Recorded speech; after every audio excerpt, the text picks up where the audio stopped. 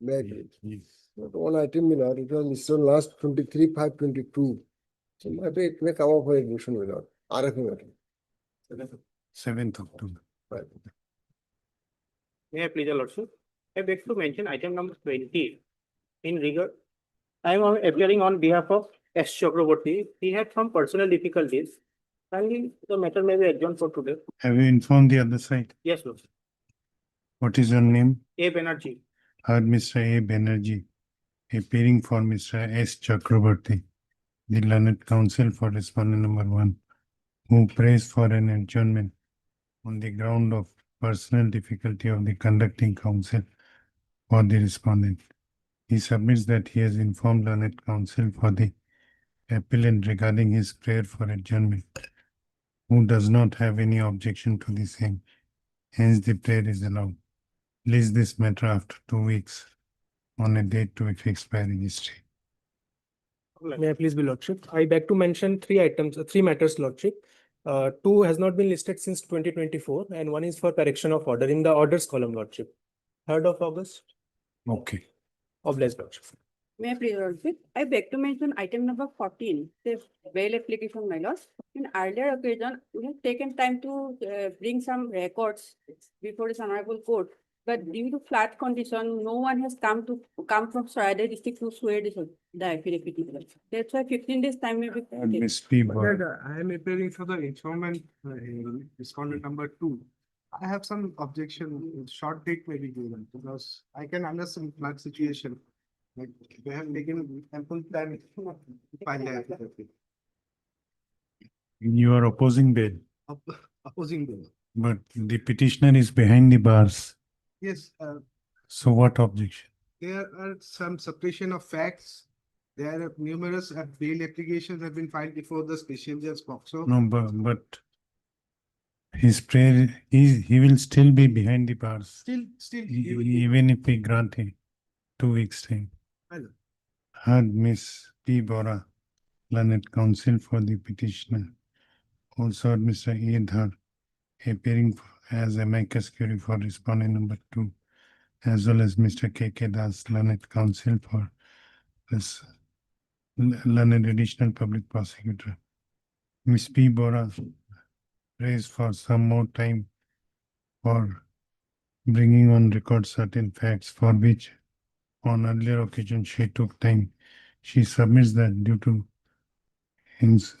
prevailing floods in Saradha district, the requisite documents could not be furnished by the petitioner to her.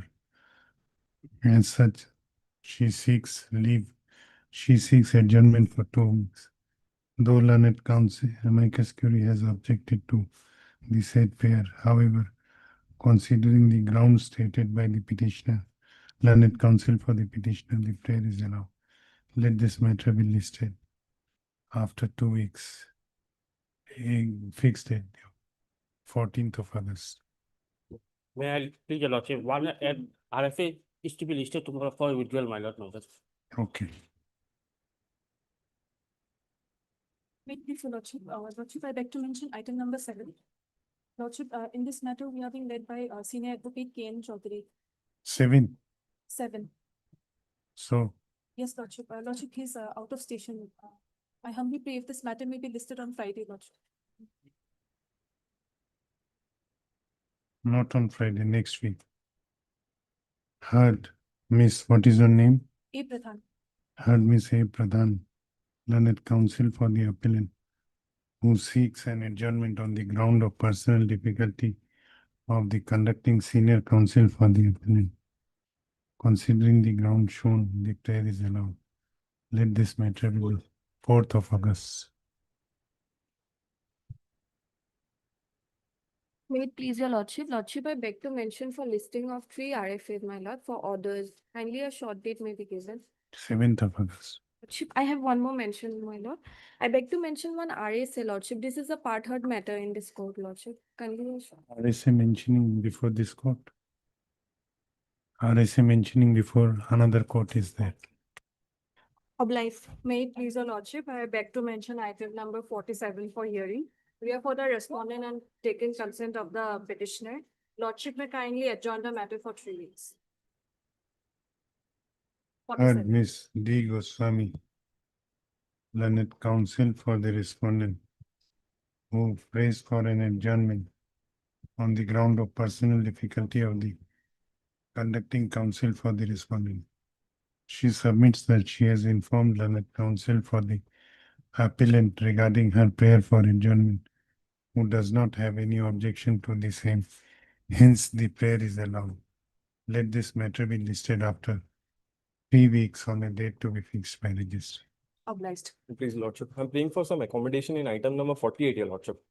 I've taken consent from the other side. The conducting counsel is unwell, Your Lordship. Heard Mr. S. Sharma, learned counsel for the appellant, Yes, Your Lordship. who prays for an adjournment on the ground of difficulty on the part of learned counsel for the appellant. He submits that he has informed learned counsel for the respondent regarding his prayer for adjournment, who does not have any objection to the same. Hence, the prayer is allowed. Let this matter be listed after 3 weeks on a date to be fixed by the registrar. I'm good. May it please your lordship, with the consent of the petitioner side, I beg to mention item number 6 of today's daily list. That we are filing our written objection today and may the matter be fixed next week. Heard, Miss, what is the name? We on behalf of Vil- people. Viloha. Learned counsel appearing on behalf of Mr. G. Bordele, learned counsel for respondent number 1, 2, and 3, who seeks some time for filing written objection against the interlocutory application filed by the appellant in this case. She submits that she has informed learned counsel for the appellant/applicant regarding her prayer for adjournment, who does not have any objection to the same. Hence, the prayer is allowed. Let this matter be listed. 5th May it of please, Your August. Lordship. I am appearing for the appellant, Your Lordship. There is an interim order, Your Lordship, that may be 5th extended. of August. The interim order shall continue till next day. Obliged. May it please Lordship, I beg to mention for listing of 2 admission matters in next week. 7th August. 7. Okay. May it please your lordship, I beg to mention listing of 2 MFAs in orders so long. In the first week of August. Lordship. 5th of August. Yeah, please, Your Lordship. Your Lordship, I beg to mention 2 RFA for listing in orders column, Lordship. Can it be on 3rd August? 5th of August. Lordship, one appeal is filed by the Union of India, for which we have received the notice for 6th August to appear. But on 5th August, one of my arbitration cases, Chandigarh. Kindly prepone for time. Which appeal? Which arbitration appeal 9 of 26, recently Have filed. you informed the other side? You have to inform the council. Lordship, I have filed an application for 3 formats, but the registry says until otherwise mention is, through mention you have to come. You may mention, but before that, you have to inform the council for the other side that you are going to mention. You can mention at 2 p.m. May inform the council, central government council, that you are mentioning, then you may mention. Then after informing, I can submit, can I submit? At 2 p.m. you may again mention. May I please, Your Lordship? Lordship, I beg to mention item number 1. Matter may be adjourned for the day due to some personal difficulty of the conducting counsel, Lordship. Heard Mr. D. Medhi, learned counsel for the petitioner, who prays for an adjournment due to difficulty on the part of conducting counsel for the petitioner. Mr. K. Das, learned additional public prosecutor, does not have any objection. Let this matter be listed in the next week on a date to be fixed by registry. Fixed date may be given on Tuesday, Lordship. Lordship, may I You are appearing No, I'm not there. On 4th, Lordship. 4th. For item number 43, I seek your lordship indulgence, your lordship. Immediately after the bail hearing, can it be taken? I'm a bit preoccupied today, your lordship. It's a condemnation of religious notice would go. After the bail hearing, can it be taken? Item 43. Okay. But reason which you have shown, maybe with other councils also. Not take even 1 minute, my lord. এটা metro বলো update করতে পারিনি after the bail hearing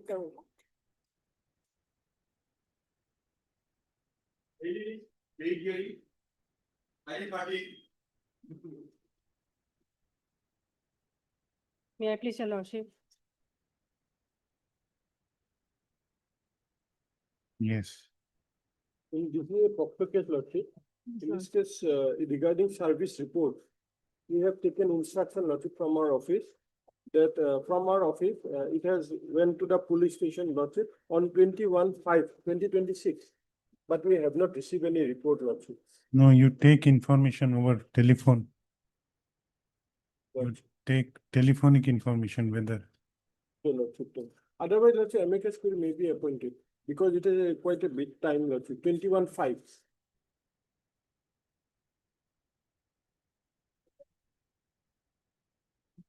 On 21/5/2026, Lordship, we have,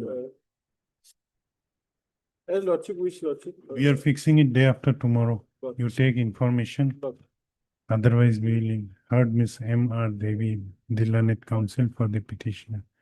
Also heard Mr. K.K. Das, the learned additional public prosecutor, who seeks some time for letting this court know regarding the fate of notice issued to respondent number 2. If prayer is allowed, let this matter be listed again day after tomorrow, that is 29th of.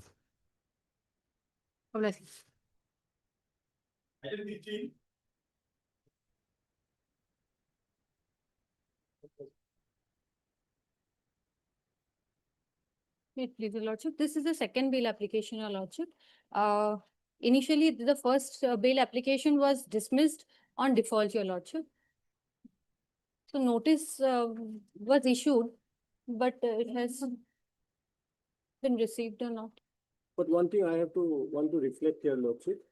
The stage is I have found in the scan copy, Lordship, on 3/10/2025, 313 has already been over.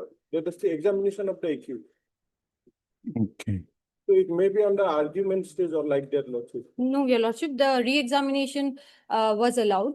So it is now the IO's examination is going on. Otherwise, Lordship, it is at the fake end of the trial. It may affect the, Lordship, the Your judge. lordship, the scan copy is available. My senior will appear in this matter, your lordship. Today, because of some difficulty, Hey, Johnson. Amicus on this.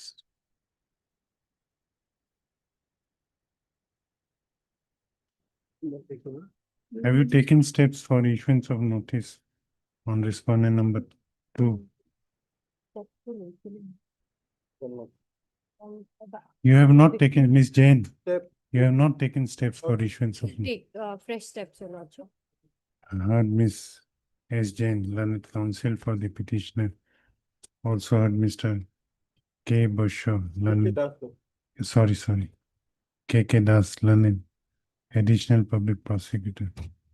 On perusal of the records, there is no indication that the petition, to show that the petitioner has taken steps for issuance of notice on respondent number 2, as was directed by this court. The petitioner shall take steps within 7 days, returnable on 14th of August. It is clarified herein that if the petitioner again fails to take steps, this bail application will be dismissed.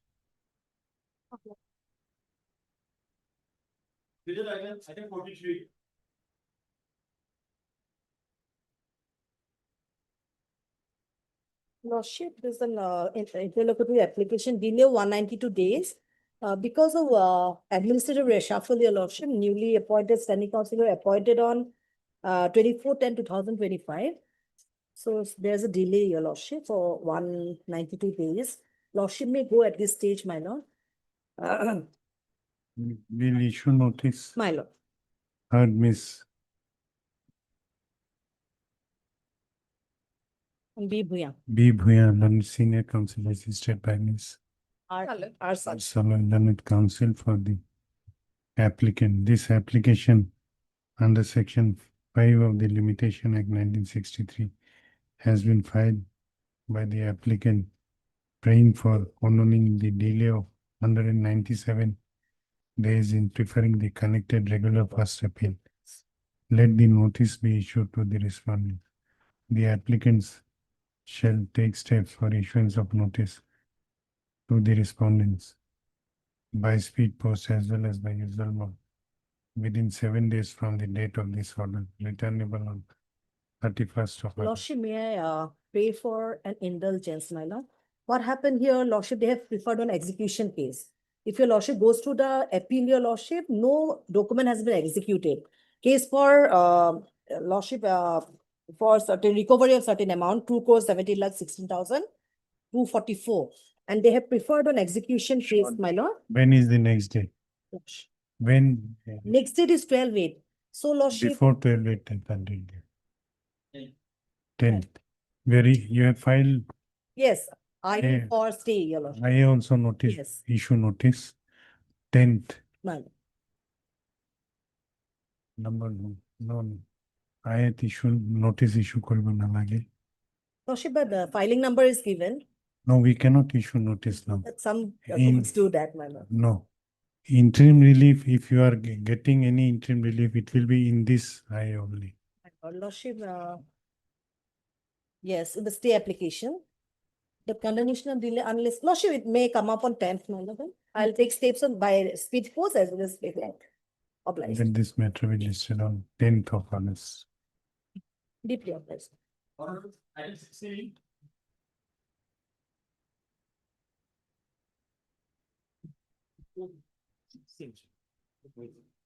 May it please your lordship. Your lordship, we have filed the affidavit today regarding the stay upon respondent 1 and 2. It is not on record. Beg your pardon, your lordship. It is whether it is placed on record or not. No, your lordship, today we have filed. I have the acknowledgement slip, your lordship. Mr. Marsha S. Datta, learned counsel for the applicant, who submits that the applicant has filed affidavit in compliance regarding service of notice on respondent number 1 and 2 by the mode today only, and praise for directing the registry to place the said affidavit along with the record. The prayer is allowed. Registry to do so. Let this matter be listed. 11th of August. Much obliged. 17. May I please your lordship, my lord? The respondent number 1 has appeared. He has filed wakalatnama, my lord. At the as per office note, respondent have appeared as filed wakalatnama. The name is shown in the call this also, my lord. Heard, Mr. What is your name? A Bhattacharjee. A. Bhattacharjee, learned counsel for the appellant. On perusal of the office note dated 23/7/2026, it appears that the respondent has engaged counsel to appear on his behalf in this matrimonial appeal. Stop. Let this matter be listed for admission My lord, it has already been admitted for hearing, my lord. for hearing Yes. after 4 weeks on a date. After 4 weeks. On a date to be fixed by this. I will look.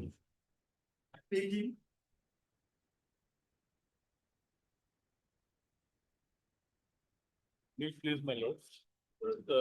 This appeal has abated long back. The sole respondent expired on 15 January 2024.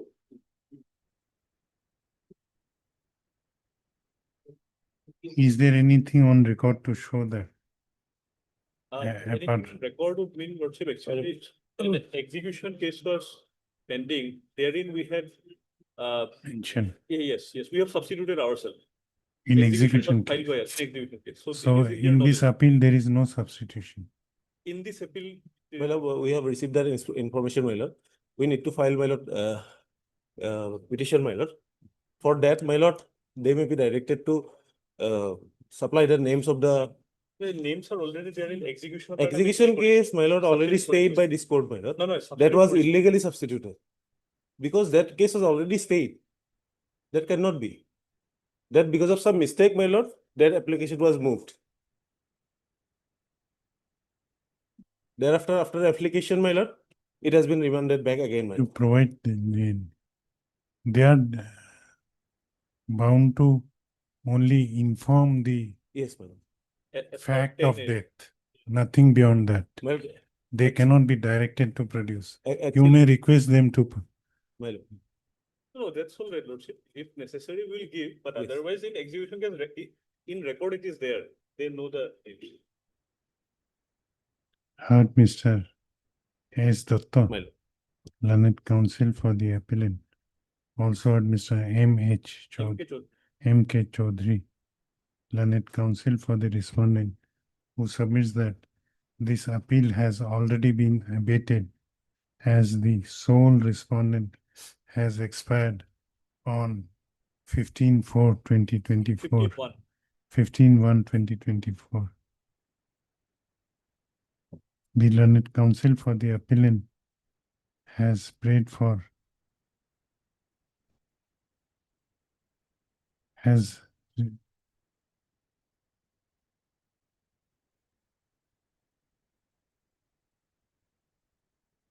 directing the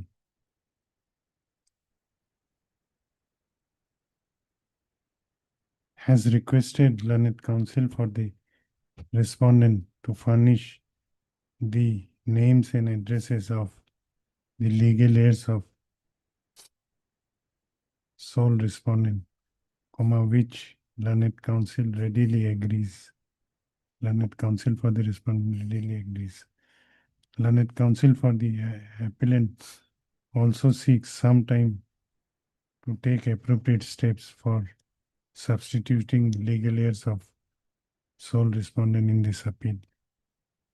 The prayer is allowed. Let this matter be listed after 3 weeks on a date to be fixed by registry.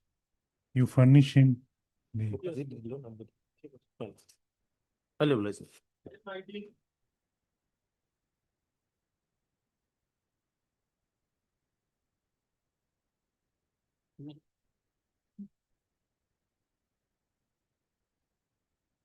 Insurance only.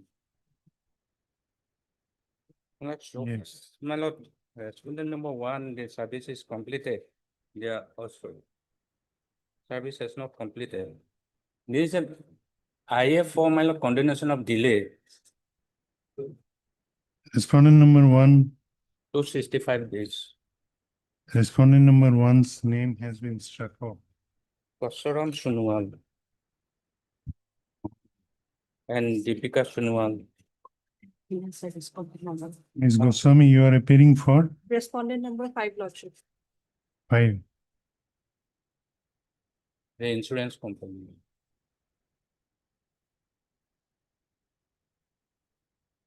You have any objection regarding condonation?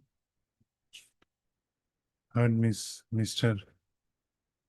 S.K. Deori. S.K. Deori, the learned counsel for the applicant. Also heard Ms. D. Goswami, appearing for respondent number 5 insurance company.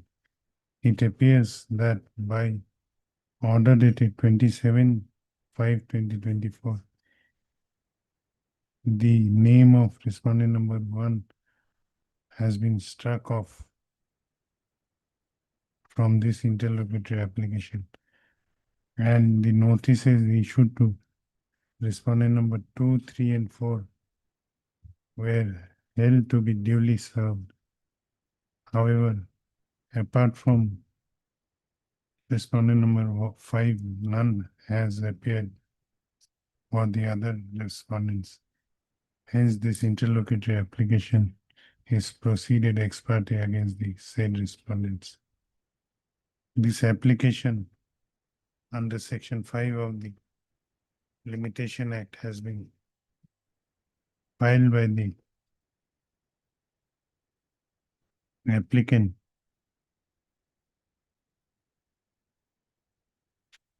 firm for condoning the delay of 272 days in preferring the connected MAC appeal, wherein the judgment and award dated 27/9/2018 passed by the Motor Accident Claims Tribunal number 3 Kamrup Metro in MAC case number 111211/2020 has been impugned. The applicant has, where is the reason for delay? It's paragraph 7.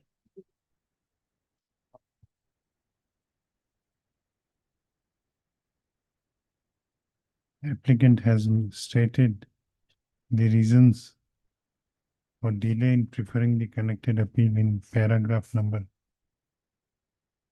6 to 10, 6 to 9 of the instant interlocutory application. Stop. The learned counsel for respondent number 5 has no objection regarding condonation, regarding the prayer for condonation of delay made by the present applicant. Stop. I have gone through the reasons stated in the instant interlocutory application by the applicant. Stop. Considering the grounds stated therein to be sufficient cause which prevented the applicant in preferring the connected MAC appeal within the prescribed period of limitation, the period of the delay of 272 days in preferring the connected MAC appeal is hereby condoned, and this interlocutory application is disposed of. The registry is directed to register the connected MAC appeal and release the same for admission after a week on a date to be fixed by it. The flag. For 1, 2, 3. Respondent 1. Do you have any objection? Respondent number 1, 2, 3. Do you have an objection? We have filed our already. We have filed. So what you were doing when I was dictating this? Respondent number 1 has already died, and we have annexed his death certificate in our objection.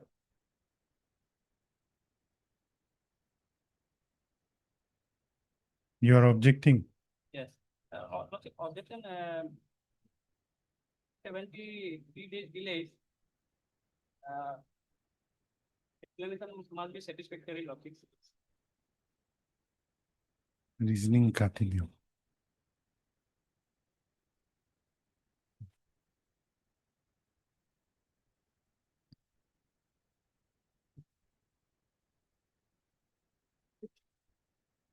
Who is respondent number 1?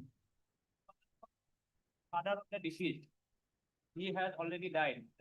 Father is also died. And his legal heirs are there. His legal heirs are there on record. Yes, my lord. Yeah, others said yeah, my lord. Deepika Sunal, wife or daughter. Monosonal respondent number 2 is the mother of the deceased victim. Okay, what is your objection? Oh, Abhishek, reasoning part से काट दीजिए.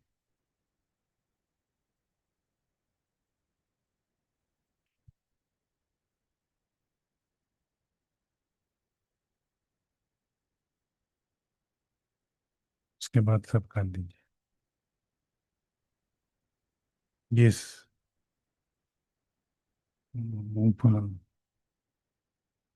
Hindi. Our different part is in para 11 of our The item number A19. You are Mr. Pathak? Yes. Also Mr. M. Pathak, learned counsel for respondent number 2 and 3. Yes, what is your objection?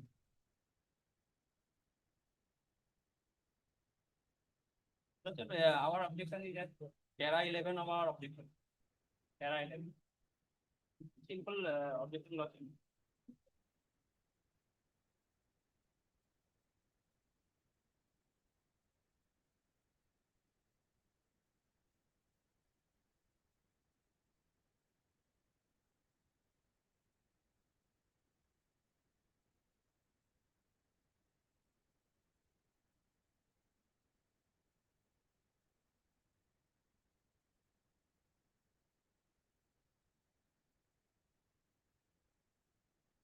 Yes, miss.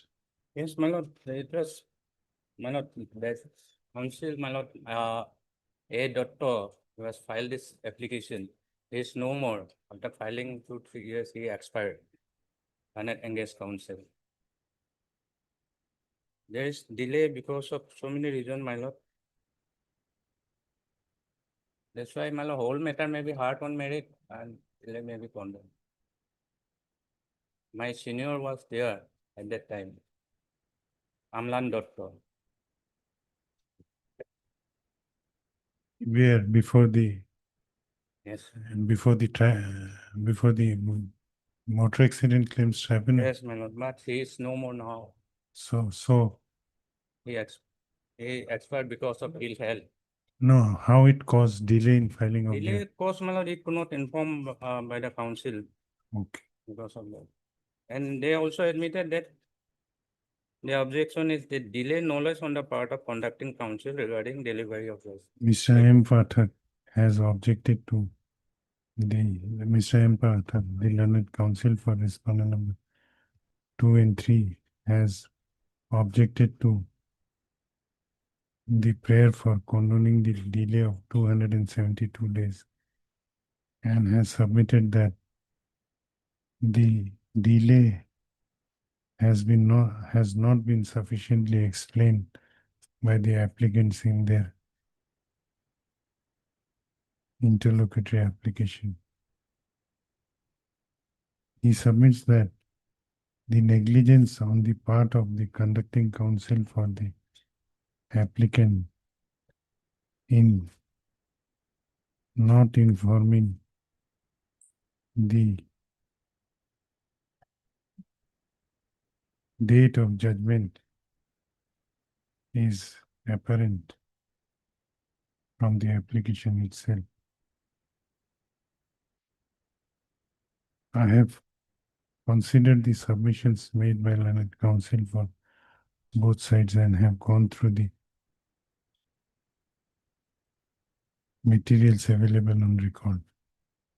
Stop. The main reason for delay cited by the applicant in this interlocutory application is belated knowledge on their part regarding the delivery of the impugned judgment by the concerned motor accident claims tribunal. The reason for belated information was also due to the expiry of the engaged counsel for the applicant before the motor accident claims tribunal, which in considered opinion of this court is a reason beyond the control of the present applicant and may be regarded as sufficient reason within the meaning of Section 5 of the Limitation Act.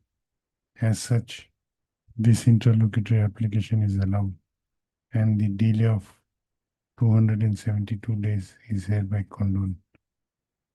The registry is directed to register the connected MAC appeal and list the same for admission in the after a week on a date to be fixed by registrar. License.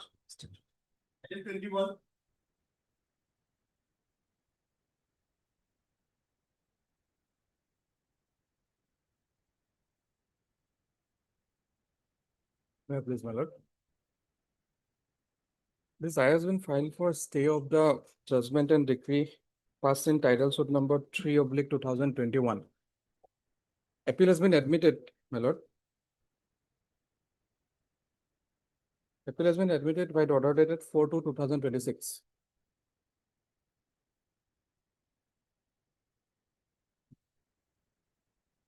Otherwise, your lordship, the matter is ready for hearing, can be fixed for hearing. I to give. Stay. Which I I number 436. main appealot লিখিব. Mishi. Third, Mr. What is the name? P. Sharma, learned counsel for the appellant. Also heard Mr. S. Datta, learned addition, learned counsel for the respondent number, Sole respondent. sole respondent. It appears from office note dated 13/3/26 that the trial court records have already arrived. Hence, this appeal is ready for hearing.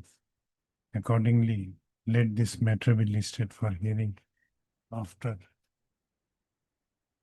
4 weeks on a date to be fixed by registrar. I am given. Third, Mr. C. Sharma, learned counsel for the applicant. Also heard Mr. S. Datta, learned counsel for the respondent. This application under Order 41, Rule 5 of the Code of Civil Procedure 1908 has been filed in connection with regular first appeal number 7/2023. Praying for stay of execution of the impugned judgment and decree during the pendency of the connected RFA number 7/2023.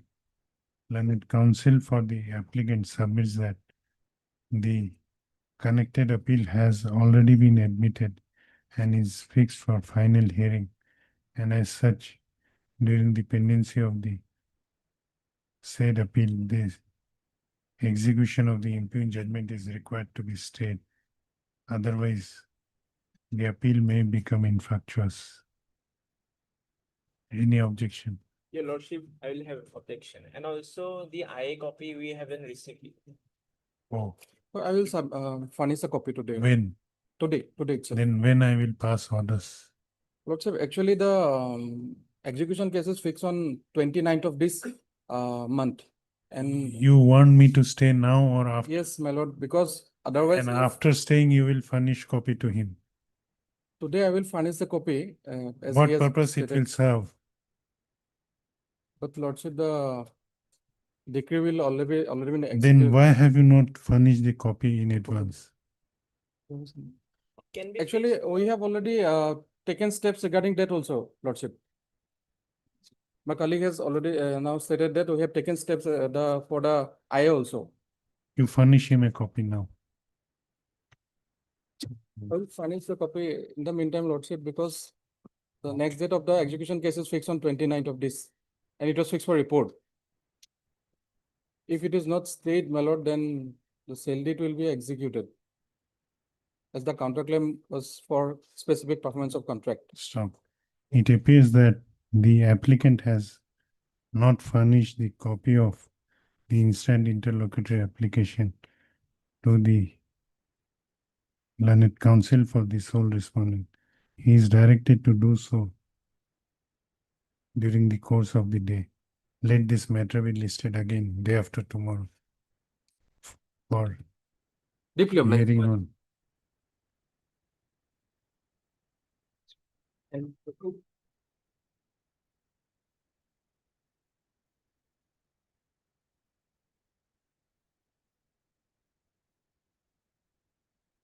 May it please your lordship. So TCR has been received, my lord. The steps have been, service is complete, my lord. It's ready for hearing. Ready for hearing. Amended cost title was supposed to be filed by the applicant. It is struck off with respondent number. File any amendment. Which one number? Respondent number 4 has been struck off as per the previous order. The amended cost title was supposed to be filed within 3 days. Yes. Order dated 10/6/26. Sorry, my lord, I'll file. Heard Mr. T. Kolita, learned counsel for the appellant, also heard Mr. A.B. Day, learned counsel for respondent number It's 1 and 2, my lord. 1 and 2, as well as Dr. P. Agarwal for respondent number 3. Learned counsel for the Four is struck off. learned counsel for the appellant seeks some time to file the amended cause title as was directed by this court by its order dated 10/6/2026. The prayer is allowed. Let this matter be listed. In earliest possible time, my lord. We will, because I think the matter is otherwise fixed. Ready for It can be hearing. heard by otherwise. Listed For hearing, my lord, let it come for Or hearing.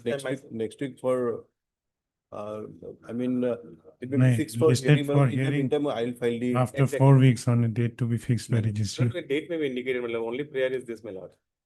If we indicate the date, it will go to the month of October or November. Which month? Take that chance, your honor, any day. 15 November. That is 5th November. 5th November. 5th November. In the meantime, I'll In the file. meanwhile, In the meantime, let my the complete. appellant shall file the amended cause title as was directed by this court. List accordingly. Highly obliged. 5th November.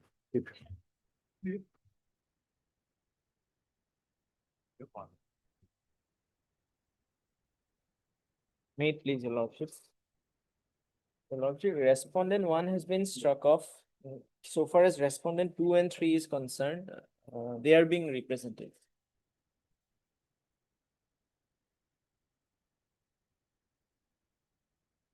Heard Mr. S. Datta, learned counsel for the appellant, also heard Mr. K. Bhutto, learned counsel for respondent number Yes, 3, as well as Mr. S. Shom, appearing for respondent number 2. The records your lordship not received. of the MSC case number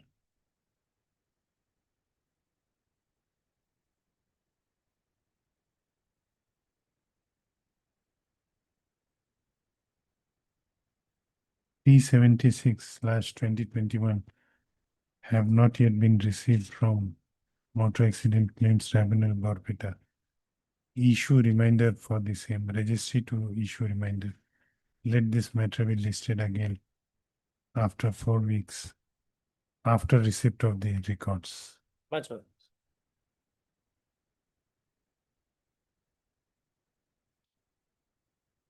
Lordship. On item number 21, we have taken step for the IA also, Lordship, there are memos. But the respondent side has stated that they have not received the copy. We have already taken steps, Lordship, as per order.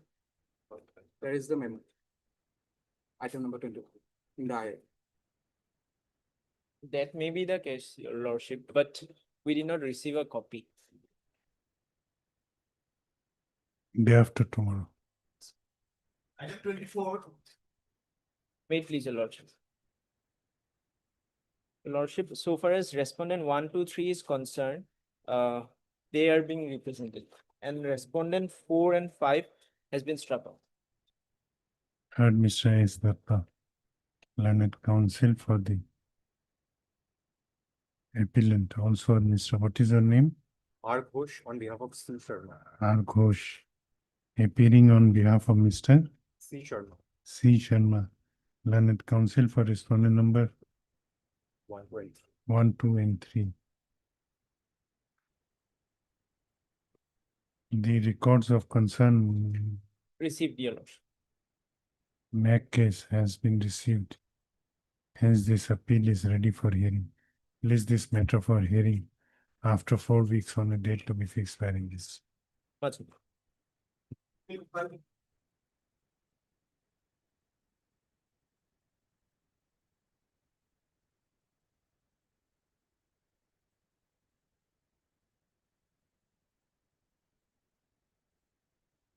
Lordship, in this case, the service has been completed. Time for respondent number 2 and 3. First time to take it. And the paying for 1 minute. Third, Miss, what is the name? A Boro. A Boro, learned counsel for the appellant. Also, Mr. T. Kolita, learned counsel for respondent number 1, as well as Mr. A. K. Azad, appearing for respondent number 2 and 3. The appearance of parties in this appeal is complete, and the records of concern MAC case have been received. Hence, this appeal is ready for hearing. Let this matter be listed for hearing after 4 weeks on a date to be fixed by the list. Nice. Item 26. Wait, please, your lordship. My lord, the appeal was admitted and my lord, we were required to take steps and office note dated 23/7, my lord, shows that AD card of our respondent number 2 is awaited. And LCR is not received. Heard Mr. R. K. Bhatra, the learned counsel for the appellant. Also heard Mr. R. Bora. But if the respondent number 2 has already died, that is reflected in the judgment itself. So they are represented by the legal heirs, that is also there in the judgment. But the respondent number 2 has been implemented here as a part respondent. My lord, my learned friend is agitating this ground right from the day of my lord delay petition. They themselves have imputed the dead person. But that is there in the. My lord, I am challenging the negligence. I am saying that my car insured with me was not at all negligent. But why this point? Every time, my lord, he is pleading this point. No, That but- will be decided at a later stage, my lord. No. I am, my lord, against the claimants. But If that is an not- appeal cannot continue against a dead person. My lord, that can be, my lord, lordship can decide it. If it is, it has abated. My lord, I have given a, my lord, try because I had, I am not, my lord, against the honor of the vehicle, my lord. In that case, your lordship, there is no purpose of serving notice upon the respondent number 2. So lordship. They had simply, my lord, impleted The first page. of the represented, judgment, lordship will see the claim petition. If your lordship wants to. The first page hear of the the entire- judgment, lordship, that is clear. Since owner has died in the accident, he is represented by his wife and being legal here.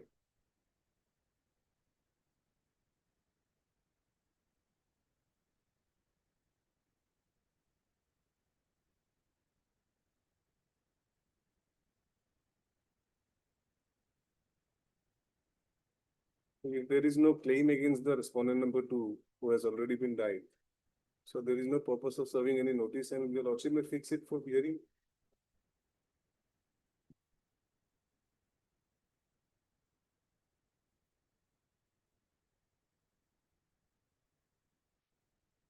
Now, in this appeal, who is the respondent number 2? Respondent number 2, my lord, I'll just give a brief, my lord. There were 2 vehicles involved. Respondent number 2. Both the vehicles, Number 1. both the drivers of the vehicles had died. OP number 1 in the claim petition. Romeo Deca. The person who had. Is he alive or dead? He has is already dead, been- my lord. Both are, In the accident itself. Then how can there be an appeal against a dead person? my lord. Lordship, I am, the legal heirs, as per my learned friend's, my lord, statement, the legal heirs were brought on record before the tribunal itself. I did not have the knowledge, my lord, about the legal heirs. So whatever they have implemented in the claim petition, we have also made respondent party, my lord. At this stage, if the appeal is abated against the, my lord, the respondent number 2, we will bring the legal heirs on record, my lord, if required. Appeal is apparently. Yes, ma'am. Yes, my lord. So I may be allowed to bring on record the LR. Yes. Heard. Mr. R. K. Batra, learned counsel for the appellant. Also heard Mr. R. Bora, learned counsel for respondent number 1, 2, and 3. Only one, my lord. Respondent number 1, who submits that though Mr.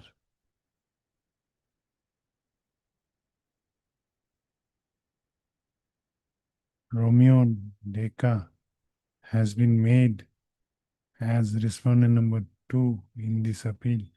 However, he has expired in the ill-fated accident which is involved, which is the subject matter of this appeal. And he submits that appeal cannot continue against a dead person. Learned counsel for the appellant, on the other hand, seeks some time to take steps for bringing on record the legal layers of the deceased respondent number 2. The prayer is allowed. The appellant may take necessary steps in that regard before the next date fixed. Let this matter be listed. The time for 31st of- bringing on record the legal hairs was already sought in the delay condonation application. Since till from that day onwards and till today, Lordship. Now they have to file an application for setting aside abatement. You may oppose to that application if you want, if and when they file it. My lord, I have one more submission, my lord. My lord, during the, my lord, after filing of the appeal, it has come to, my lord, my information that, my lord, the disease was covered under the CFP scheme. So inadvertently, that ground was not taken in the appeal, my lord. I may be permitted to take additional ground at this stage. Learned counsel for the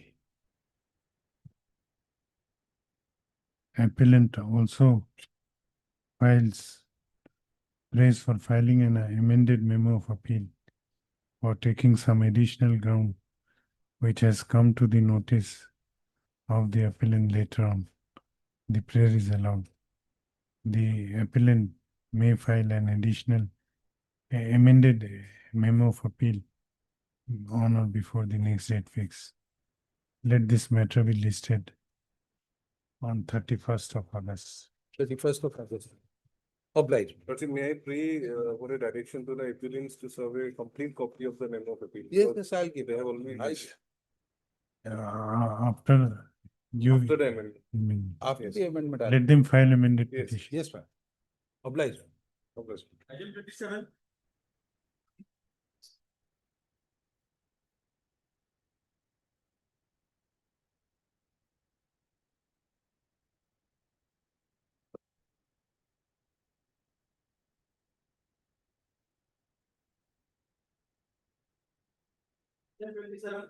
None has appeared for the appellant on call.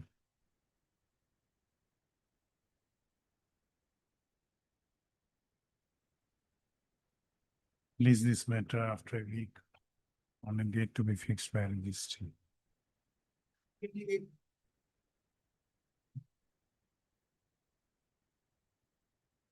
your lordship.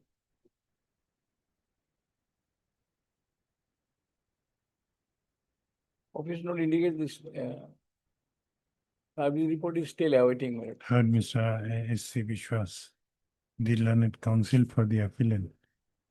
Office note dated 23/7/2026 indicates that the service report in respect of notices issued to the respondents is awaited. Stop. The registry shall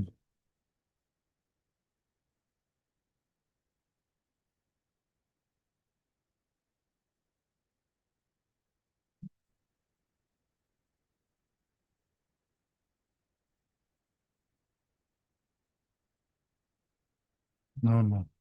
It took cut off.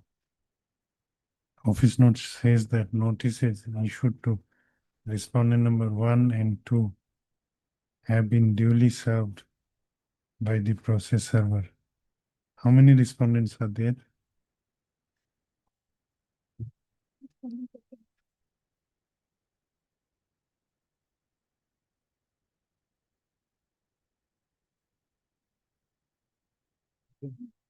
The notice to both the respondents are accordingly served. Calcode records I see. It also appears that the records of the motor accident concerned MAC case has been received. Hence, this appeal is ready for hearing. Let this matter be listed for hearing after 4 weeks on a date to be fixed by registry.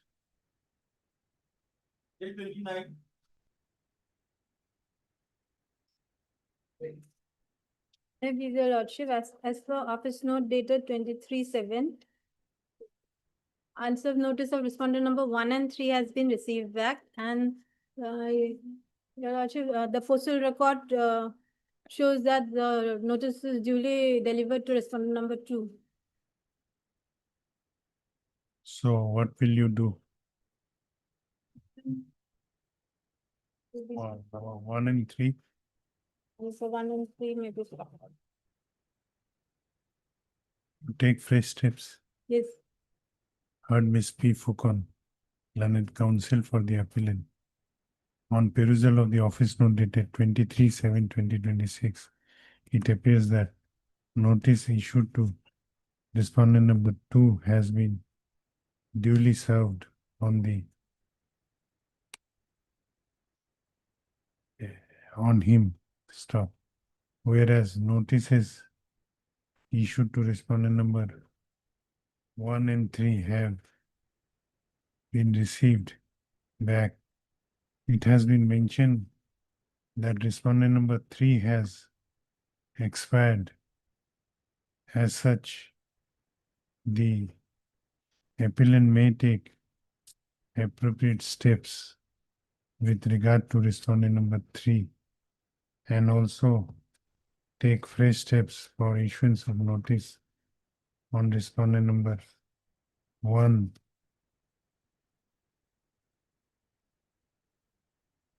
by speed post as well as by usual mode within 7 days from the date of this order, returnable on 31st of August. Item 30.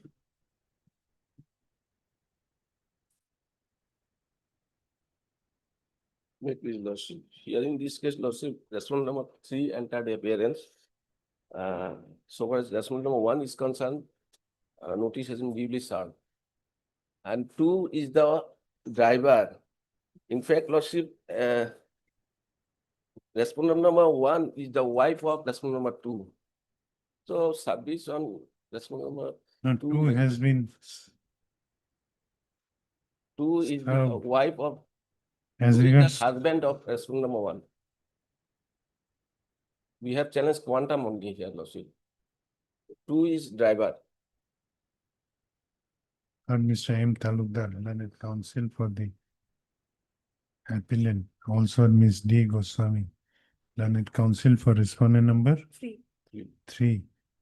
Office note dated 3/7/2026 shows that notice issued to respondent number 1 has been duly served. Stop. Earlier, the notice issued to respondent number 2 was held to be duly served by this court in its order dated 22/5/2026.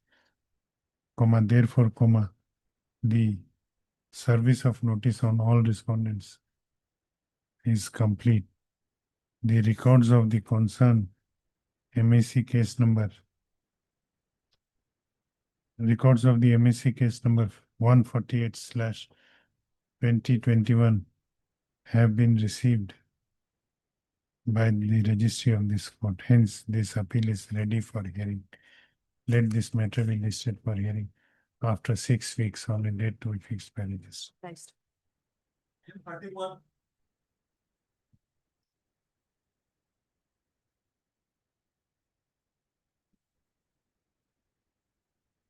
That is, lordship, in this matter, an answer notice of respondent number 3 has been received back, and AD card and both the LCR of respondent number, AD card of respondent number 2 and the LCR is awaited.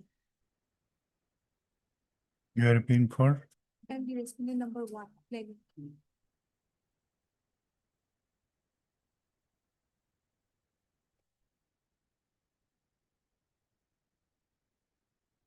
What will you do as regards respondent number 3? AD card may be. Heard Miss P. Fukan, learned counsel for the appellant, also heard Miss B. Dutta, learned counsel for respondent number 1. On perusal of the office note dated 22/7/26, it appears that the notice issued to respondent number 3 Owner and driver R2 and R3 may be struck off.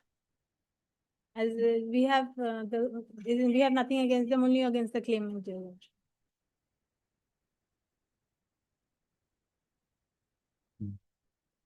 what you have pleaded, what ground you have taken in the appeal? Worship he's the owner driver. No, why you are preferring this appeal? What is your grievance? Against quantum or against your liability? Telka.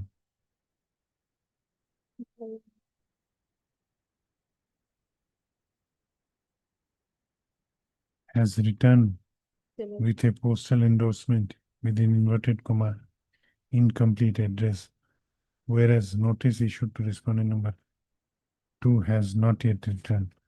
The registry is directed to place postal track consignment report of notices issued to respondent number 2 by speed post before this court on the next date fixed. Stop. The appellant is also directed to take fresh steps for issuance of notice upon respondent number 3 by speed post as well as by usual mode at his proper address within 7 days from the date of this order, returnable on 31st of August.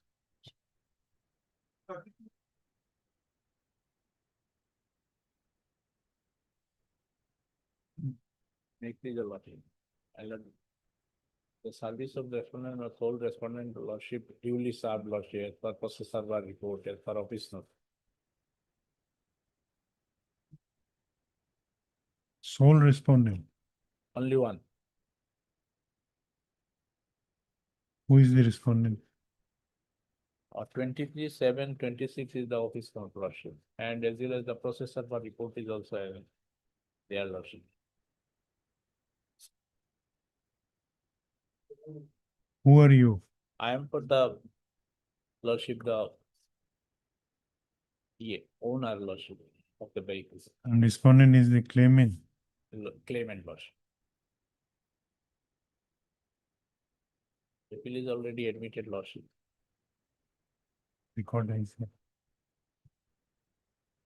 Heard Mr. K. A. Majumdar, the learned counsel for the appellants. LCR, I think, already received final.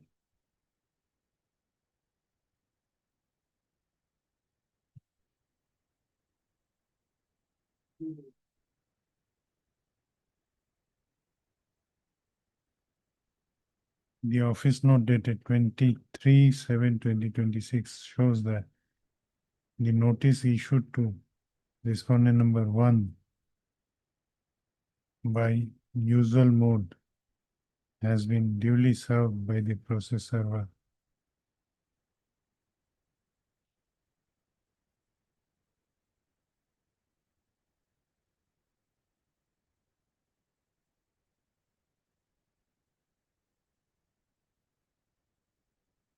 On the respondent, on the sole respondent, Karimuddin.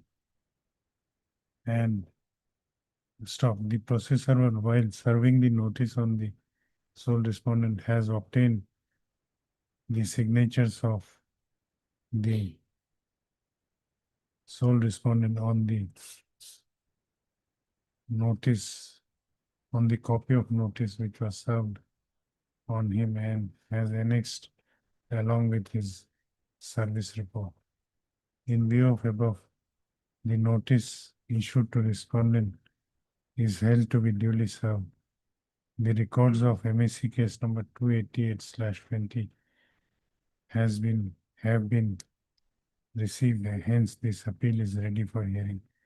Let this matter be listed for hearing after 4 weeks on a date to be fixed by registrar. Item 43.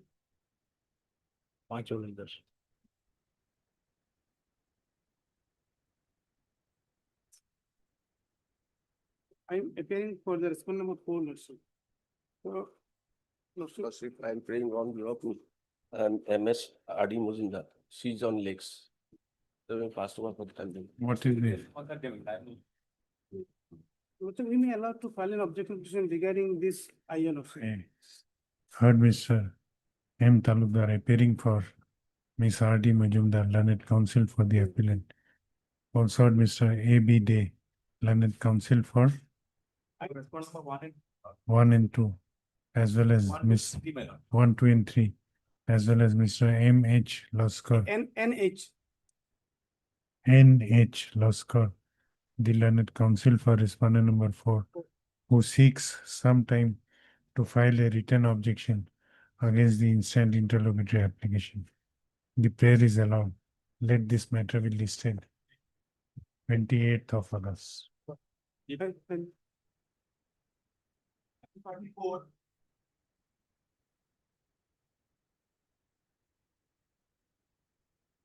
In this matter, your lordship, all the respondents have appeared. There is a delay of 323 days. The grounds are explained in para number 2 to 9. You are opposing? I'm appearing on number 2 and 3, so we need some time to file objection. Written objection, okay. Heard Ms. P. Fukan, the learned counsel for the applicant. Also heard Mr. M. Talukdar, appearing for respondent number 1, as well as Mr. R. Islam, appearing on behalf of Mr. Jayed Hussain, the learned counsel for respondent number 2 and 3, who seeks some time for filing written objection against the prayer for condonation of delay filed by the made by the present applicant. The prayer is allowed. Lordship, I will also file. The learned counsel for respondent number 1 also seeks time for filing written objection. The prayer is allowed. Let this matter be listed 21st August. 45.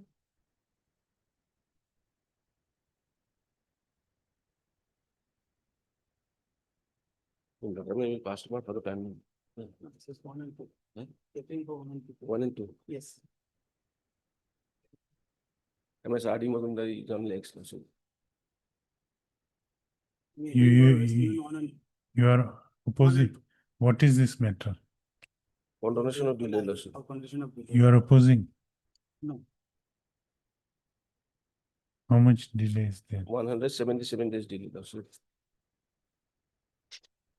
The case of amputation of leg, right leg, 70% disability. Lordship.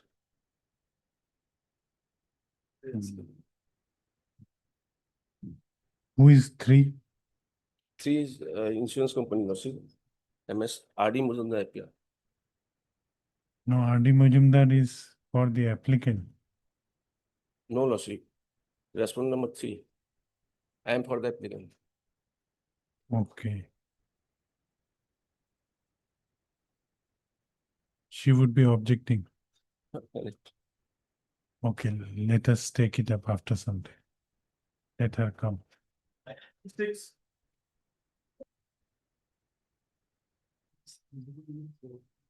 May it please your lordship, my lord. My lord, in the IA application, my lord, there is a delay of 18 days in preparing the connected appeal. How much? 18. 18 days, my lord. You are opposing. You will oppose. Have you filed any objection or will you be filing? So we will be filing. You will be filing. Let them file objections. Heard Mr. B.K. Das, learned counsel for the applicant, also heard Miss, what is her name?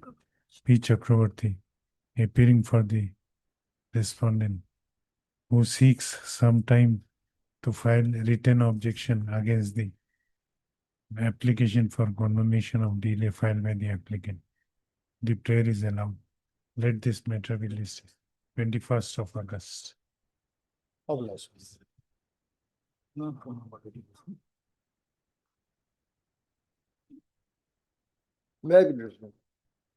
am the owner of the vehicle, and there is a claim case against me.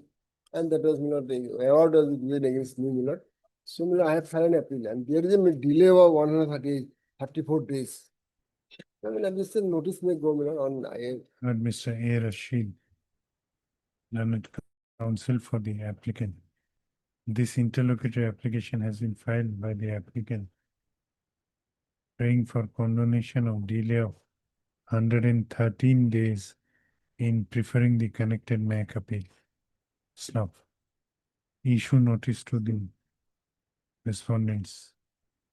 The applicant shall take steps for issuance of notice upon the respondents by speed post as well as by usual mode within 7 days from the date of this order, returnable on 31st of August.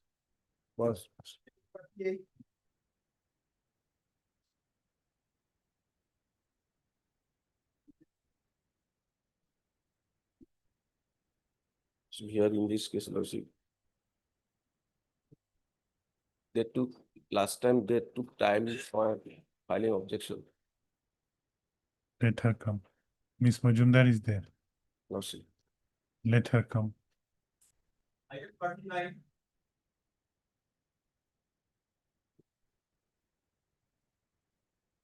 Well, this interlocutory application for condonation of delay has been filed. Heard Mr. A. Bhattacharya, the learned counsel for the applicant. This application under Section 5 of the Limitation Act has been preferred by the applicant insurance companies, praying for condonation of delay of 174 days in preferring the connected MAC appeal. Let the notice be issued to the respondents. The applicant shall take steps for issuance of notice upon the respondents by speed post as well as by usual mode within 7 days from the date of this order, returnable on 31st August. May I repeat it also? In this case, I have filed this IA for condonation of delay also. Here it is left 33 days. And Miss D.D. Burman. Same order, Lord Mr. 33 days delay on 31st. Take steps. Like that. Litigant 35. I'm for the respondent, Lordship. I'm sorry, Lordship, I was in another room.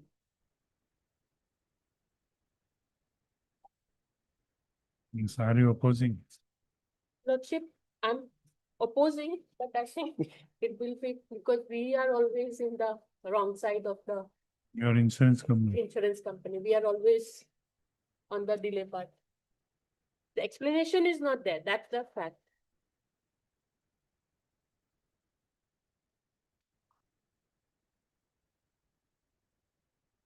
Heard Mr. M. Talukdar. Then let me dismiss it. If they are unable to explain it. He has to argue his case, Lordship. Lordship, due to the disability, 70% disability, amputation of leg, Lordship. Due to his disability, he could not come, Lordship. Okay. And moreover, Lordship, financial crisis is there, Lordship. Okay, heard Mr. M. Talukdar, learned counsel for the applicant. Also heard Miss R. Begum. Be louder. Be louder. Respondent number 1 and 2. R. Begum appearing for respondent number 1 and 2. Also heard Miss R.D. Majumdar, the learned counsel for respondent number 3. This application for under Section 5 of the Limitation Act 1963 has been preferred by the applicant, praying for condonation of delay of 17 days in preferring the connected appeal, wherein the judgment and order dated 16/7/2025 has passed by the Motor Accident Claims Tribunal Dhubri in MAC case number 90/2019 has been impugned. The learned counsel for the applicant has, where is the reason? Lordship, paragraph 3 and 4, Lordship. Learned counsel for the applicant has stated the reasons for delay in paragraph number 3 and 4 of the instant interlocutory application. Stop. He submits that the applicant was prevented from approaching this court for filing the connected appeal within the prescribed period of limitation due to the disability which he sustained in the accident involved. The learned counsel for respondent number 3 has learned counsel for respondent number 1 and 2 has not raised any objection to the prayer for condonation of delay. However, learned counsel for respondent number 3 has submitted that the delay has not been properly explained by the applicant, hence prays for dismissal of this interlocutory application. I have considered the submissions made by learned counsel for both sides and have gone through the reasons stated in the instant interlocutory application for delay in preferring the connected appeal. It is stated that the applicant came to know about the impugned judgment belatedly, as he was informed by the engaged counsel, by his engaged counsel about the judgment belatedly. Apart from that, he has also stated that he has not been cured, fully cured of the injury sustained by him in the accident, and due to the incapacity because of disability sustained by him, he was prevented from approaching this court within prescribed period of limitation. Considering the grounds stated in the instant interlocutory application to be sufficient cause which prevented the applicant from approaching this court within the prescribed period of limitation, the delay of 117 days in preferring the connected MAC appeal is hereby condoned, and this interlocutory application is allowed. The registry shall register the connected MAC appeal and list the same for admission after a week on a date to be fixed by this.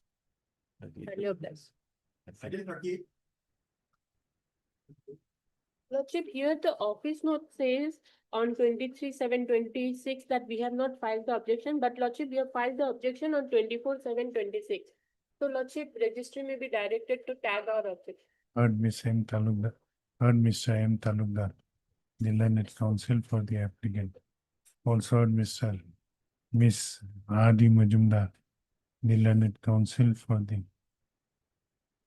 respondent, opposite party / insurance company, who submits that though the insurance company has filed its written objection in this interlocutory application, however, same has not yet been placed along with the instant interlocutory application. Stop.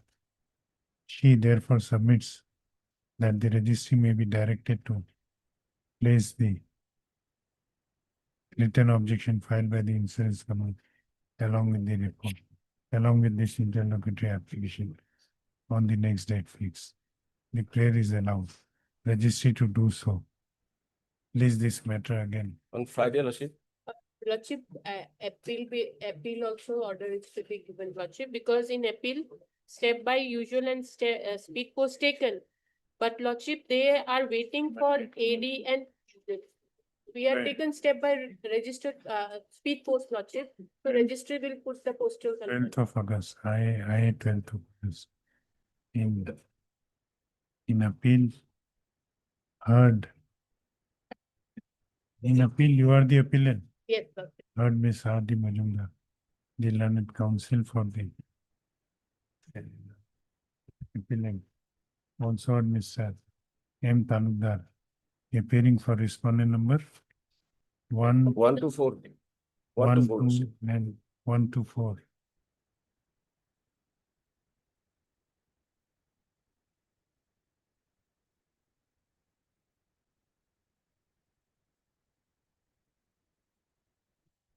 On perusal of the office not dated 23/7/2026, it appears that the service report in respect of notice is issued to the respondent number 5 and 6 is awaited. The registry is directed to place the postal track consignment report of notice issued to respondent number 5 and 6 by speed post before this court on the next date fixed. Registry shall also issue reminder for records of the concerned motor accident claims case. Please this matter again on Lordship, but the date hasn't fixed. 12th of August. When specific idea. 12th August. Item 41. Lordship, 33 was also there.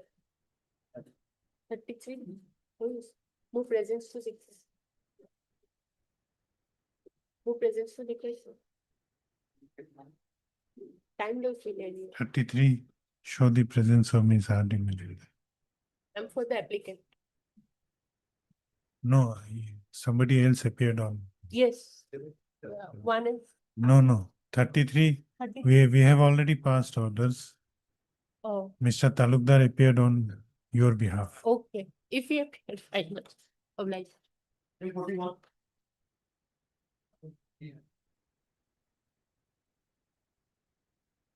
This is an application for condonation of delay, my lord, and IA is filed, my lord, along with the connected LA appeal. My learned friend is on caveat. My lord, You are opposing? Regarding delay, I have no objection. No objection. Only 18 days you are delay. Heard Mr. H. Gupta. This is item number. The learned counsel for the applicant. Also heard Mr. A. Chaudhary appearing for the aviator / all the opposite parties. no, my lord, One, that's the number 1. Respondent number 1.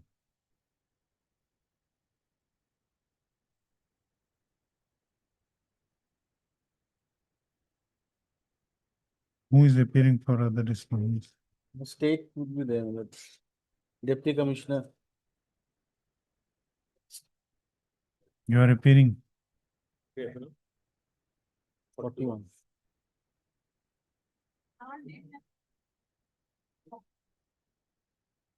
Serve the copy. Our name is not mentioned in that.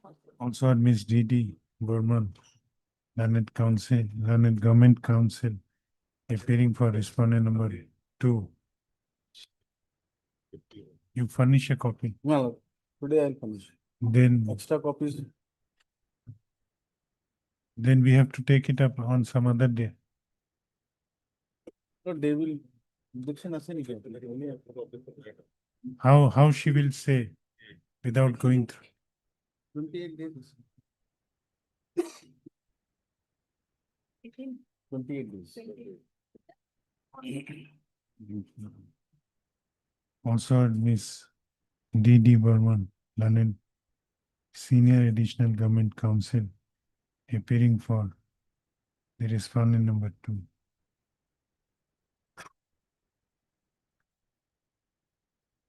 This application under Section 5 of the Limitation Act 1963 has been filed by the applicant praying for condoning the delay of 31 days in preferring the connected alia appeal, wherein the judgment and order dated 3/2/2026 passed by the Learned District Judge Kamrup Metro in LA reference case number 9/2016 has been impugned.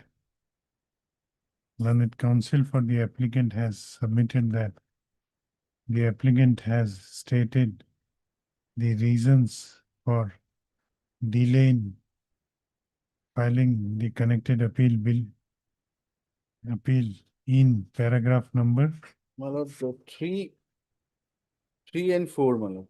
3 and 4 of the instant interlocutory application. Learned Counsel for the respondents, considering the short period of delay, have not raised any objection. Stop. I have gone through the reasons stated in the instant interlocutory application.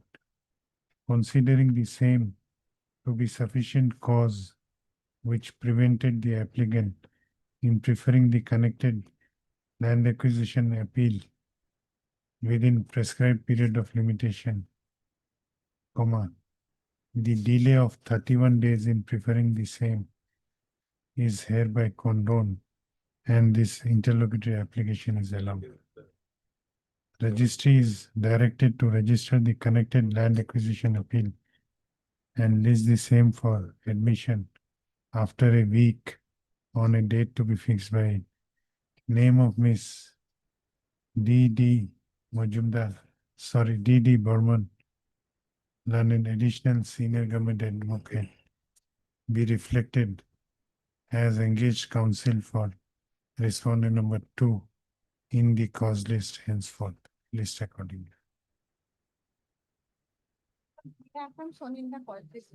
Name of D.D. Burman or Jagat Likhok, Government Advocate Assam, be shown in the cause list. Same number of delays, 31 days. Same parties. 42 same order. Same order. Same. Only the LA reference number will change, Malad. That was LA reference 8. The second one is 9. 9 of 16. LA reference numbers and 9 of 2016. 9 of 16. Remaining things they. I just 44. Alia, please. It will be control level. My lordship, there is 29 days delay. Heard Mr. S. Ahmed, Learned Counsel for the applicant.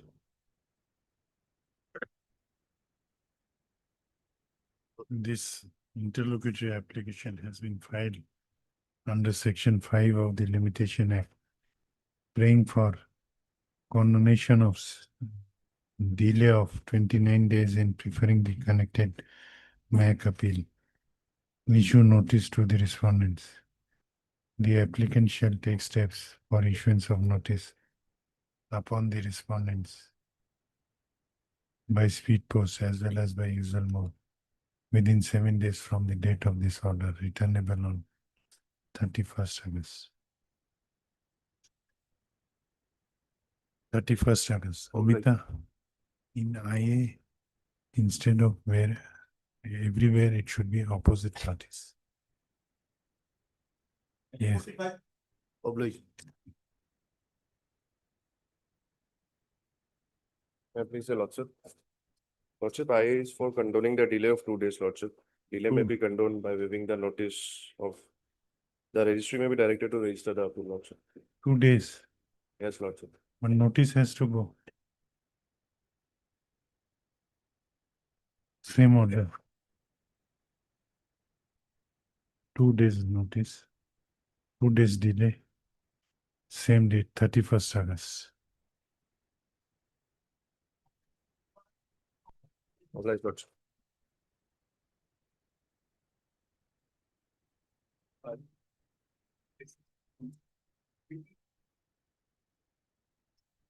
May I please your lordship? Lordship, I am for item number 52. On the last occasion, lordship, it has been fixed for hearing, but today it has been wrongly listed in the orders column, lordship. So it may kindly be fixed for hearing, lordship. My lord, if this matter is 10, 11 years old matter, my lord, if a short date may be granted. This matter may be fixed for hearing, if a short date may be granted. 10, 11 years old matter. Listing of them a long time. Registry will give the dates. We'll mention it is to be listed early. Third, Miss, what is your name? E. Khaklari, appearing on behalf of Mrs. U. Chakrabarti. E. Khaklari, appearing on behalf of Miss U. Chakrabarti, Senior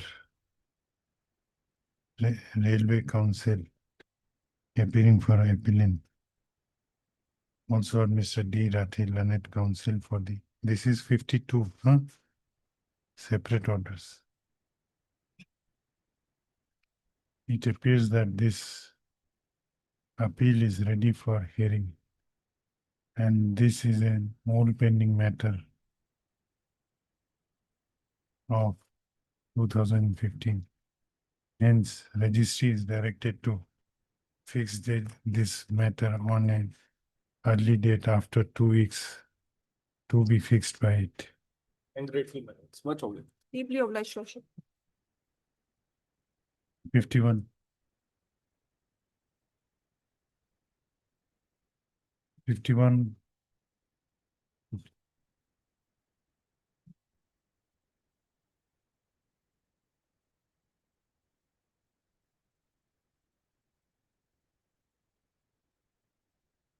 Matak. 51.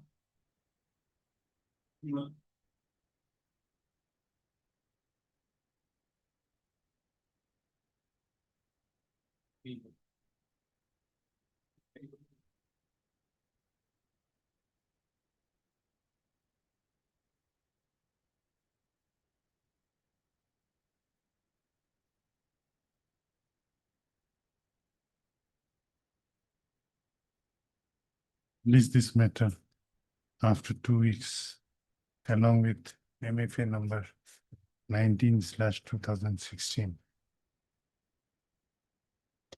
May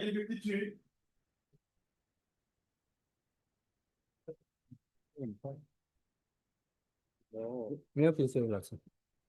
As per office note, the service is complete, lordship. Lordship, so far the delay is concerned, it is only 31 days, I think. So I have no objection. And Mr. A. Acharya, the Learned Counsel for the applicant. Also Mr. D. Mondor, the Learned Counsel for opposite party number 1 to 4. 1 to 4. This interlocutory application has been filed by the applicant insurance company praying for condonation of delay of 31 days in preferring the connected appeal, wherein the judgment and order dated 29/10/2024 passed by the Motor Accident Claims Tribunal number 3, Kamrup Metro, Gauhati, in MAC case number 81871/2018 has been impugned. The learned counsel for the applicant has submitted that the applicant has stated the reasons for delay in preferring the connected appeal in paragraph number 3 to 8 of the instant interlocutory application. The learned counsel for the opposite parties submitted that considering the grounds stated by the applicants as well as considering the short period of delay of 31 days, the said respondent do not have any objection if the prayer for condoning the delay is allowed. I have gone through the grounds stated in the instant interlocutory application. Considering the grounds stated therein to be sufficient cause which prevented the applicant in preferring the connected appeal within the prescribed period of limitation, the delay of 31 days in preferring the connected appeal is hereby condoned and this interlocutory application is allowed. Registry is directed to release the register the connected MAC appeal and list the same for admission. My name may be reflected. Admission after a week on a date to be fixed by him. Name of Mr. D. Mandal may be reflected in the cause list as engaged counsel for respondent number 1 to 4 henceforth. Value.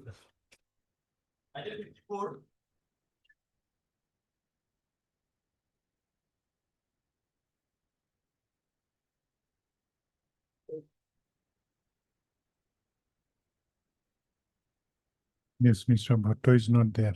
Yes, he is present, your lordship. I have seen him also. You are opposing? No, your lordship. We are also only 35 days. 34 days. None has appeared for the applicant. Mr. D. Mandal, learned counsel for the respondent applicant. Respondent claimant is present. This application under section 5 of the Limitation Act 1963 has been preferred by the applicant insurance company, praying for condonation of delay of 34 days in preferring the connected MAC appeal. Show the name of Mr. Bhatto, K.K. Bhatto. The applicant has stated the reasons for delay in paragraph number 3 to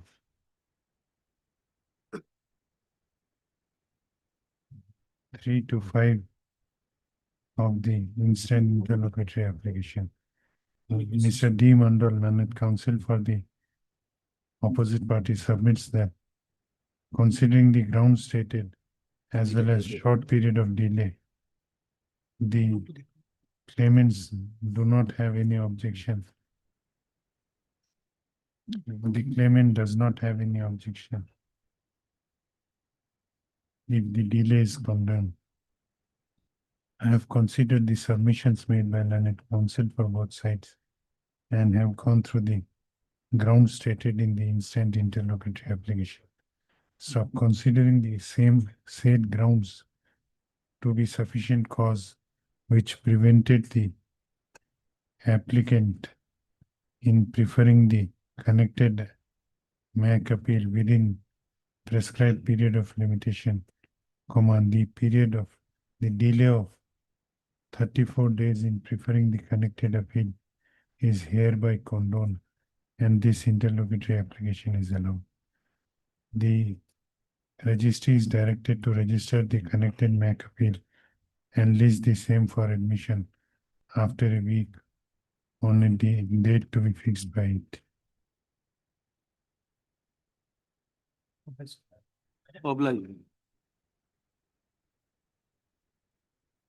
May it please your lordship.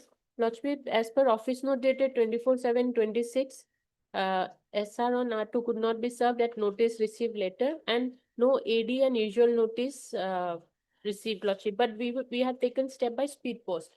Lordship, moreover, one development has taken place in the case, lordship. The commissioner has issued a demand notice, lordship. So I pray that the postal track report registry will give, but let the case be listed on Friday, lordship. I'm filing a state petition, lordship, Monday. Monday, because the date is given on 31st, lordship. That is good. No, you inform the commissioner that you have preferred an appeal. We'll fix it on Monday, Monday, 3rd. July. Okay. Monday will be 3rd. You want it on Friday? Yes, lordship. Heard Miss R.D. Majumdar, learned counsel for the applicant.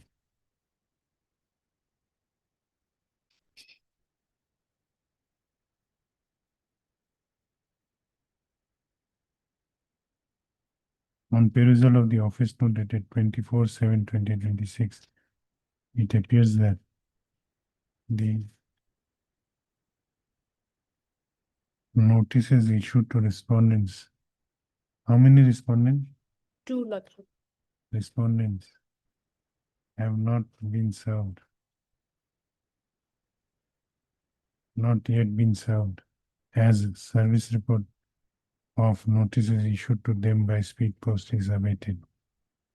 The registry is directed to place the postal track consignment report of notices issued to both the respondents by speed post before this court on the next date fixed. Place the matter again on 31st July. Highly obliged, lordship. 56, lordship. Wait, please, your lordship. My lord, I am my lord 210026, my lord. This has been filed for praying for withdrawing the amount, 50% of the amount deposited by the applicant before the registry, my lord. We will file our objection, lordship, to this.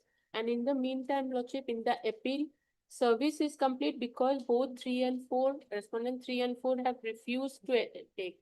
You will the be service. filing objection in this. Yes, lordship. Or else it can go for final hearing, lordship, because LCR received service is complete. This also can be heard on that. My lord, Any since, my lord, date in August. we are financially bankrupt, my lord. The interim payment has been made 50%. That may be allowed to be withdrawn, my lord. We are ready to execute any bond, my lord, any condition, my lord. Because the Yes, ground set on for what ground you have preferred pay and the recovery, my lord. Recovery and the judgment was passed in 2023, the Lord- judgment. Lordship, as per the new act, there is no pay and recovery. That is why I'll argue on My that. lord, the accident took place prior to the commencement of the new act, my lord. I'll argue on that, lordship. Because I have a right to file the objection and they have. And to- you will Notice fixing also. it short. Yes, We'll fixing the IH, giving a short day. And fixing the appeal for final hearing. yes, lord. Heard Mr. T. Kolita, I. Heard Mr. T. Kolita, learned counsel for the applicant / claimant, praying for allowing the applicant / claimant to withdraw the 50% of the awarded amount, which has been deposited by the insurance company in pursuant to the directions from this court. Ms. R.D. Majumdar, the learned counsel for the opposite party, prays for allowing the insurance company to file written objection against the instant interlocutory application. The prayer is allowed. Let this matter be listened. First week, 4th of August. My lord, there is a cross objection, my lord. 1/26, my lord. Cross appeal. My lord, for respondent number 2 and 3, my lord, I will take steps, my lord. In cross objection, heard Mr. T. Kolita, the learned counsel for the cross objector. Also heard Ms. R.D. Majumdar, learned counsel for the respondent number 1. Learned counsel for the cross objector has prayed for allowing the cross objector to take fresh steps for issuance of notice upon respondent number 1, 2, and 3. Respondent number 2 and 3. Lordship, 1, 2, and 3, because Lordship, we are panel, I cannot accept, though he has given me a copy, we are panel advocate, they have to authorize us to. Now you have to inform the company that you have been served with the notice. But usually I do not take Lordship, let them, they Had might it appoint been a- someone else also. No, had it been a separate appeal, Yes, question would have been different. It is the cross objection in the same appeal that's fair. where you have been appointed, engaged by the company. You take, Except, no, because it is their prerogative to. there is a give me difference between cross objection and appeal, separate appeal. Cross objection is in the same appeal, same appeal. Therefore, you can accept it. Still, you can take instruction. Yes, Lordship, Lordship will write that I'll take instruction. For respondent number 1. Learned counsel for respondent number 1 submits that she has been engaged by the insurance company to appear in Connect and Mac appeal number 108/2025, and she needs instruction as whether she can appear in the instant cross objection or not from the insurance company, and seeks some time for the same. The prayer is allowed. The cross objector shall take steps for issuance of notice upon respondent number 2 and 3 by speed post, as well as by usual mode within 7 days from the date of this order, returnable on 31st. My lord, alternatively, my lord, I may be allowed to take steps on respondent number 1 as well, my lord. If my learned friend is not accepting the copy, my lord, I may be allowed to take steps, my lord, in that case, my lord. No, she cannot say so. That is the question which is involved. Otherwise, every insurance company will start not accepting brief in cross objection. Cross objection is in respect of this same appeal. But many times, Lordship, they appoint someone else. In the same cross objection. Yes, so anyway. Let- how let- it feels, Lordship, I do not have any objection. I have no objection in handing over the copy, my lord, to my learned friend, my lord. No, let her take instruction. If the insurance company says that they are going to appoint someone else, My lord. then the someone else she will be intimating regarding pendency of the cross objection. Will. Date, demand delay. Make appeal. 31st August. Then, May- Lordship, I think all the cases should be on 31st. Make appeal, release this appeal for hearing on 31st August. Show the presence of heard Mr. Lordship, in this service is complete, Lordship. Lordship will peruse office note dated 18/2/26. Respondent 3 and 4 refused Lordship notice. That is flag A.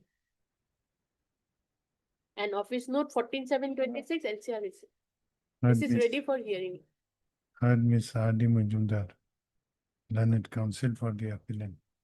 Also heard Mr. T. Kolita, the learned counsel for respondent number 1 and 2.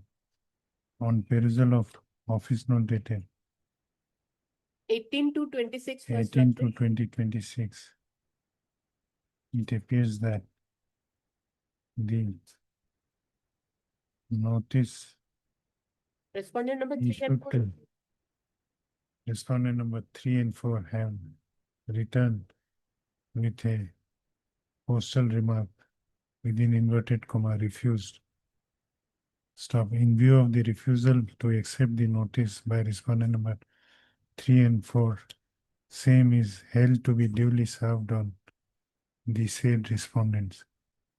The service of notice on all the parties is therefore complete in this case, and this appeal is ready for hearing. LCR by office note dated 14/7/26. Please.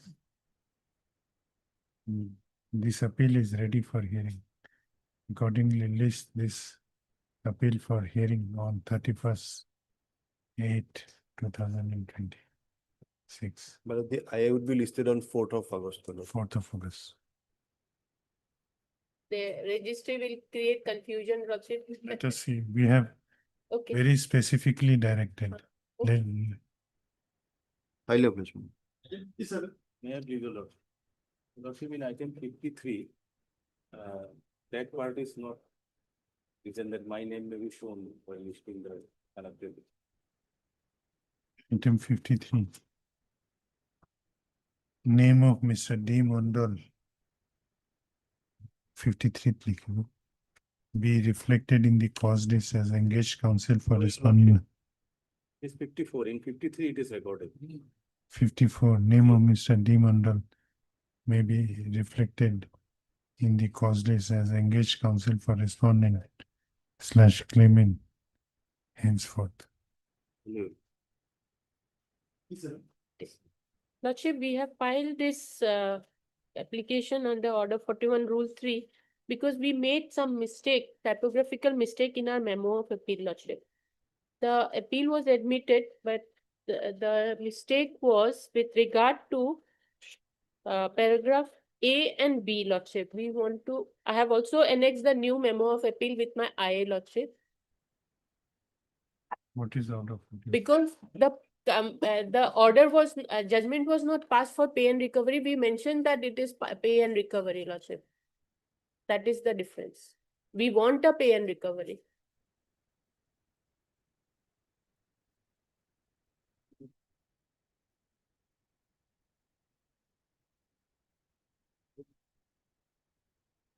And the appeal was admitted. We have not taken steps, Lordship, because while taking steps, this thing came to our notice.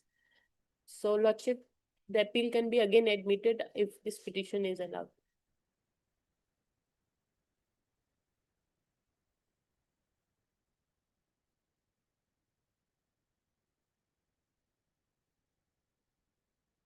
Notice has been issued. Nobody has appeared. Because we haven't taken, while taking steps, Lordship admitted the appeal. While taking step, this thing came to our notice, Lordship. So we did not take steps, we filed this petition. So that, so now if Lordship allows it, then we will be taking with the new memo of appeal, Lordship. I have also annexed the memo of appeal with our petition, Lordship. Heard. Where is the memo of appeal? Lordship, it starts from paragraph, page 10. No, but you have to file that memo of appeal. Only after this petition is allowed, Lordship. Heard Miss R.D. Majumdar, learned counsel, the learned counsel for the applicant. This interlocutory application under order 41, rule 3 of the Code of Civil Procedure 1908 has been filed by the applicant / appellant in connection with MAC appeal number 233/2026, praying for amendment of the memo of appeal.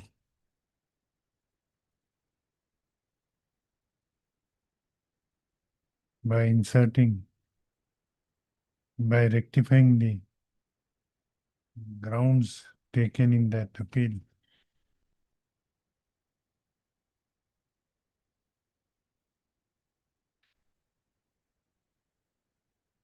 Stop. She submits that due to inadvertent typographical mistake, some unintentional mistakes have occurred in the memorandum of appeal, and same is therefore required to be amended. Considering the grounds stated in this interlocutory application, the prayer is allowed. The applicant is prayer is allowed. This interlocutory application is accordingly allowed. The applicant insurance company is allowed to file the amended memo of appeal in the connected MAC appeal number 233/2026. List this matter again first week of on 5th of August after filing of the amended memo of appeal by the applicant slash applicant. Alia applies.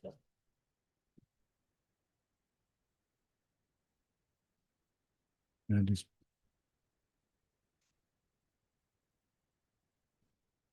yes. Admission, item two.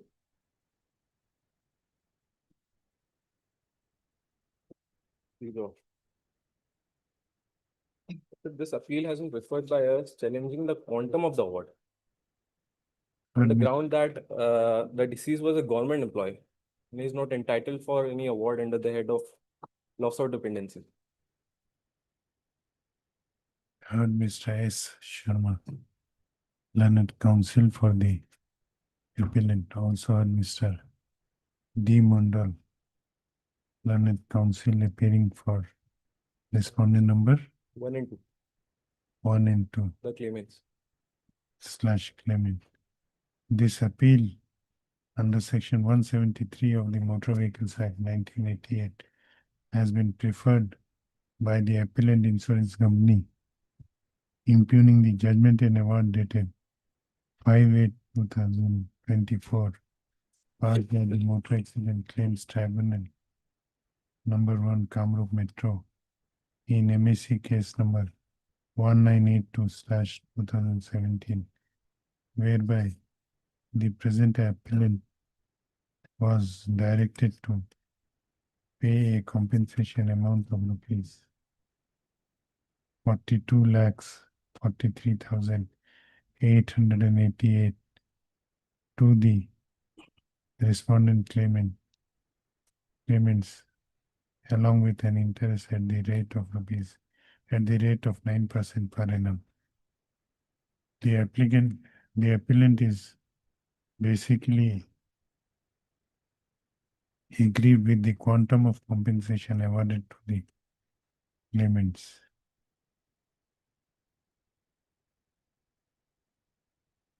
Issue notice to the Notice was issued on 8/11/2024 upon respondent number 3 and 4. They have not contested the case before the trial court, Lordship. The name may be struck off. That's respondent number 3 and 4. Why it has come in admission column? Lordship, it was not admitted before. Your Okay. lordship, during the hearing of the stay, as per this honorable court's judgment, I will be entitled to more than 7 lakhs. Relying on Putuli Verma's judgment recently passed, I have the copy of the order also. So I was praying that at least this amount may be directed to be deposited, stay may be granted subject to this condition that they may deposit only 7,50,000 out of 42. Lordship, the respondent number 4 can be struck off, except for respondent number 3, Your Lordship. So Only the respondent number 4 may be struck off. So And in the IA, Lordship, we are ready to deposit the amount under the head No, of. we are not striking out. We are waiving the notice. We are not sending notice. Very well. Learned counsel for the appellant submits that though the notice was issued earlier to respondent number 3 and 4, There is an office note, Your Lordship. however, office note dated 16/6/2020. 2026 shows that the unserved notice on respondent number 3 has returned back with an endorsement address not found, whereas the notice issued to respondent number 4 has not yet been returned. He submits that respondent number 3 has not even contested the claim case before the Motor Accident Claims Tribunal, and therefore notice to him in this appeal may be waived. The prayer is allowed. What will happen, respondent number 4? You fresh steps. You may wait, your lordship. Your lordship, so far this case is concerned, the presence of owner and driver is not necessary. For adjudication of this case, We would not like to waive off right now. Now let them take steps. As regards respondent number 4 is concerned, the appellant is directed to take fresh steps for issuance of notice upon the said respondent by speed post as well as the usual mode within 7 days from the date of this order, returnable on 31st August. In I, we are ready to deposit the amount under the head of, under the conventional heads, your lordship. How much? It adds up to 1,32,000 with interest, your lordship. Why 7 lakhs? your lordship, if I rely on this High Court judgment, the High Court recently in MSc appeal number 573/25, and the company was Oriental Insurance Company. In that case, only future prospect along with non-conventional heads was awarded along with interest. And they have made the payment. And they have In not this case, challenged there is no directly. future prospect awarded. That's why we are ready to pay the amount under the head, under the conventional heads. I have awarded more, your lordship, 42 lakh. Adds up to 1,32,000. The deceased was No, a they are- state government employee, your lordship. They are saying that you will not be entitled to compensation on the account They're of covered under the loss of compassionate the- family pension scheme, your lordship. loss The of family members who dependency. were deceased. Your lordship, if I rely I have on the notification with me, your lordship. You file written objection, we'll decide it. Your lordship, in any case, if your lordship is entertaining a stay application, I have two Supreme Court judgment wherein it is more or less condition precedent. There are also The- various Supreme Court judgment where it has been stated that double benefit cannot be claimed, your lordship. I am not No, claiming but double benefit. that will be decided in main Yes, your appeal, lordship. main appeal. I am just relying on recent judgment, and the company was Oriental Insurance Company. I have that judgment. And the awarded amount has been paid by the insurance company. No. If there was future What they prospect have in- done in, That appeal. no. What they have done in another case is, No, so far this case is what was concerned, the now, logic? now it is a ruling. So far, our High Court is concerned. Lordship, in that case, future What prospect was was awarded. the reasoning? Reasoning there, our Honorable High Court relied on Shashi Sharma's case. 3 judges bench Supreme Court judgment relying on Shashi Sharma's case. Our Honorable High Court have granted future prospect and non-conventional. What is there in Shashi Sharma? Shashi Sharma says that actual income is not entitled for actual income because he will be receiving full salary. So far future prospect is concerned, he will be entitled. Lordship, in Claimant this will be case, entitled. future prospect is not awarded. We are ready to deposit the amount under conventional head with interest, your lordship. Also, in this particular case, may I submit also, future prospect has not been awarded. Otherwise, I am ready to deposit a future prospect. But tribunal has not awarded future prospect. Only con- loss of dependency. Only conventional head amount has been awarded. So we'll deposit conventional head with interest. 32,000 percent. 1,32,000 plus interest. Your Lordship, No, even let me put a query to Mr. Mondor.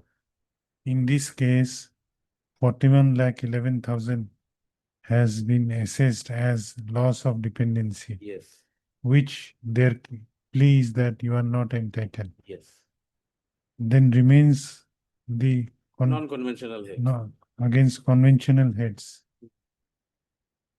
That they are ready to pay. Your Lordship, even in this case, I don't file any cross objection. Then also the court has to give me the future prospect. As per No, Ranjana. that in this IA, I cannot decide that. No, in the IA it cannot be decided. But even though I am entitled for that, so I am asking for that amount only. I am asking for 7,50,000, it can be 7 lakhs also. it cannot go down to 3 lakhs. or No, 4 lakhs. whether you are entitled to future prospects or not, that will be, even if you take that plea, that will be considered in the main appeal. Yes. In this interlocutory application under 41, order 41.5, Then they are it- saying that they are ready to pay the then- compensation then award. actually, the general rule is that 50%, I am entitled for 50%. Generally, our No, court give 50%. 50% of the awarded sum. If you have a case that you may also win. But their plea is that because of the state government's notification, you are unlikely to get this amount. My prayer is If you can counter that under some circumstances, in spite of the notification, you may get some amount, then I will consider you granting 50%. Otherwise, you will be entitled to 48 plus 48 plus 18 plus 18.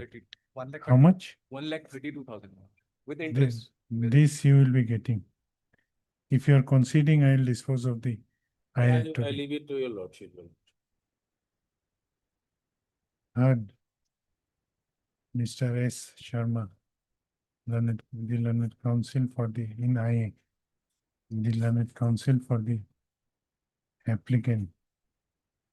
Also heard Mr. D. Mondal, the learned counsel for the claimants / respondent number 1 and 2.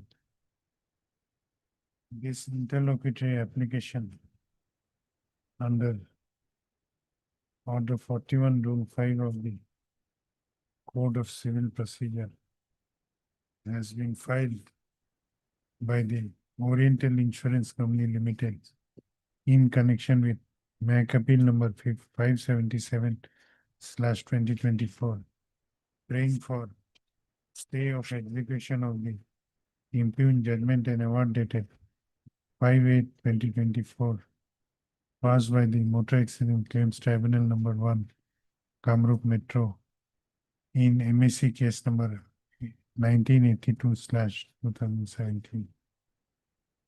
Learned counsel for the applicant has submitted that the connected MAC appeal number 577/2024 has been admitted, and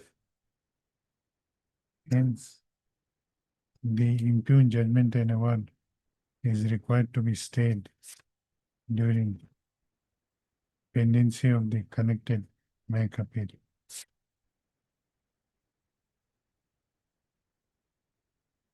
He submits that the tribunal, the Motor Accident Claims Tribunal, has awarded a sum of rupees, awarded compensation against the head loss of dependency to the amount, to the tune of rupees 41,11,888, which he submits that claimants are not entitled to in view of the notification. Which notification? Lordship, notification dated 14 September 2017. I have the copy with me, Your Lordship.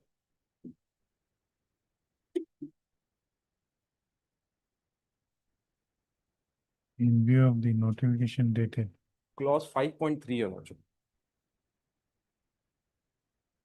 notification number FEG.28/2017/2026 dated 14 September 2017, which provides for scheme for compassionate family pension in lieu of compassionate appointment for those employees who die in harness on or after 1/4/2017.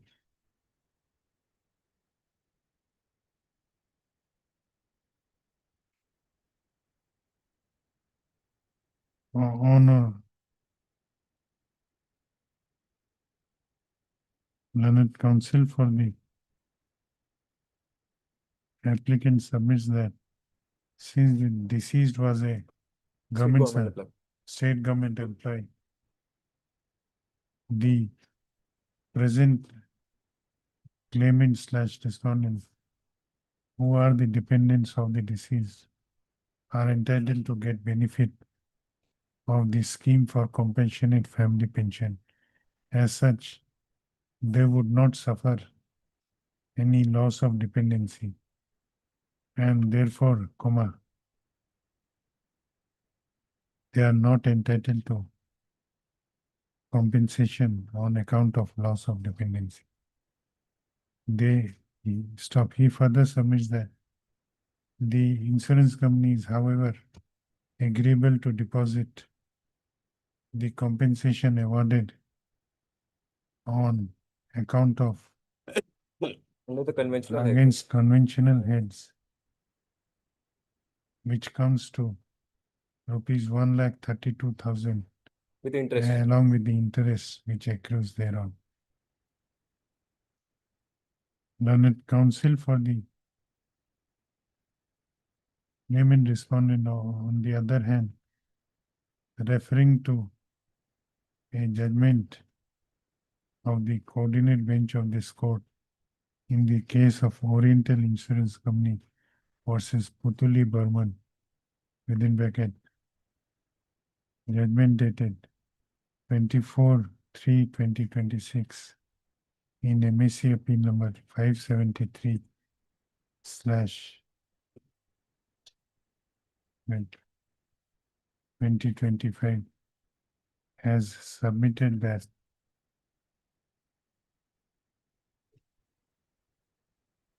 the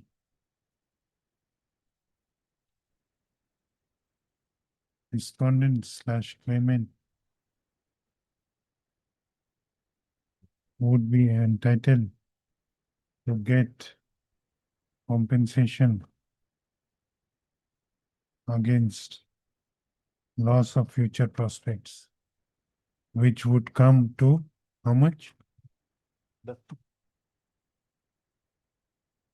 Your Lordship, 15% is yes, rupees 6,16,783.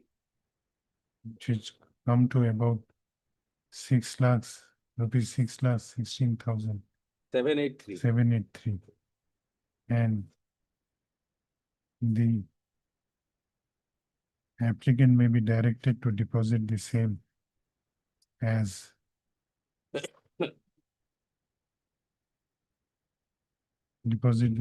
a condition for grant of stay of the impugned judgment and award during the pendency of the connected appeal. Stop. I have considered the submissions made by learned counsel for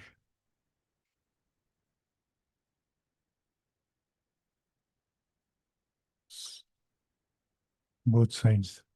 On perusal of the impugned judgment and award, it appears that while assessing the compensation to be awarded against the head loss of dependency, the tribunal had not added any amount thereto against loss of future prospects.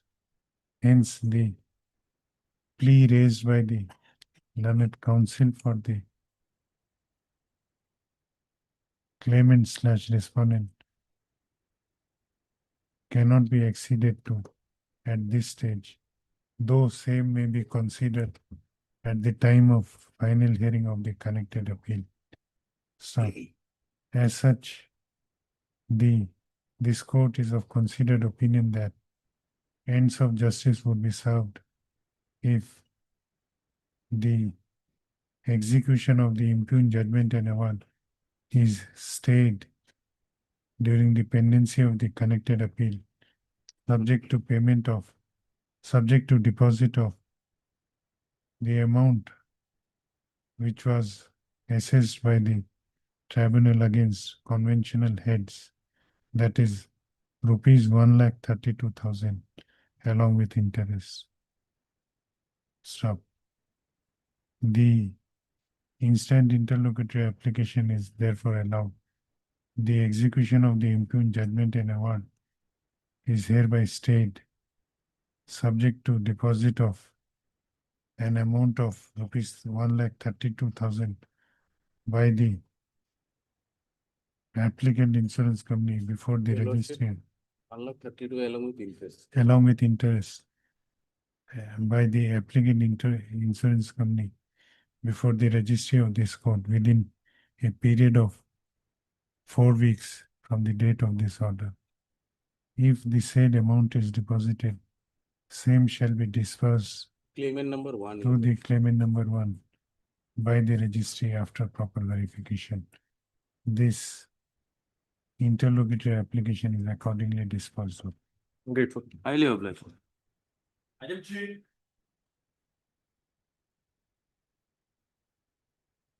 May I please, your lordships. An appeal under section 30 of the Employees Compensation Act, lordship. The lordship will find the impugned award starts from page 25, runs up to 33. 33 is the operative portion. And the substantial question of law, your lordship will find at page number 3 of the. Why this I is for? I is for suspension of the Main appeal.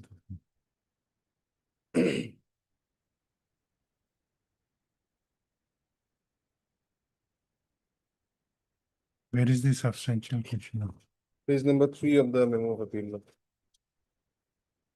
We have filed an application under section 12(2) of the Employees Compensation Act, praying for a direction upon the OP number 1 to indemnify APD sale. That issue has not been decided. What? We have filed an application, lordship, on 29/11/2023. An award was passed by the learned commissioner. Against that award, lordship, we have filed an application under section 12(2) of the Employees Compensation Act. What it provides? It provides that the principal employer has to be indemnified by the agent. Here, lordship, the OP number 1 is the agent, Nikon Power and Infrastructure Limited. So we have filed that application praying that the Nikon Power and Infrastructure Limited should indemnify the APDCL. There, in that application, the amount was reduced to 13 lakhs. On 29/11/2023, it was 16 lakhs. And then the impugned award, which is, your lordship will find from 25 to 33, which is passed on 24/1/2025, the amount was reduced to 13 lakhs. And an observation was made that the principal employer shall have the liberty to recover the awarded amount. Employees compensation. Okay. Section 12(2) says that the right to and the amount of indemnification has to be decided or settled by the commissioner in the same proceeding. So therefore, we have filed the application under section 12(2) of the Employees Compensation Act.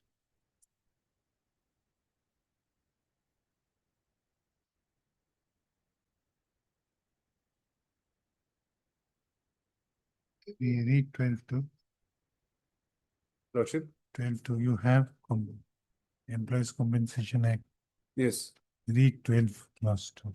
12(2), where the principal is liable to pay compensation under this section, he shall be entitled to be indemnified by the contractor or any other person from whom the employee could have recovered compensation, and where a contractor who is himself a principal is liable to pay compensation or to indemnify a principal under this section, he shall be entitled to be indemnified by any person standing to him in the relation of a contractor from whom the employee could have recovered compensation, and all questions as to the right to and the amount of any such indemnity shall, in default of agreement, be settled by the commissioner. Settled by the commissioner. But by filing an application under section 12(2), what we prayed before the learned commissioner is that a proceeding has to be drawn against the OP number 1, who was the principal employer of the deceased employee. But that will be a separate proceeding. Yes, and therefore, lordship, the impugned order was passed. 24/1/2025. Where is the impugned order? 24/1/2025, page number 25 to 33. The first order, your lordship will find page number 15 to 24. 29/11/2023. No, where is the impugn order? 24/1/2025. Page number 25 to 33. 25 is a application. Oh, judgment.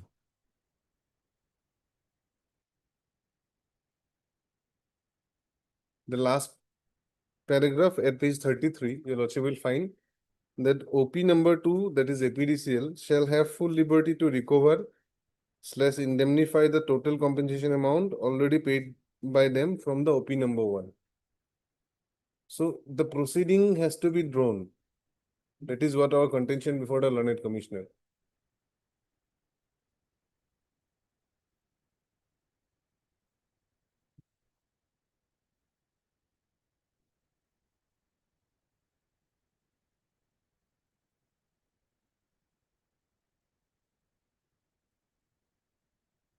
No, your contention is that under 12(2) you are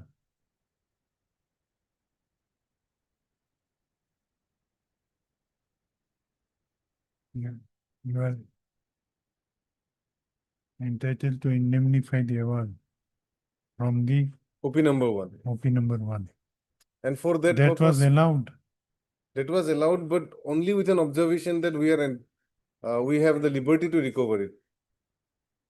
How we will recover it, lordship, if no proceeding was drawn against the OP number 1? Because we cannot go to civil court in view of section 19(2) of the Employees Compensation Act, which says that all questions and issues under the act has to be decided by the commissioner, not by the civil court. No, but the commissioner has decided it. Yes, only with respect to the right of the OP number 1, OP number 2, that is APDCL, that we are entitled to indemnify or recover the amount. But a proceeding has to be drawn. That is what I understood, lordship. Because we filed an application under section 12(2) against the OP number 1.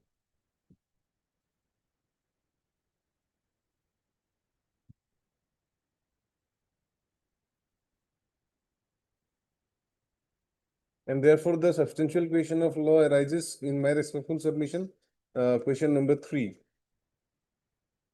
Whether the learned commissioner is required to draw a proceeding for recovery of award from the contractor to be paid to the principal. No, employee. now you have to file a recovery proceeding in view of the an execution proceeding in view of the observation made by the commissioner in the impugned judgment, because in the impugned judgment fully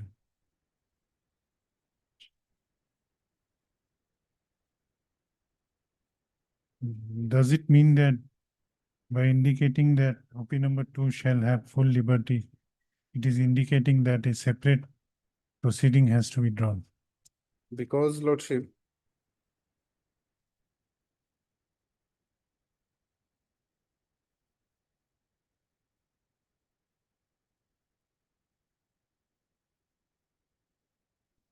We'll take it up at 2. lordship, So, Rule 39, lordship, provides the procedure to be followed under section 12(2). Okay, I'll go through it. It says that a notice has to be issued to the opposite party against whom the recovery is sought to be made. Oh,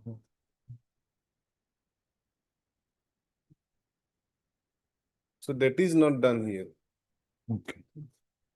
At 2. lordship. Yes. Lordship heard of LSC appeal on 23/7/26. One judgment was left in and that I mentioned it is CAV lordship. Can I submit it? When you mention the case number. I have mentioned for appellants in MSC appeal number so and so heard on 23/7/26 OIC versus detention.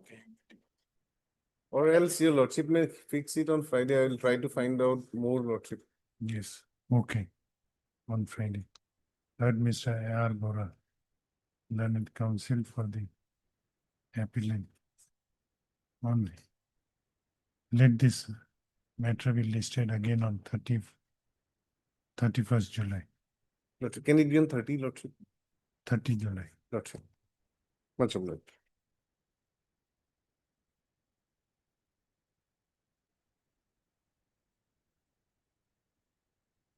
For reasons mentioned in the judgment, this appeal is dismissed.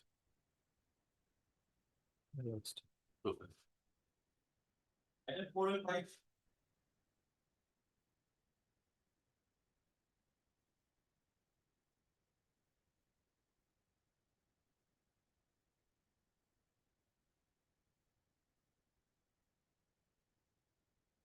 that item 4 and 5 arises out of one title suit, which is pending before the Honorable District Judge cum Educational Tribunal, Dibrugarh.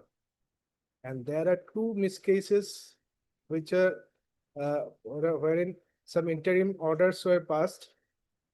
Against those orders, earlier CRP IO was filed, and that was for technical issues. Those were withdrawn, and the court, this honorable court directed to file regular first appeal. So this regular first FAO were filed before this honorable court.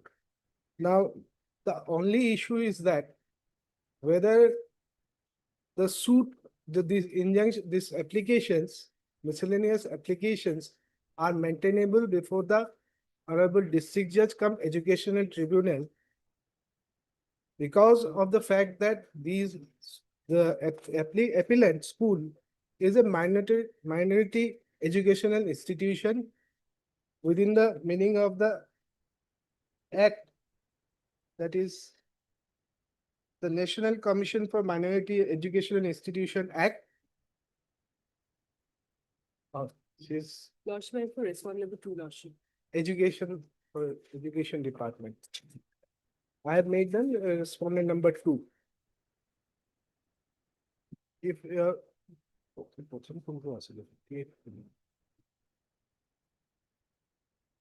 my lord, I like to take your lordship. Who is for respondent number 1? She has not entered appearance. The plaintiff, respondent number 1, despite service of notice, she has not entered appearance before this honorable court. And she is aware of all these proceedings because she is regularly appearing before the learned District Judge cum Educational Tribunal. The only thing is that since this school comes within the definition of minority educational institution, so the Educational Tribunal doesn't have any jurisdiction to entertain the suit. That is the only plea we have taken.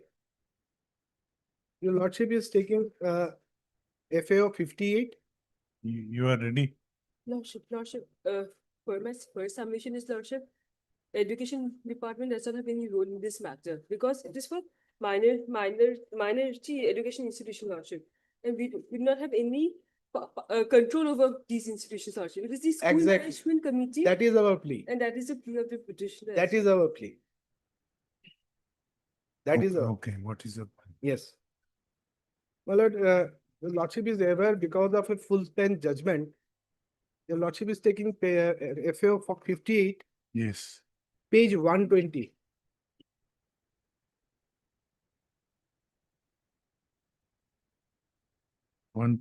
Page 120. Yes. Because of an out of an full bench decision, this notification was issued by the governor of Assam, constituting the Educational Tribunal. Yes. This short notification I just read out. In compliance of order dated 19/3/2015 passed by the Honorable High Court in WPC numbers 4612/2011, WPC number 6109/2011, and WPC number 2272/2013, and as per recommendation of the Honorable High Court, the Governor of Assam is pleased to designate the Court of District Judges and additional district judges of each district to function as educational tribunals to adjudicate disputes relating to teaching and non-teaching staff of the, kindly mark this work, the non-government educational institution, as well as disputes concerning disciplinary action and claim of provincialization in respect of teaching and non-teaching staff of various educational institutions within their respective territorial jurisdiction from the date of issue of this notification. Further, for this purpose, Governor of Assam is also pleased to include district of Dima Hasao, Karbi Anglong and Baksa within the jurisdiction district judge, court of Kachar, Nagaon, Udalguri respectively until further order. So I have also annexed the full bench decision. Now, by this notification, the district judges and additional district judges of each district were designated as educational tribunal. Now, Lordship, come to page 104.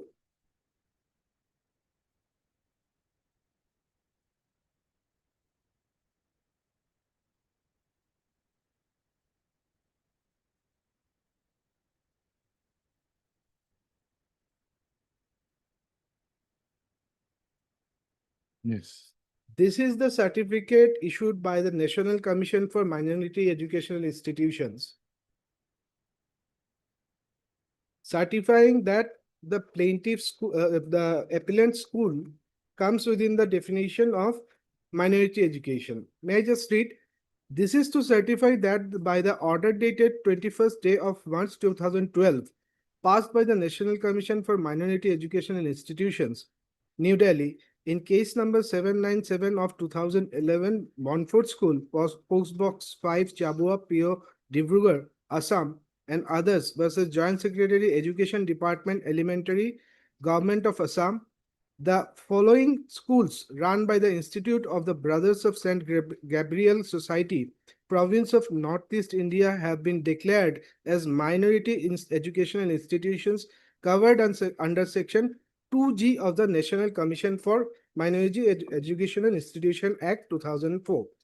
The serial number 1 is the appellant school here.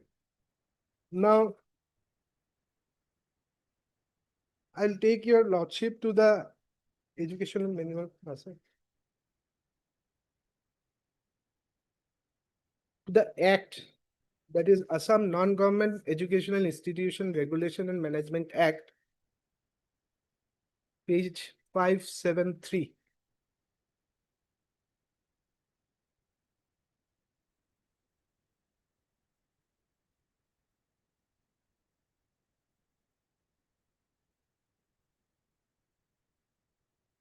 Yes. If your lordship takes up page 575, definition, section 2, Roman 14, which defines National Commission for Minority Educational Institutions, means the National Commission for Minority Educational Commission Institutions as constituted by the central government. Now, Roman 15.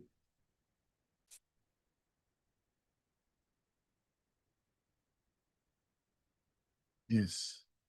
Non-government educational institutions means schools established and run by the individual or association of individuals or any non-government organizations or society or trust. Now, except the schools established and maintained by minorities under clause 1 of Article 30 of the Constitution of India and imparting education at primary, middle, secondary and higher secondary level without receiving any grants in aid from the state government, excluding the educational institutions run or aided by the central government or state government.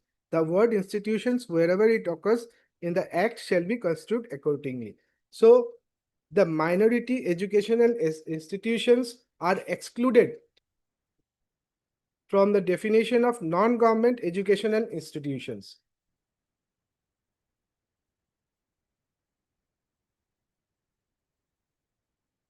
Now, if your lordships recall the notification, page 120, this educational tribunals The district judges, honorable district judges and additional district judges were constituted to adjudicate disputes relating to the teaching and non-teaching staff of the non-government educational institutions, as well as disputes concerning disciplinary action. As well as venture educational institute. As claim for, as well as disputes concerning disciplinary action and claim for provincialization, page 120, my lord. Yes. Non-government educational institution as well as disputes concerning disciplinary action and claim for provincialization in respect of teaching and non-teaching staff of venture educational institutions within their respective territorial jurisdiction. So these are the definition of non-government educational institutions by this section 2 Roman 15. The minority educational institutions are excluded from the definition of. What was the dispute in this case? Now, here the dispute is the plaintiff filed suit as well as this miscase for taking some disciplinary actions against her, and by filing the miscases, she asked for, in one miscase, she asked for the half of the salary, and in the other miscase, the status quo with regard to the disciplinary action. Page 84, your lordship will find the impugned order.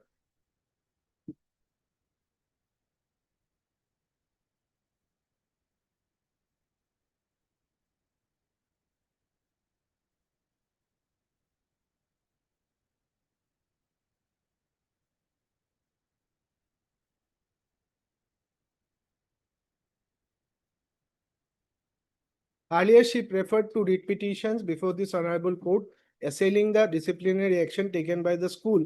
Those two read petitions were dismissed because by holding that, since this is a minority institutions, so read petition will not be maintainable in these cases. But after that, she filed suit as well as this miscellaneous cases before the educational tribunal, come district judge. Where relief lies in their case? It lies before the civil judge. Normal civil suit. Not civil suit, but before the civil judge, not before the educational tribunal. Because the educational tribunal is constituted for the matters concerning non-government educational institutions.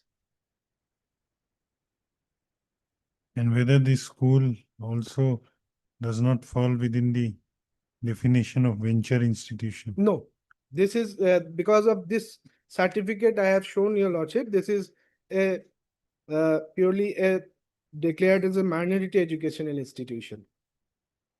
It's not a joint venture school. Now, if your lordship takes up the other one, there the learned district judge have dealt with this issue of maintainability, that is FAO 66. In the first FAO, you have impugned the order dated 1/2/2024. Yes.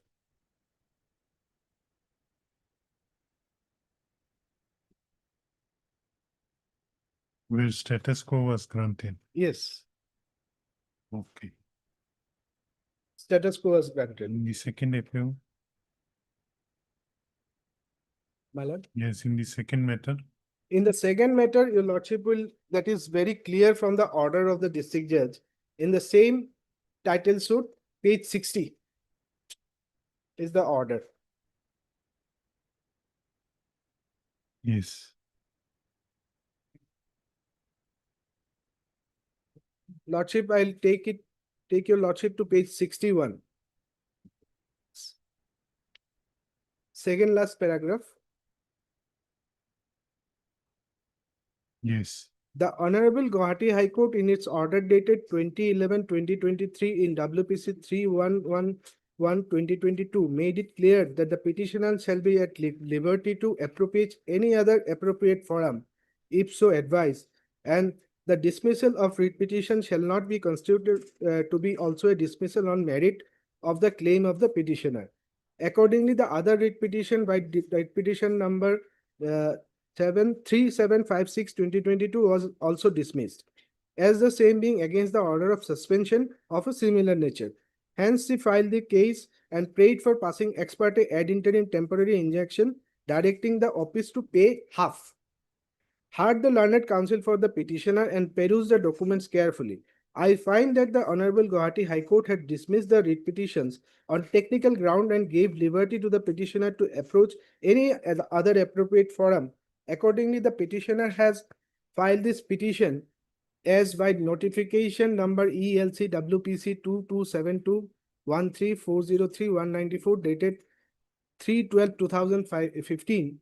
The government of Assam, as per recommendation of the Honorable Gauhati High Court, designated the court of district judges and additional district judges of each district to function as educational tribunals to adjudicate disputes relating to teaching and non-teaching staff of the non-government educational institutions, as well as disputes concerning disciplinary action and claim for provincialization in respect of teaching and non-teaching staff of venture educational institutions within their respective territorial jurisdiction. Where is the definition of venture educational institution? Venture educational definition.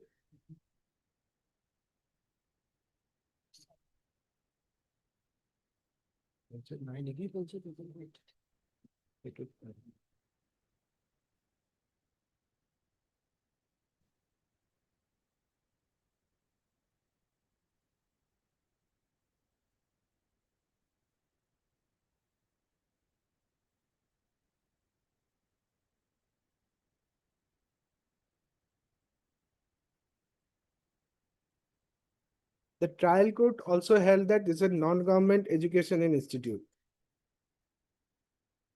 And she's looking in. You continue yours. Let Yes. her find out, you continue your submission. The respondent in the present case in hand, the respondent opposite party, that is the Montfort School, is a non-government educational institute. Hence, I find that this court has jurisdiction to entertain this case and miscase. So this finding was wrong. Accordingly, the ex parte ad interim prayer for the petitioner is allowed. The OPs are directed to pay half of the salary each month to the petitioner till filing of the written objection by the OPs in the miscase as per their terms and conditions. The OPs are also directed to pay half salary till date the petitioner. Issue notice to the opposite Okay, by party. this impugned order, half salary was directed to be paid. Directed to be And paid. by the other impugned order? First one? There's stay on the disciplinary proceeding. Okay. But our contention is that this school is a minority educational institution. We have annexed the certificate also, and this does not comes within the purview of this 2006 Act. And if it doesn't comes within the purview of 2006 Act, the educational tribunal has no jurisdiction to entertain any dispute to try.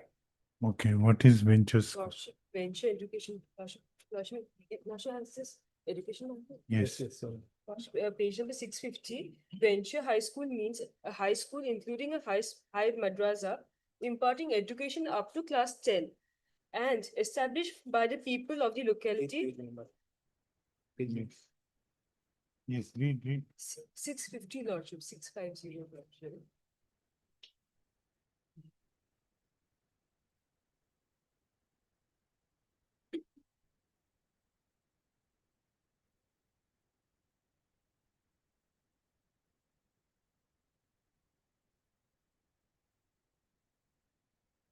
Yes. Page 650, E Lordship, which is for venture high school. Venture high school means high school including a high madrasa imparting education up to class 10 and established by the people of the locality prior to 1/1/2006, which has received permission from the state government and recognition from the Board of Secondary Education, Assam, on or before 1/1/2006 and not provincialized under any act enacted by the state legislature. Whether it falls within the. No. Why? because this is the certificate I have shown your lordship. This comes within No, the, that exclusion clause is applicable only in case of non-governmental. yes. But whether this school can be regarded as a venture institution. This school is a minority education. No, it may be a minority, but whether it falls within any of the definition of venture educational institutions, Venture high school. high school, ME school, primary school, No, my lord. why not? There is no exclusion clause. My lord, may I just take your lordship to the National Commission for Minority Educational Institutions Act. This school is established under this act. No, that I understand. But like in Assam Non-Governmental Educational Institution Act, Regulation and Management Act 2006, 2006. which excludes a minority institution Correct. within from the purview of definition of non-governmental Yes. institution. Yes. There is no such exclusion in case of venture institution. Why this cannot be regarded as Because of this special statute, my lord. whether Because there is any exclusion clause? exclusion clause may not, this act, by this special act, this minority education was constituted. Yes. Because I'm not getting properly lordship. No, one of your main submission Yes, my lord. that the educational tribunal held that the present respondent number, present applicant to be a Non-government. non-governmental institution, Yes. which according to you is contrary to the statutory provision contained in rule section 2 of 15. 215 of the Act of 2006. And the 14 defines the minority education. Which 215 provides for an Correct. exclusion clause. Correct. That minority institutions are excluded from the definition. And the No, you definition. listen to my query first. Hello. Minority institutions are excluded from the definition of non-governmental educational institution. But is there any exclusion clause in case of definition of venture institutions? Venture educational institutions. Exclusion, it has not given exclusion. Then why it cannot be regarded as And the definition of minority education is defined under section 2, subsection 14. National Commission for Minority Education and Institution means. Yes, that is my query. Madam. Whether an institution may at the same time be a minority institution as well as a Venture. In my humble submission, that cannot be, because these minorities educational institutions are constituted under this minority commission, National Commission for Minority Educational Institutions, under section 2G of the Act.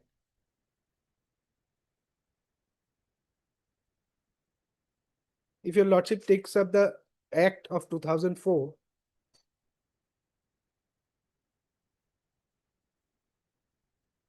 yes, 2G defines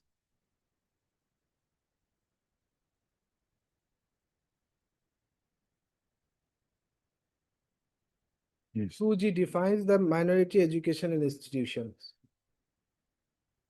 Minority educational institution means a college or an educational institution established and administered by a minority or minorities. There is no question of ventures. And if your lordship recalls the certificate issued by the National Commission for Minority Institutions,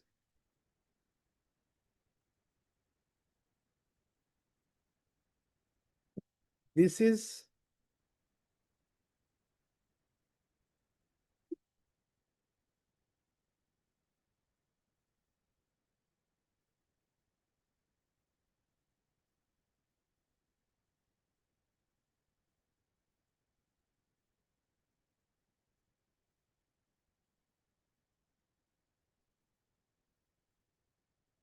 And moreover, the Honorable High Court, this Honorable High Court, the coordinate bench of this Honorable High Court, while dismissing the earlier two writ petitions, also held that this institution is a minority institution. May I just take No. take your, My query is different. My I query, can, if I can understand whether, properly, yes, whether your lordship's query is whether this, with this school comes within the purview of venture school, even though it is a minority. minority school, minority institution. Yes. But there is nothing, I could not find anything on record which suggests that this school is of a venture school. Because the No, definition. whether it falls within the definition of venture institutions as per the Assam Venture Educational Institution Act 2000. No, my lord, that my friend will be better aware of that. I think it doesn't comes within the definition of. No, you answer my query. I'll dispose of this case. Lordship, when it comes to venture education institutes and minority institutes, Lordship, state government has no role in these schools, Lordship, because they are run through private parties, Lordship, private entities, either, Lordship. So director of education will have no role, Lordship. And it will be very. There is some of the minority education institutes are funded by salaries are sanctioned by the government, Lordship. Lordship, I can verify that whether this particular school salaries of the teachers are funded by the government or not, Lordship. I can verify that, Lordship, but Lordship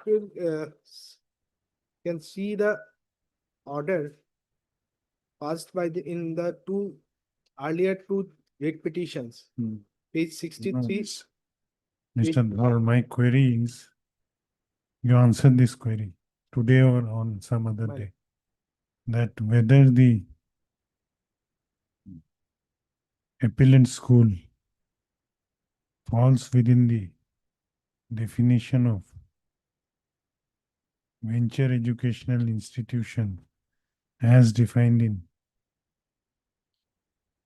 section 2 within bracket small t of Assam Venture Educational Institution Provincialization and Service Act 2011, though it is a institution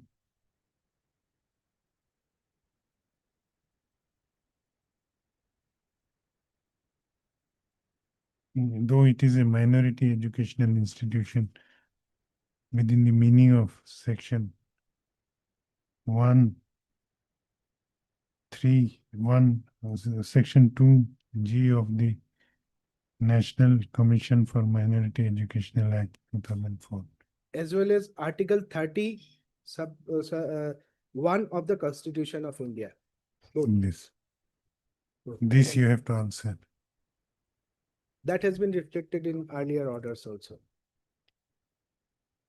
This is under the Constitution. This in minority institutions are constituted under Article 31. Heard, Mr. A. Dhar, the Learned Council for the Common Order. In both the cases, common order. But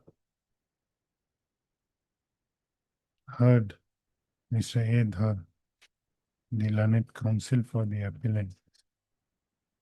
Also heard Ms. P. Borua, sorry, R. Borua, the Learned Council appearing for respondent number 2. In both the appeals. Lordship, only the first appeal, Lordship, FAO 58 of 2025. In the other matters, Lordship, we are not the party. Yes, yes. So, 2. In respondent number 2.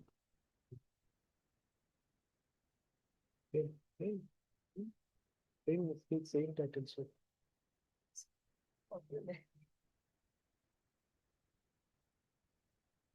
Both these appeals, namely FAO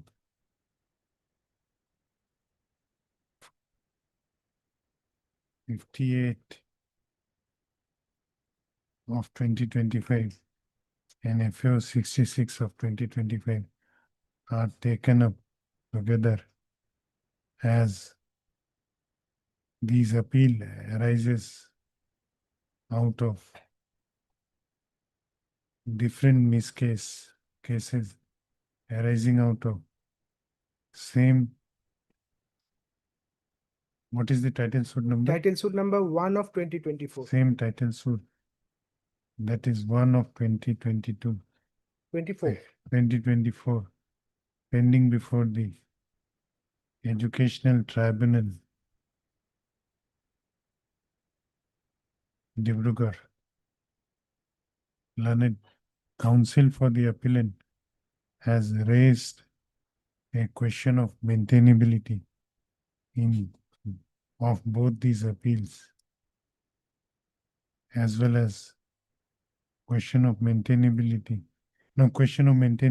of the title suit before the Educational Tribunal, on the ground that the educational tribunals were constituted as per the notification of the Government of Assam on 3rd of December 2015 to adjudicate disputes relating to teaching and non-teaching staffs of the non-government educational institution, as well as dispute concerning disciplinary actions and claim for provincialization in respect of teaching and non-teaching staff of venture educational institution. Learned counsel for the appellant has submitted that the appellant school is a minority educational institution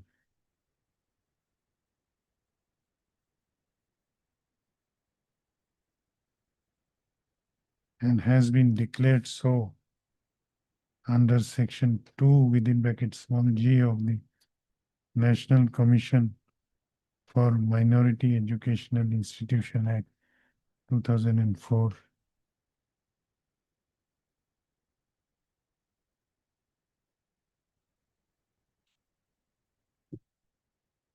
Within bracket annexure 14 and stop 2004 stop to substantiate this submission. The learned counsel has pointed towards the annexure 14, which is a certificate issued by Government of India National Commission for Minority Educational Institution, wherein it has been shown that the present appellant school has been declared as a minority educational institution under section 2G of National Commission for Minority Educational Institution Act 2004. Learned counsel for the appellant further submits that as per section 2 within bracket Roman 15 of the Assam Non-Government Educational Institution within bracket Regulation and Management bracket close Act 2006 6A, minority educational institution is exempted from the purview of definition of non-government educational institution. As such, he submits that the present appellant does not fall within the definition of non-government educational institution, and therefore the education tribunal constituted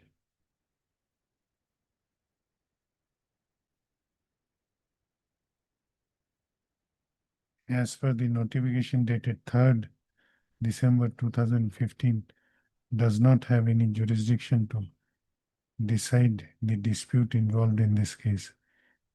he submits that the appeal, the respondent number 1 ought to have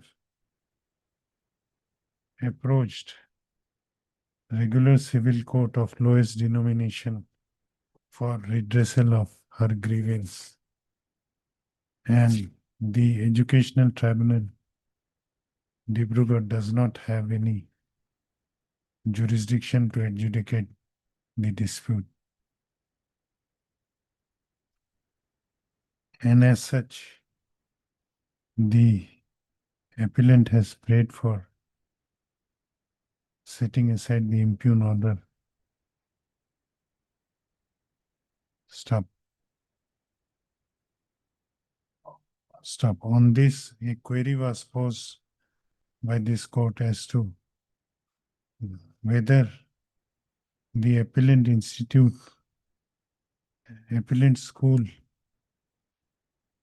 falls within the definition of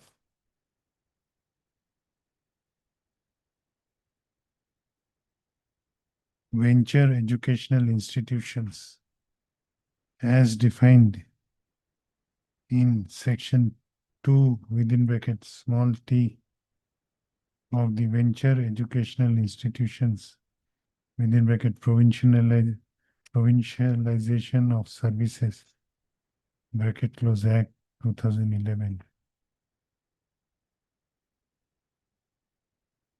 Though the answer of the learned counsel for appellant was in negative, however, he seeks some time. Yes, Mr. Dhar, when will you answer the query? Seeks My lord will fix a date. some time to respond to the query posed by this court. First week of August. The learned counsel The interim orders. learned counsel for respondent number 2 may also respond to the query posed by this court on the new state facts. Let this matter be listed on 7th of August. The interim order shall continue till next date.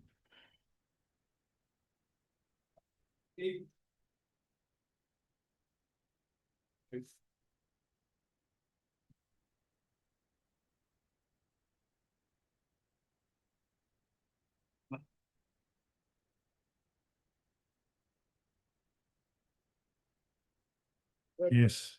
You're appearing with the respondents. Lordship, the appeal has already been admitted. But so far the IA is concerned, there has not been, no order has been passed, it is not disposed of. IA for staying the execution of the decree, Your Lordship.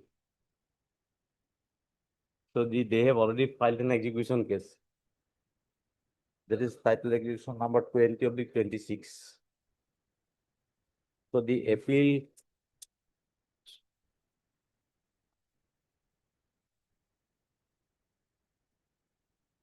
Lordship by order dated 26/6/2026. Whether all respondents have Lordship, yes. appeared. Others. How many respondents are there? 1 and 2. You are appearing for both of them. Brothers, they are brothers. What is your response to the appeal has been admitted? Appeal has been admitted. So Naturally, my Yes. that I cannot. what will happen in appeal? Whether records would be necessary? Record is necessary. Heard Mr. R.K. Bhuya, learned senior counsel assisted by Mr. S.A. Singh. S.A. Singh, learned counsel for the appellant. Also heard Mr. A. Dhar, learned counsel Both that's. appearing for both the respondents.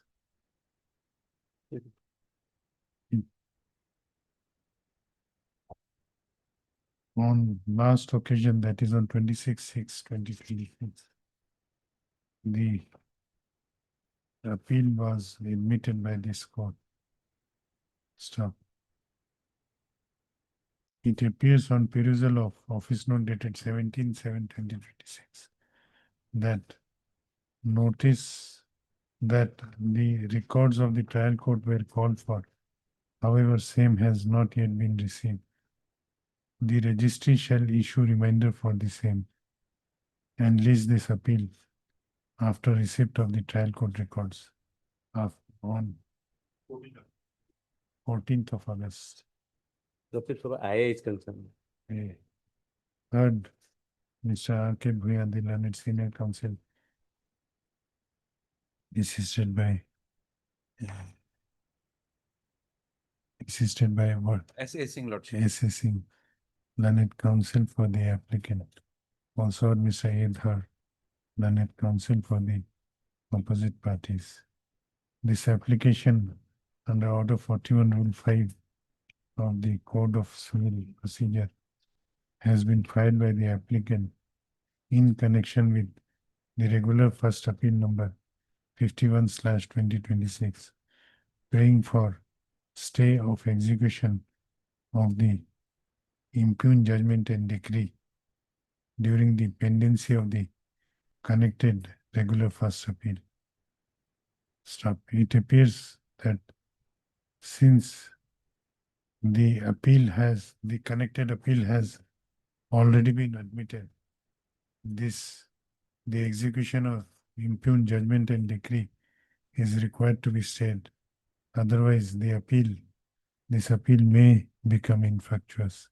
As such, the execution of impugned judgment and decree dated 19/3/2026 passed in title suit number 444/2019 by the Court of Learned Civil Judge number 2, Kamrup Metro, Gauhati, is hereby stayed during the pendency of the connected regular first appeal number 51/2026. This interlocutory application is accordingly disposed. Obliged. Item 9.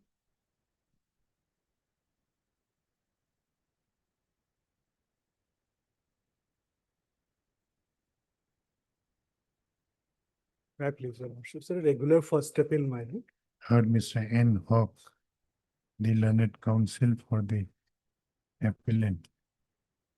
This appeal under section 96 of the Code of Civil Procedure has been preferred by the appellants, impugning the judgment and decree dated 22/5/2026, passed by the Court of Learned Civil Judge Senior Division, Baksa, Musalpur, in title suit number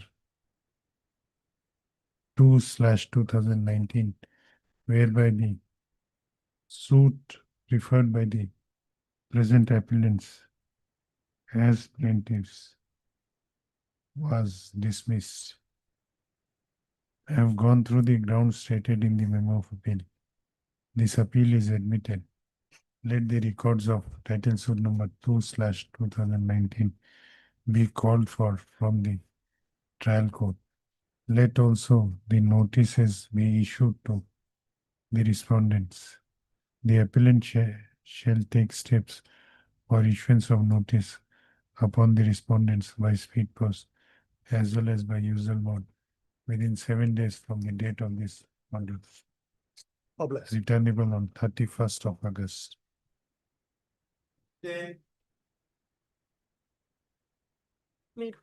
Statutory appeal lordship insurance company is like. Heard Miss Adi Majumdar, learned counsel for the appellant. You are appearing for?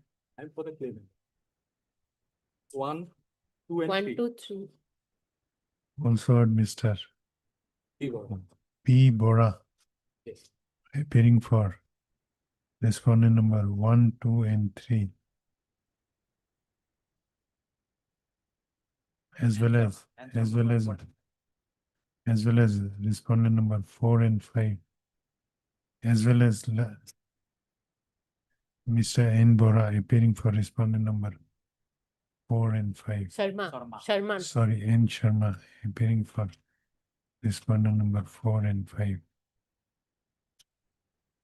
this appeal, the section 173 of the Motor Vehicles Act has been preferred by the appellant insurance company, impugning the judgment and award passed by the Motor Accident Claims Tribunal, Sonipur, page 4 in MAC case number 41/2024 within bracket D.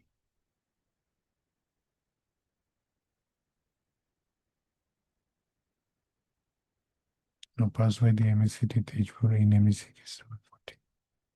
D. Whereby the appellant was directed to pay a compensation amount of rupees 1,20,52,624 to the claimant's respondents, along with an interest at the rate of 7.5% per annum.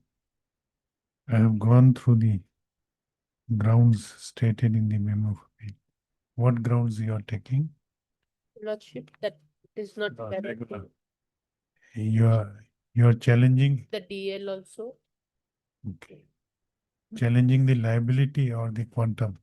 Lordship, liability, but I think the claimant, they will be for now, we can deposit. But we are ultimately challenging the liability. It should be shifted to the owner. The Calica. The appeal is admitted. The appeal is admitted. Let the records of MAC case number 41/2024 within bracket D be called for from the Motor Accident Claims Tribunal, Sonipur. Stop. The registry shall take steps for requisitioning the records. Let the notices be issued to the respondents. Stop. Since all the respondents have appeared, no formal steps is required to be taken for issuance of notice. However, you have received the memo of appeal. However, the appellant is directed to furnish requisite numbers of copies of memo of appeal along with annexures to the learned counsel for the respondents within a period of a week from the date of this order. We'll list this matter again on 31st of August. Chief, I have two IAs. They have also one IA, but they haven't given us the copy. Two IAs, Lordship. One is under Order 41, Rule 27. Notice will go, I think, at this time, and one is for stay.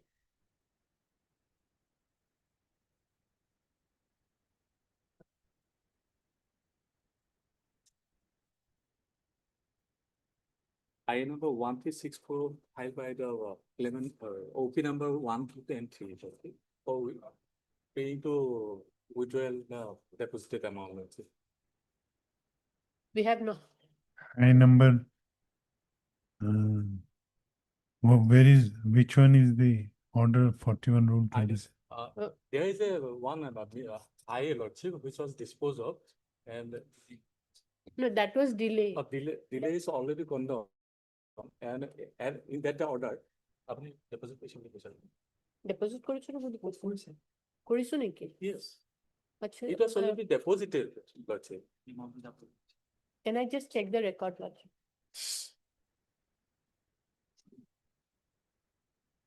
এইটো তুমি ল'ব লাগিব তথাপি deposit কৰিলে। All আছে amount was নেকি? already No, deposited. recorded. Will you file any objection against order 41 rule 27? No, on that day we have on the condone petition we have no objection. No, not condone. The additional evidence. In They want to adduce additional evidence. You may file objection, go through it. Yes, Lordship, we have not received the. Yes, copy. yes, yes, Notice, Lordship, the notice will be in those notice will be there. yes, but they have appeared. So. Ha, copy may be I'll served, Lordship. notice in the sense that I'll serve them the copy. Yes. Heard Miss R.D. Majumdar, 1369. 1369. Ah. Heard Miss R.D. Majumdar, learned counsel for the applicant. Into deposit. Also heard Mr. Kananta. Yes, what, I forgot your name again. Also heard Mr. P. Bora, learned counsel for opposite party number 1, 2, and 3, as well as Mr. C. Sharma, sorry, N. Sharma, appearing for a respondent number, opposite party number 4 and 5. This application under order 41 rule 27 of the Code of Civil Procedure 1908 has been filed by the applicant's insurance company in connection with the connected MAC appeal number 211 of 2026. 211/2026, praying for allowing the applicant to bring on record some documents within bracket driving license and insurance policy by way of additional evidence at appellate stage. Issue notice. Stop. Since Mr. Bora has already appeared for his opposite party number 1, 2, and 3, and Mr. Sharma has also appeared for opposite party number 4 and 5. No formal notice need to be issued. Learned counsel for opposite parties have prayed for allowing them to file written objection against the prayer made by the applicant. The prayer is allowed. They may do so before the next date, on or before next date fixed. List accordingly on 31st August. Stay petition is numbered as 1369 लेकिन at 8. At 8 at 9.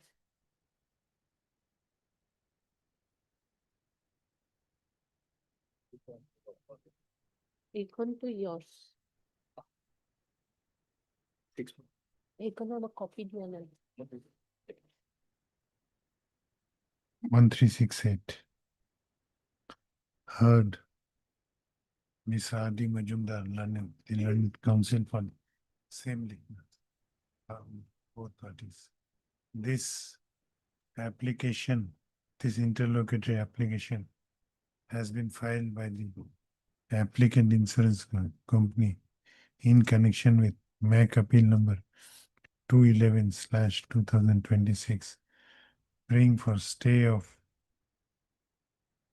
impugned judgment and award dated, stay of execution of the impugned judgment and award dated 23/5/2025, passed by the Motor Accident Claims Tribunal, Sonitpur, in MAC case number 41/2024D, during the pendency of the connected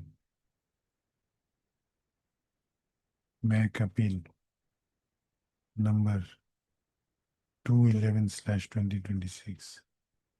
We have already deposited, so Lordship may give us full stay in this. Already deposited in the delay petition by order dated 13/3/2026. Delay petition, sir.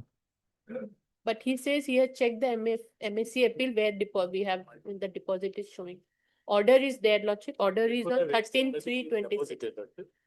Because Lordship, they had filed a Bakija proceeding, so during pendency in the delay petition itself, we prayed that we may be allowed to deposit the 100%. 100%. No, withdrawal 100%. No. It already deposited. No, it doesn't matter, Lordship. 100% withdrawal. 50% withdrawal. Yes. 1 crore, Lordship, 50 lakhs they are getting. Yeah, Lordship. I mean, 50% withdrawal. It appears that while condoning the delay And with the bond, Lordship. in IA number condoning the delay in filing the connected appeal. This court, while by order dated 13/3/2026,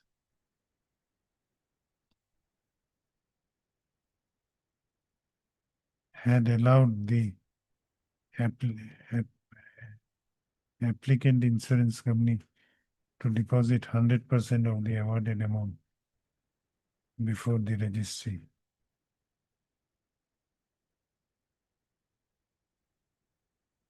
Since the connected MAC appeal has been already admitted, hence the execution of the impugned judgment and award dated 23/5/2025 is directed to remain stayed during the pendency of the connected MAC appeal number 211/2026, subject 211/2026, stop, with a condition that the 50% of the already deposited awarded amount by the insurance company may be disbursed to the claimants respondent after proper verification on furnishing a bond to the extent bond of the amount equivalent to the sum disbursed to the claimant respondent. I wouldn't have agreed to this just because our order 41 petition is there. That's why I'm agreeing him to take, Lordship. Bargaining. Bargaining, cases are always bargaining, Lordship. Cases are nothing.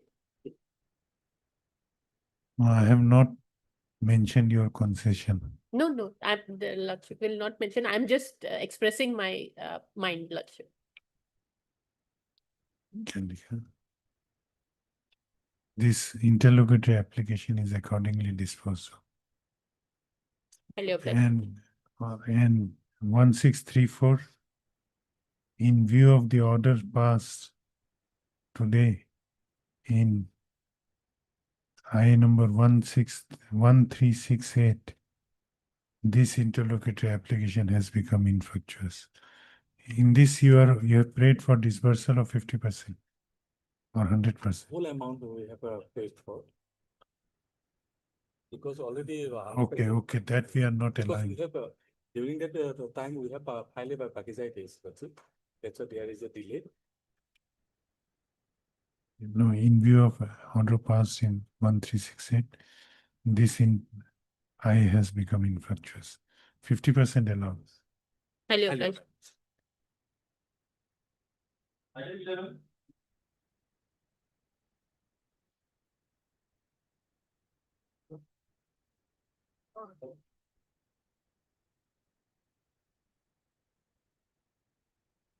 May it please your lordship. In this case, I am appearing on behalf of Mr. A. Pochaji, my lord. He's on legs in some other court, my lord. Heard Mr. T. Kolita appearing on behalf of Mr. A. Bhattacharya, the learned counsel for the appellant. Also heard Mr. M. Talukdar, the learned counsel for respondent claimants, as well as Mr. A.B. Datta, appearing for respondent number 3. This appeal under section 173 of the Motor Vehicles Act has been preferred by the appellant insurance company, impugning the judgment and award dated 28/10/2024. There was delay. My lord, delay was perhaps condoned, my lord. Delay condoned, my lord. 28/10/2024. Passed in MSC within bracket injury bracket close case number 63/2016 by the Motor Accident Claims Tribunal. Which motor accident? My lord, it should have been Morigao, my lord. But Morigao. Silchar, it was written Silchar. I have gone through the grounds stated in the memo of appeal. This appeal is admitted. Let the records of MAC within bracket injury case number 63/2016 be called for from the concerned tribunal. Let also notice be issued to the respondents.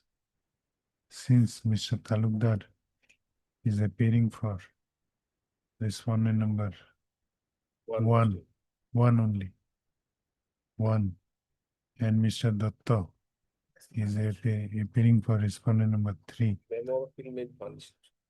No formal notice be issued to the said respondents.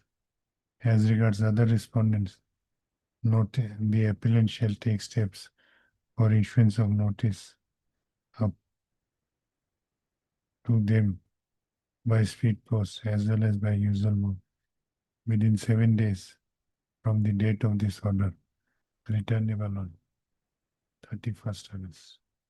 31st of बहुत बेसी हो गया उनकी।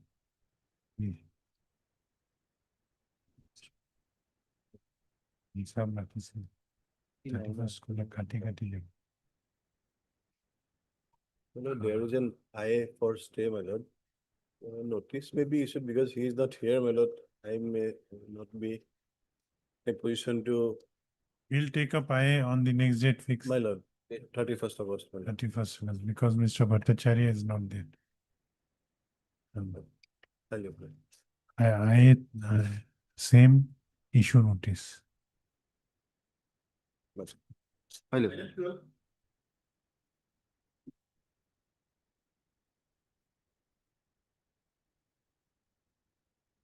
The appeal is already admitted, let's say. Why it has come for it? So I have taken step, let's see.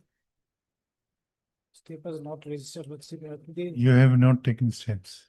Step was taken, let's see, before vacation, but it was registered today, let's see. Okay. Heard Mr. K.K. Bhatta, the learned counsel for the appellant, who submits that though the office note dated 23/7/2026 shows that no steps have been taken for issuance of notice upon the respondents. However, he submits that the appellant has in the meanwhile already taken steps for issuance of notice. Hence, stop. In view of the submission, stop. Let the reminder be issued for records of the MSC case number 620/2019. Let also service report be awaited. Let this matter be listed after 4 weeks on a date to be fixed by registry.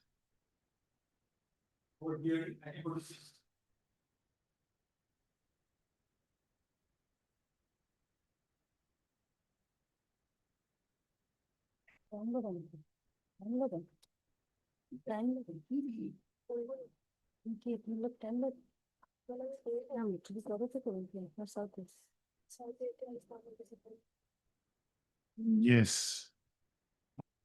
Decided whether to do or to adjourn. I'm ready. You are also ready. Actually, my senior is not available due to personal difficulty. Yes, Ms. Roy, what is to be done?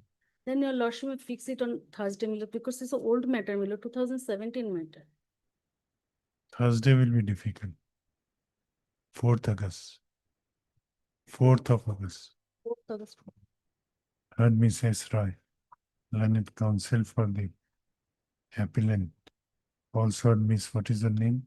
D. Das. D. Das, learned counsel, appearing on behalf of Mr. S.P. Chaudhary, who seeks an adjournment on the ground of personal difficulty of the conducting counsel for the respondent.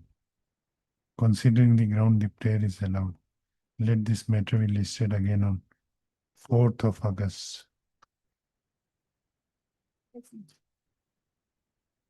Item 49.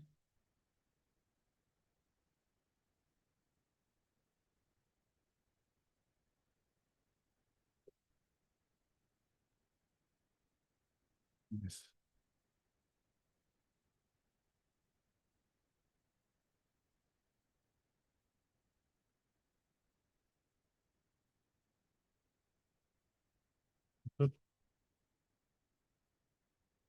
Both of you are ready. My lord. I'll take a short break Well, of 2 well. minutes.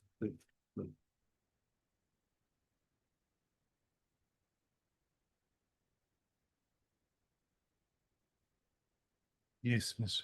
My lord. May it please your lordship. My lord, this appeal basically, my lord, is on the ground of imposition of liability on the insurance company, my lord. That is the appellant before your lordship. And this appeal is not directed against neither the claim of the claimant nor the quantum, my lord, first of all. This is not against the claimant side. This is against the imposition of liability upon us, my lord.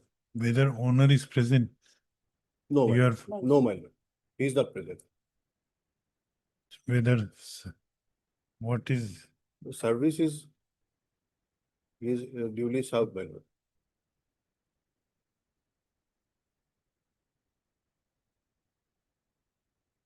whether it was heard in part. In fact, it was heard in part, my lord. But after completion of my case, my lord, placing, my lord, the other side took adjournment, my lord. Okay. 2 years back, perhaps, my lord. Is on, my lord. But no noting is there. Therefore, you. 24, my lord. Yes, Huh? Yeah, got that one. yes. My lord, basically, my lord, lordship may kindly see the judgment impugned portion, my lord. Regarding the whether the date of accident was covered under the policy or not, this is the question of to be decided, my lord. Lordship may kindly see page number 16 of the memo of appeal. And this is the relevant portion of the judgment, impugned judgment, my lord. Issue number 3. Yes. May I read, my lord? Yes. The claim petition as well as the evidence of the PW1 coupled with the documentary evidences, particularly accident information report, Form 54, seizure list, and insurance policy within bracket Annexure 1, shows that the occurrence took place on 28/1/2013 at about 9 hours at village Panikhata under PS Khaliganj, and the vehicle involved in the accident was duly insured at the relevant time with the IFCO Tokyo General Insurance Company Limited, by manual policy number so and so, valid from 23/1/2013 to 22/1/2014. The opposite party number 1, owner of the vehicle, has submitted written statement admitting the facts that the vehicle was duly insured with the IFCO Tokyo General Insurance Company Limited, by manual policy number so and so, valid from 23/1/13 to 22/1/14. The opposite party number 2, that is us, my lord, IFCO Tokyo, submitted written statement stating that the vehicle was insured valid from 30/1/2013 to 29/1/2014. And the company is not liable to pay any claim, but no copy of insurance has submitted along with the written statement. This is the pleading of our company, my lord, that policy was valid from 31/13 to 29/1/24. 14. Though one Basak Mitra adduced evidence as DW1 stating that the vehicle was insured valid from 31/2013 to 29/1/2014, and the accident took place on 28/1/2013.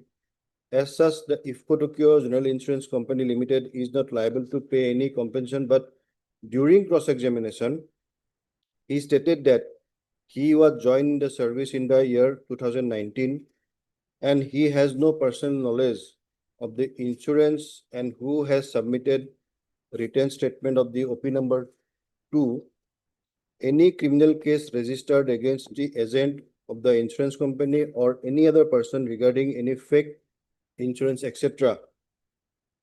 As a whole, he knows nothing about the occurrence as well as regarding the insurance. On the other hand, the claimant adduced evidence as PW1 and proved Form 54 as Exhibit 1, seizure list as Exhibit number 7, and insurance policy as Annexure number 1. The insurance policy, that is Annexure number 1, is valid from 23/1/2013 to 22/1/2014. The police also mentioned in Exhibit 1, Form 54, that the vehicle was valid from 23/1/2013 to 22/1/2014. And the police also seized the vehicle as per Exhibit 7. Both the Exhibit 1 and 7 were issued after proper verification investigation. Who is the proper person to issue the same? Hence, those documents cannot be denied.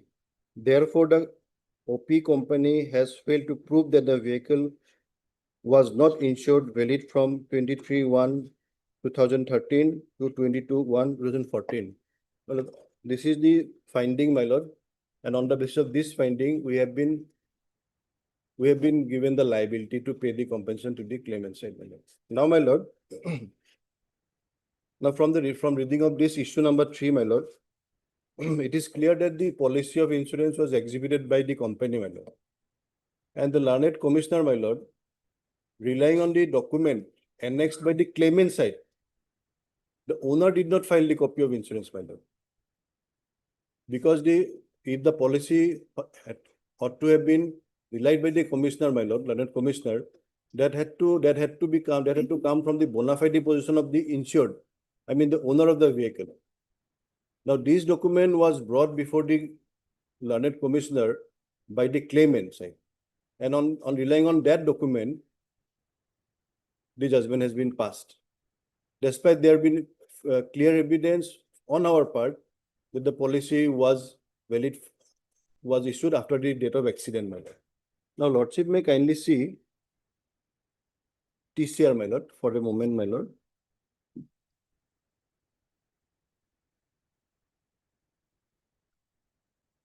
Lordship may kindly see page number 28, my lord. I mean, I'm sorry, my lord, page number 13. The pagination is not serial, my lord, random pagination is there. Page number 13. 3013. This is the claim application, my lord.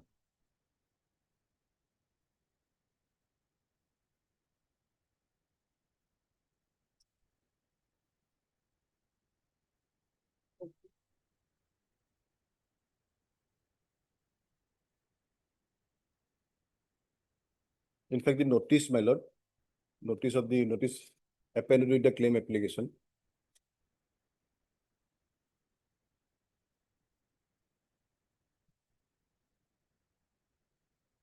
One three, my lord. Yes. Here, lordship will find that the period of policy of insurance has been shown to be from 30/1/2013 to 29/1/2014. And this has been the pleading of the claimant from the very beginning. Again, lordship may kindly see para 7 of the claim petition. But the para 7 of the claim petition, although it is stated that the policy of insurance was valid from 31/2013, but it is seen that there is a cut mark with a red color, my lord. Para 7, my lord. Para 7 in which page? Para 7 is not there. Lordship, of the claim application, my lord. May I, my lord? Page number 14.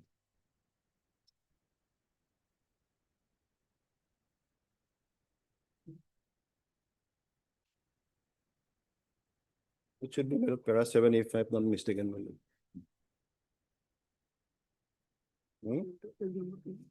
Terror. itu diok sultan. Flag দিব লগত flag.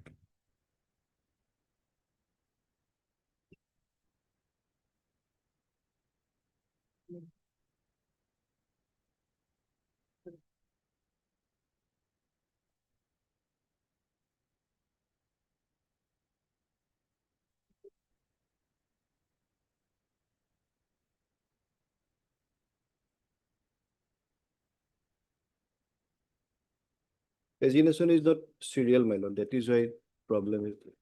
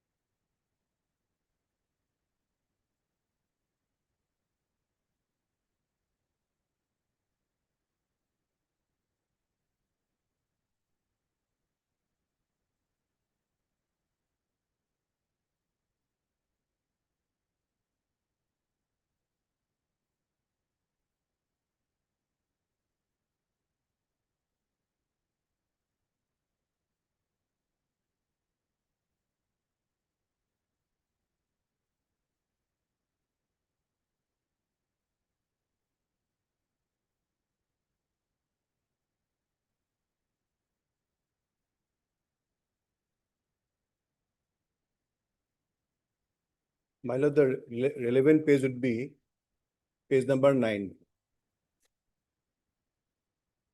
The pleading is that this is the claim application.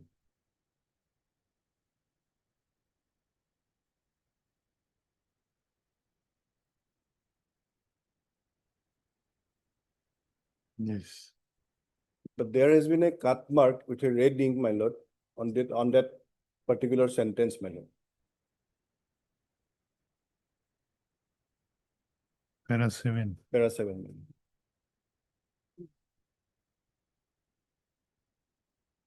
Now, my lord, There is no cut mark. There is underlining only. Or deleted as per. That has been deleted as per order dated 12/11/2018. This is deleted, my lord. Yes. Earlier, it has been the stand of the claimant that policy was issued on But 31. perhaps some amendment petition might have been filed. Amendment issue, my lord. What?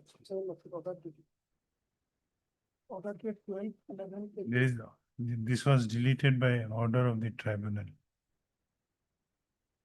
12/11. Yes, what is your submission? That this was the original plea. This is the original plea, my lord. Now, basically, nevertheless, my lord, that was deleted, my lord, subsequently. Though this is the stand, this is the stand of the claimant, my lord. Now, my lord, the document which was exhibited before the court of law, my lord, by a defense witness, by examining one official witness, my lord, duly authorized, my lord. Whether that document ought to have been considered, rather the document filed as annexer by claimant, my lord, even not by the owner of the vehicle. Had it been annexed or exhibited by the owner side, my lord, the things would have been different. But he never come forward to dispute the period of the insurance exhibited by the company, my lord. But he was the best person to dispute our evidence. There is no other evidence, contrary evidence by the What owner evidence side. have you adduced? Lordship, may kindly see page number 73 Of TCR, my lord. at the very early part, my lord.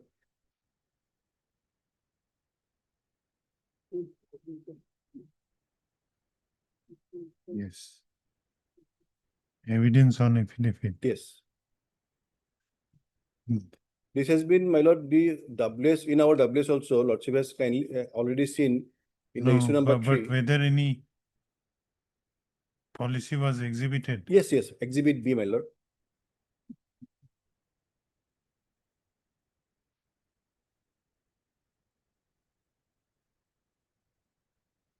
There was no rebuttal evidence by the owner of the vehicle. I'm not talking of the claimant, my lord. And during cross-examination, That cross-examination, my lord, that has been reflected in the judgment, my lord, and this is the only the facts elicited during cross-examination that he was not aware of the issuance of the policy. No police case has been registered against the agent or the person concerned, my lord. Only on the basis of that, the impugned judgment has been passed against us, my lord. And he relied on the Learned Commissioner relied on the policy document submitted by the claimant as annexer.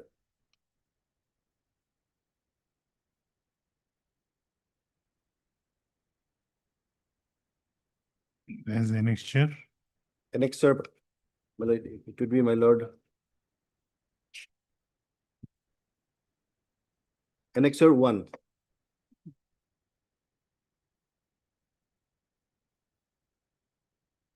And Lordship will find in the evidence deposed by us, my lord. Para 4, we have specifically denied the issuance of the policy cited by the claimant side. Para number 4, my lord, of our defense evidence, my lord.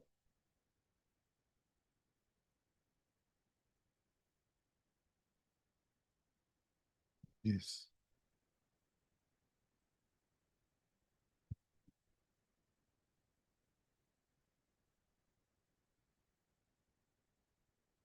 Now, my lord, my humble submission is that, my lord, since the policy has been exhibited and there has been no rebuttal evidence, if there is any manipulation of record by the company from the owner side, in fact, my lord, there cannot be any imposition of liability on us. Since the policy has been exhibited, it is a document duly exhibited through a defense evidence, my lord, and the person was duly authorized by the management concerned, my lord. Exhibit A is the authority letter, my lord. There is no dispute there to that aspect, my lord. The Learned Commissioner had erred in relying on the document filed merely as an annexer, my lord.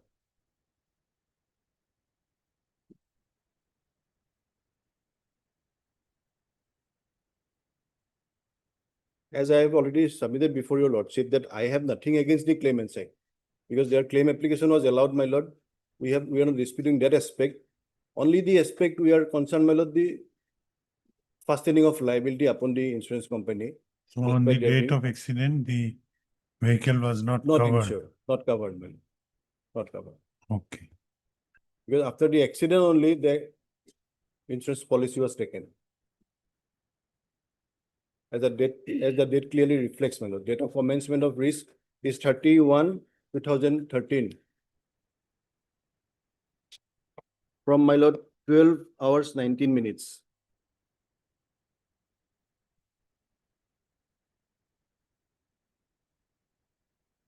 Yes. Please, your lordship.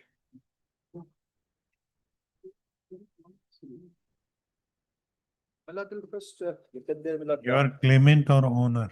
I'm for the claim. Okay. Okay. Claim, my learned friend. Lord, lordship will kindly see, my lord, their written statement.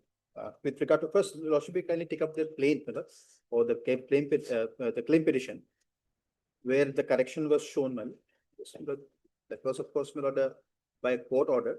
Yeah, my lord, that is there.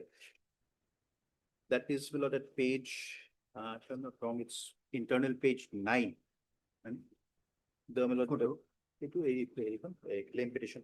Page number 9. Yes, 9. So here, that the vehicle track number so and so was insured with OP number 2, servicing office so and so, Malda, West Bengal, pin code number so bearing manual policy number so and so dated 23/1/2013, covered by 23/1/13 22/11/2001 2014. Policy number so and so, which was later on deleted, dated 30/1/2013, period of insurance from 30/1/2023 to midnight of so and so so and so. Now this aspect was deleted. Now against that, my lord, lordship will see the WS of the, my lord, owner is the that is at page number 32 of the LCR. 32 There's a it should be 32. Now he says in para 4, para 3 and 4, she says the answering para, has your lordship got it? The written addition is OP number 1. Yes. Owner. Page 32. That the contents of para 1, 4, 5, 6, and 7 of the claim case is admitted. So he has admitted, she has admitted, and secondly, she says that with regard to the contents of paragraph 2 of the claim case, it is submitted at the time of accident of the driver of the vehicle, driving the vehicle having a valid driving license, and the vehicle was duly insured OP number 2, covering every liability and risk by manual policy number so and so dated 23/1/2023, 13, sorry, valid from 23/1/2013 to 22/1/2014. If any liability arises from the accident, the OP number 2 is liable for the same. Now, against that, your lordship will find there the written statement of the appellant at page 26.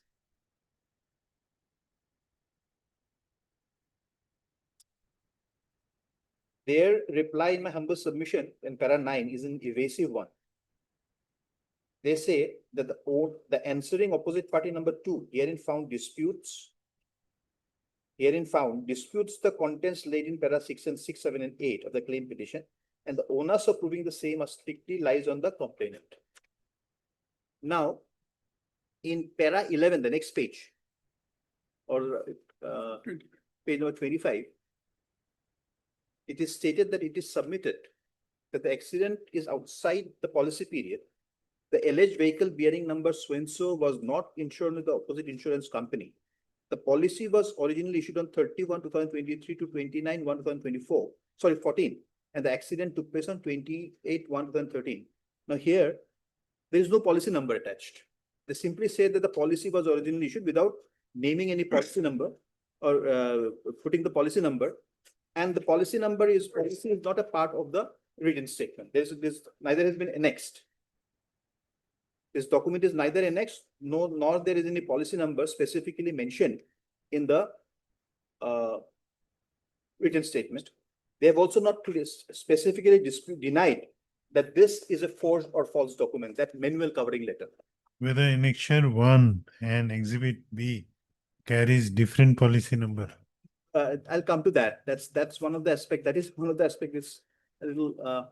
Now the police report also, Form 54 at page 6. It also refers to that policy, which is the manual policy which you are referring to. Manual policy number 23/1/2023 from 23/1/13, page 6, Form 54, 22/1/2014. So this speaks of the policy which we are and then it is dated. Report is dated 20/34/2013. So we relied upon this document because we filed a written claim petition after that. Now that is one, and secondly, now I'd like to take your honor to the lordship to the annexure 1, that is the manual policy, which was taken note of by the honorable tribunal.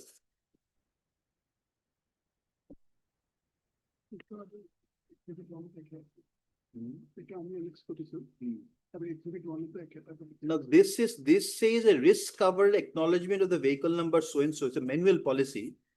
Now that was issued from some Malda office. From Malda office, please here accept our earnest thanks for Where is annexure 1? Page 33, madam. Page 33 of the paper book records.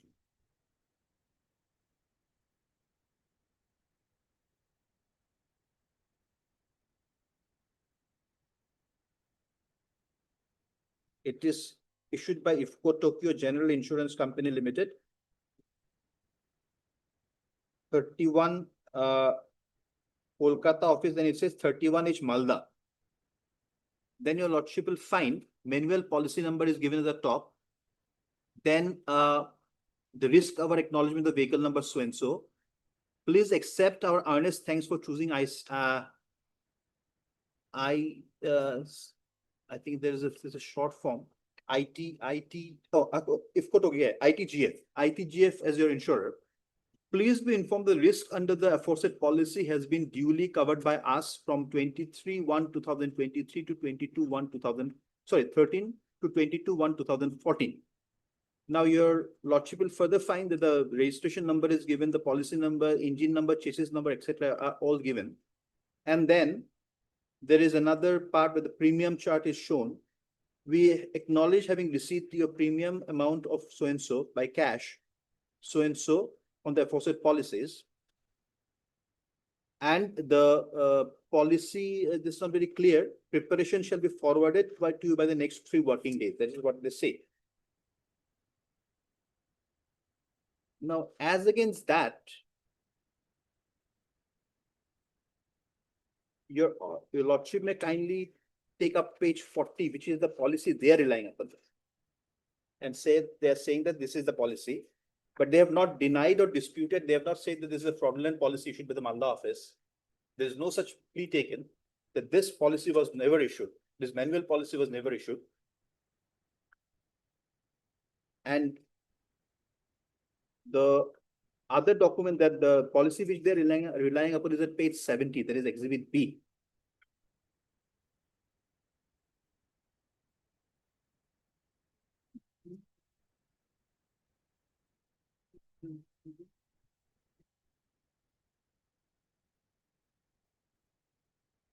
Now, lordship will see, my lord, that the document which I was referring, that is manual cover policy, page 33 and page 70. Though here there is some difference with regard to the dates from which this coverage starts, but the premium amount is the same, 17,520. And as I have already submitted, that this document was not disputed.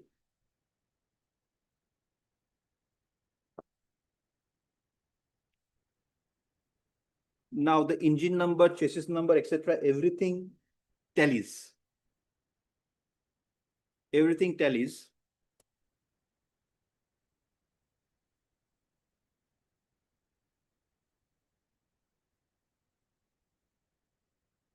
On which date this manual policy was issued?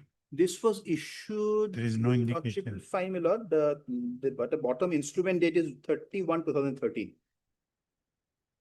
So what might have happened is that they might have taken some time to create the policy and all. And in the process, there was some, because they say 3 working days the policy will be prepared.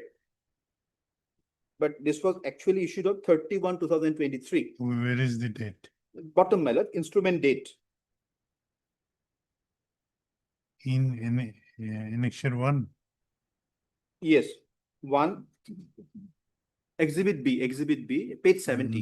I'm not speaking about Date, sorry, date of issuance. Lordship will see at the top. Exhibit will be at the top. no exhibit. B, Exhibit B is clear. But date of issuance. what was the date of issuance Date of of issuance, annexure 1? My lord, yes. Not this one. Annexure 1. Annexure 1. Annexure 1 manual policy. Annexure 1 manual policy. What was the date of issuance? Yes, that is. Here the date.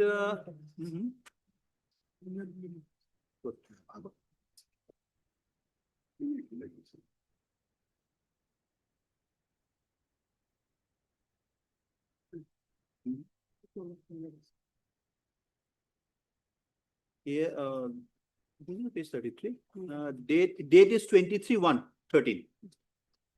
Just that symbol, that's that seal of IFCO Tokyo. 23/1/2013. Page 33.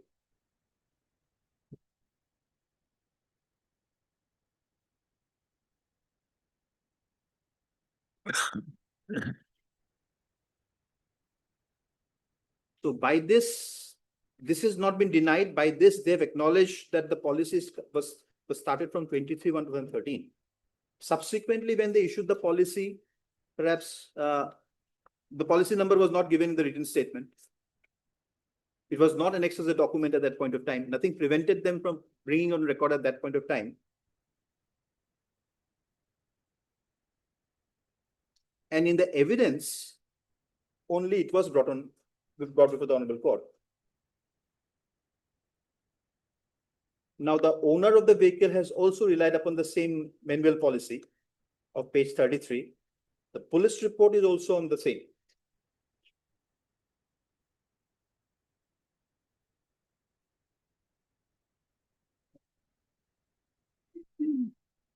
And the DW1 who had produced this before the Honorable Court, if Your Honor, Lordship looks at his statements, first of all, he was not there when in 2019. Then he said that I do not know who has filed the written statement. I cannot say I have not submitted the written statement in the above case, which has been filed by other employee. I cannot say who signed the WS. Policy number has not been mentioned in the WS. It is not a fact that the policy mentioned in my so-and-so exhibit is fake. It is not a fact that exhibit number 2 is fake, and hence the same is not What is the submitted. substantial question of law? Substantial question of law was that whether in the absence of the policy.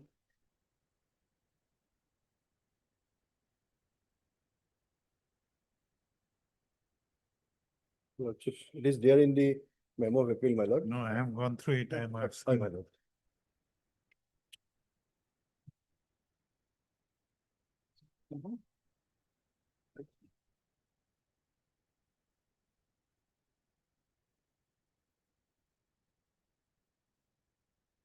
My lord, it is, my lord. Order dated, my lord, 9/11/2022. Whether the learned Commissioner of the Employees' Compensation had the jurisdiction to rely upon a copy of the cover note annexed by the claimant and decide the right of indemnification to the owner of the vehicle for in his favor in the absence of any evidence by the owner himself rebutting the evidence laid by the insurance company, showing no coverage with respect to the vehicle on the date of the accident. So now, in my humble submission, my lord, first of all, they have not denied it. There's a covering note. They could have not. This is not the plea that the covering note cannot be the document. Number one. Number two, they are not saying that this is a fake document. For a moment, they have not said in the written statement this document is not correct, or it is a forged document or fake document. So this is not the substantial question involved. Substantial question of law, of course, was whether on the cover note it can be. Substantial question may be on accepted facts. Here facts are disputed. Disputed. Both the parties are disputing facts regarding the validity of exhibit B or annexure 1, that is also which is the genuine. Yes. Whether this court can go into questions of facts. Lordship, of course, Lordship, the Honorable Court, with due respect, my lord, is to decide the question of law only, in making the substantial question of law only, my lord, because after the facts, no question of law can be framed, my lord. But having regard to the basic facts of the case, my lord, I have my second substantial question of law is that whether the cover note could have been relied by the commissioner in presence of a document which was exhibited through a defense witness, my lord, and that too from a bona fide position, my lord. And this cover note was not from the bona fide position of the owner, because the insurance policy is issued to the owner of the vehicle and a copy is retained by the insurance company. And this should not be disagreed by my learned senior counsel also, because the policy should be in the custody of either of the owner of the vehicle or the insurance company, my lord. Now, here, my lord, the case is After filing WS, whether owner contested? no, my lord. They did not contest. Had there been the pleading in the written statement was not proved or substantiated by leading any evidence. Had there been any policy of insurance prior to the occurrence of the accident, they could have brought it on record by adducing evidence, my lord. But that was not done. Okay, yes. Anything else, Mr.? Datta. Well, my submission is therefore, well, since the document has not been denied. This no document has been not been denied. Well, they had, well, they could have simply denied it, well. Then things have been different. What now they're trying to take a plea, well, which was not even taken at the time of well, the filing the written statement or in the evidence. Their case is not that the cover note cannot be relied upon or that the cover note is that's what I'm saying. The reply is very vague. They have not disputed it. They say the onus is on us. That much only. Beyond that, if the cover note is not, it was not applicable, the cover note could not have been relied upon, it ought to have been the plea in the first place. If it is a fake one, it ought to have been the plea, their plea. Neither of these plea were taken there. And these are factual issues. Under those circumstances, when this document was brought before this court, and they did not rely upon that policy also in the written statement. Subsequently, through a person who says he is not aware of anything, they brought on record a policy. Was not there at that point of time when this policy was issued, because this cover note thing was earlier used to take place. Cover note were subsequently, nowadays cover notes are not issued. Therefore, under those circumstances, these facts not having been disputed at that point of time, this cannot be raised now at this stage. True, my learned friend is trying to say that they have got nothing against the claimant. But the fact remains that it is the claimant who will be the ultimate sufferer. And so far as the insured is concerned, OP number 1 filed his written statement saying that this is the policy, this is the coverage data policy. Though he did not reduce any evidence thereafter. But they cannot take the plea of weakness or of the other party to bring home the point that the cover note cannot be accepted. This plea not having been taken at all. May I rejoin, my lord? Lordship, what my learned senior counsel is pointing out that we have not disputed the policy, the copy of the policy submitted by the claimant side, my lord. Lordship may kindly see para 4 of our defense evidence, my lord. The specific evidence is there. Page number 73. Lordship may kindly note it down, my lord. Yes. For letter subsequent, my lord. Yes. Para 4, my lord. Para 4. It is specifically given in the evidence, my lord, that the policy which was cited by the claimant side was not issued by the company. Paragraph 4 of our defense evidence. And so far as my lord, the knowledge of the deponent is concerned, my lord, he has appeared on an official capacity, my lord. He might not be in the office while the policy was issued or the written statement was filed, but he has appeared on an official capacity to give evidence on the policy of insurance. So that could not have been discarded by the learned commissioner, my lord. My lord, I would like to rely upon the judgment, my lord. I would like to place it before your lordship.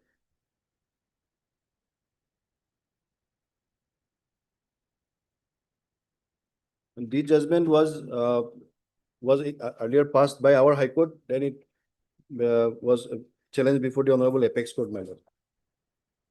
Regarding the date of policy. So it is into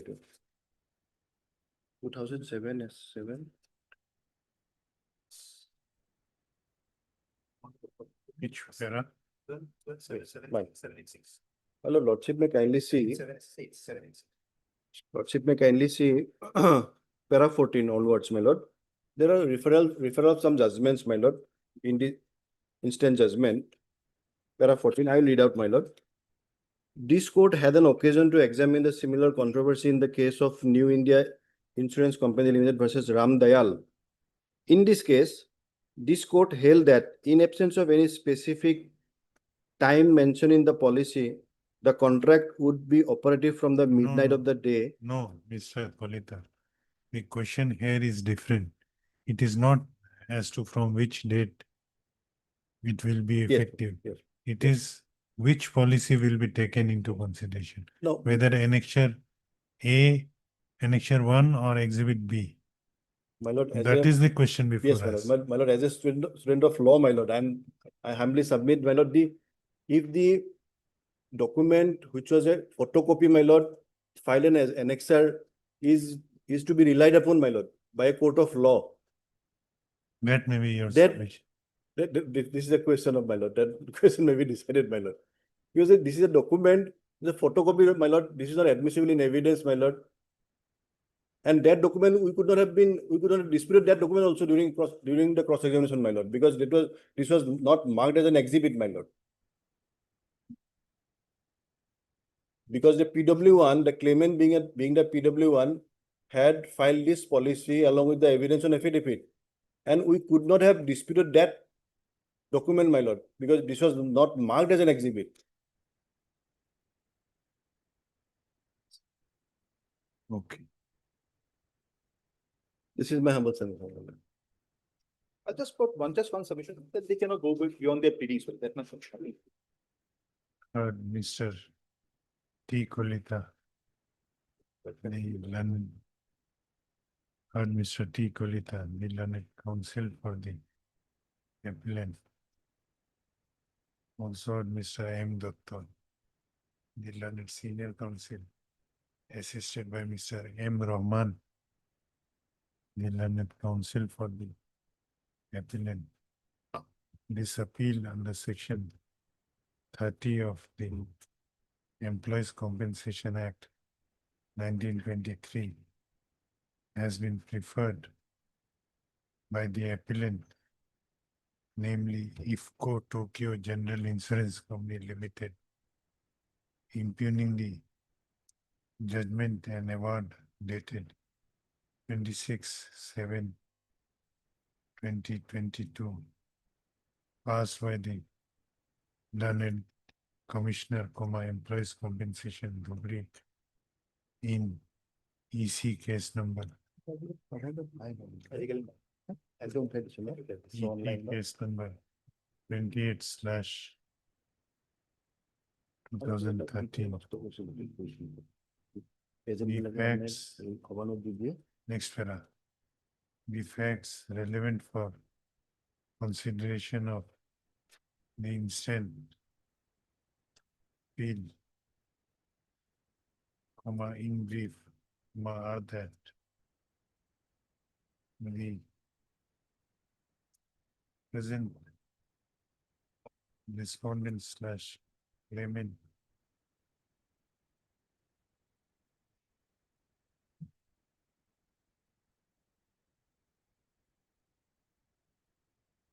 claimants have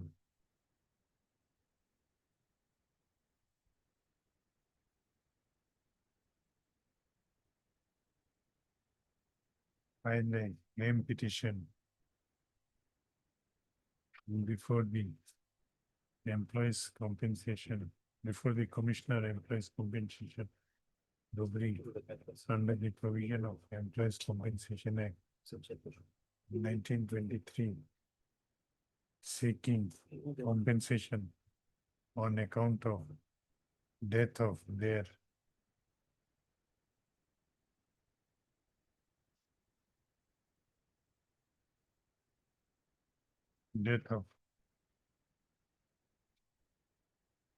one Saddam Hussein in an accident which arose out of and during the course of his employment. Stop. It is next para. It is stated in the claim petition that late Saddam Hussein was employed as a handyman slash cleaner within bracket Kalasi by the owner of truck bearing registration number WB 238470. Stop. It is further stated in the claim petition that on 28/1/2013 at about 9:00 hours at about 9 a.m., while the said vehicle was proceeding from Baharampur to Krishnanagar, it met with an accident when it reached at Panighata under Kaliganj police station. Stop. The accident occurred when the said truck hit the Panighata bridge and front side of the vehicle fall down from the bridge. As a result of the said accident, said Saddam Hussein sustained grievous injuries on his person. However, later on he succumbed to his injuries. Stop. In this regard, a police case, that is Kaliganj PS case number 66/13, was also registered under section 279/304 of the Indian Penal Code.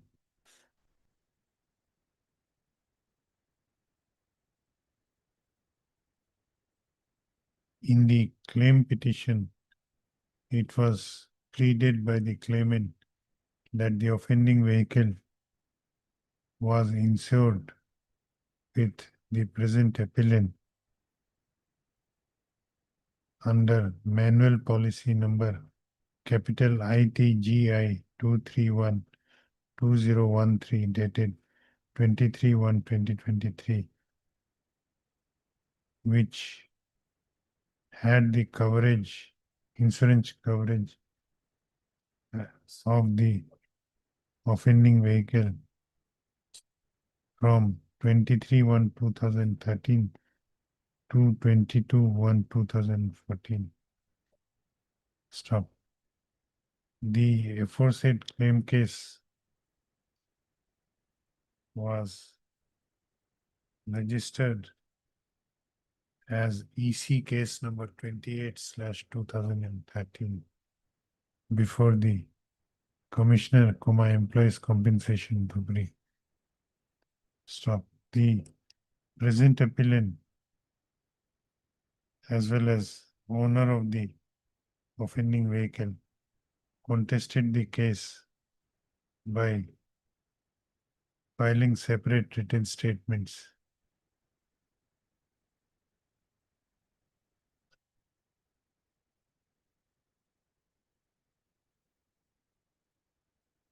The owner of the vehicle, offending vehicle, took the plea that the offending vehicle was insured under the present appellant on the date of accident, and therefore it is the insurance company which is liable to indemnify the loss, any loss suffered by the insured on account of the accident.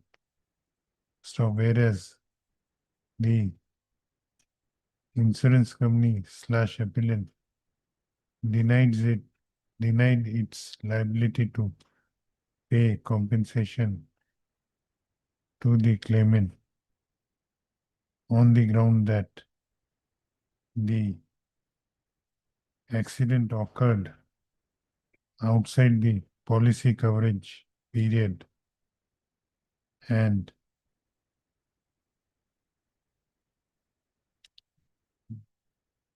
it was furthest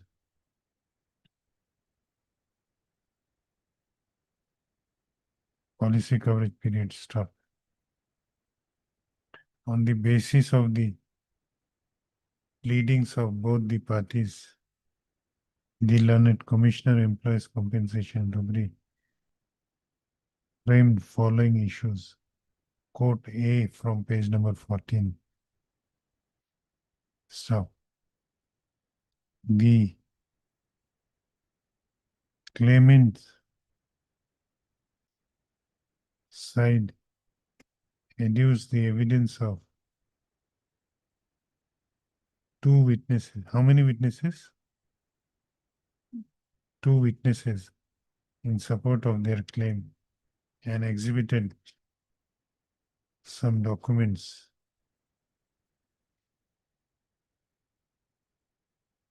whereas the present appellant also adduced evidence of one witness, one witness, and also exhibited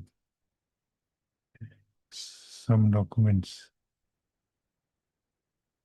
Stop. However, by the judgment and award which has been impugned by the present appellant in this appeal, the Commissioner Employees Compensation Dhubri had awarded the claimants a compensation amount of rupees 9,57,185 along with an interest at the rate of 8% per annum from the date of filing of the claim petition. So, the insurance company appellant, the present appellant, was directed to pay the awarded amount to the claimants. Mr. T. Kalita, the learned counsel for the appellant, has submitted that the appeal of present appellant is not directed against the claimant slash respondent number 2. Respondent number, my lord. 1, 2, 3. Respondent number 1, 2, and 3. Neither they have any thing to say regarding the quantum of compensation awarded. However,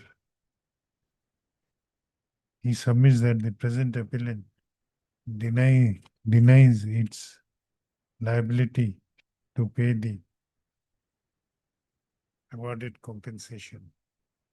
Stop. He submits that the main ground in this appeal is that the learned commissioner, employees compensation Dhubri, erred in directing the present appellant to pay the compensation, ignoring the evidence adduced by the sole witness for the insurance company, more specifically the Exhibit B, which is the policy issued by the insurance policy issued by the present appellant in respect of the offending vehicle. He submits that Exhibit B clearly indicates that the date of effect of the said policy issued by insurance present appellant was from 30/1/2013 to 29/1/2014. He submits that the witness for the DW1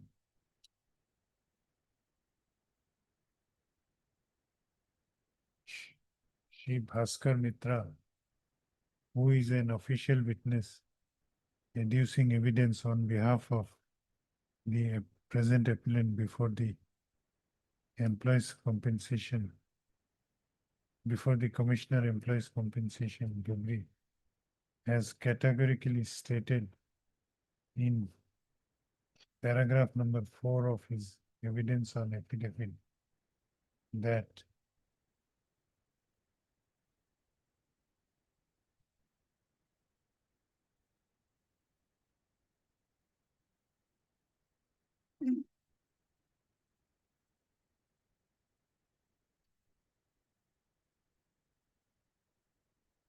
Lordship, repeat page 73, my lord. that the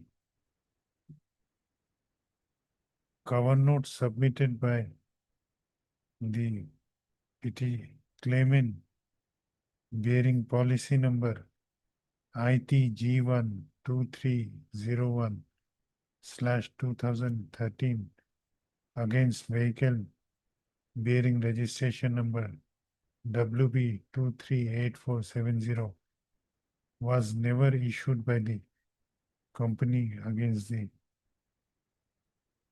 vehicle involved in the said accident.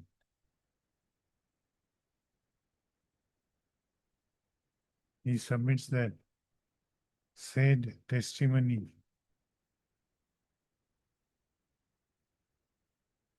could not be controverted by the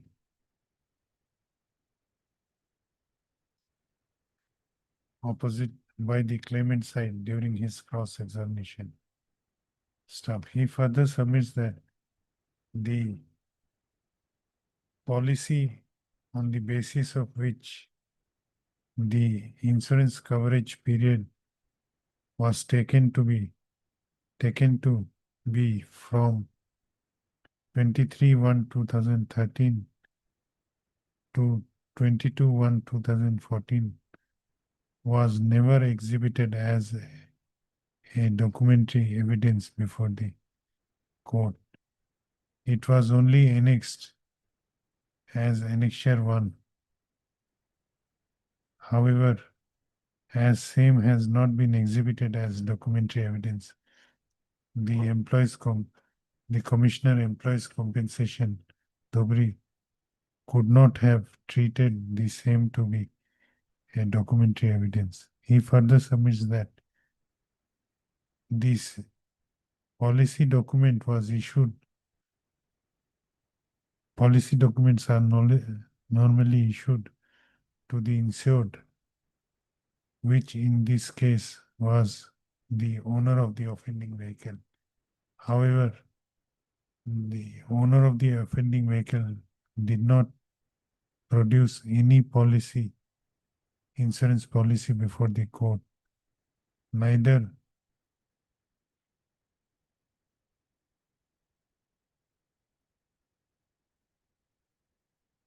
he adduced any evidence to bring on record the insurance policy which claims the date of coverage from 23/1/2013 to 22/1/2014. He submits that Exhibit B clearly shows that the period of coverage of insurance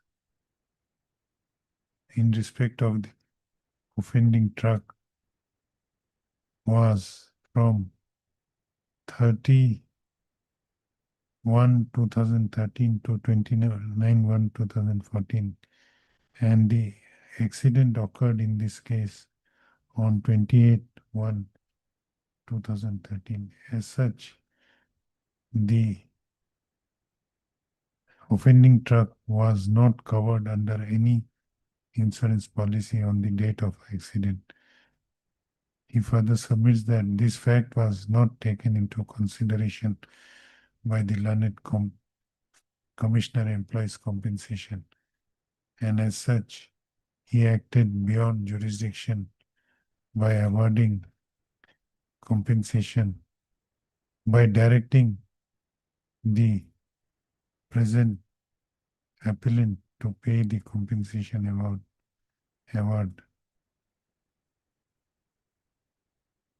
for an accident, for a death caused in an accident on a date which was not covered under the insurance policy. As such, he submits that the substantial question of law formulated by this court should be decided in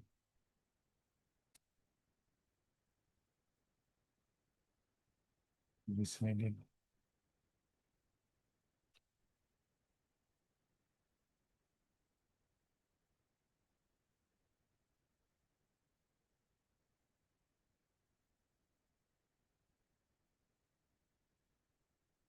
In negative.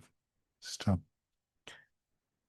In support of his submission, he has cited a ruling of the apex court in the case of National Insurance Company Limited versus Sobina Ikai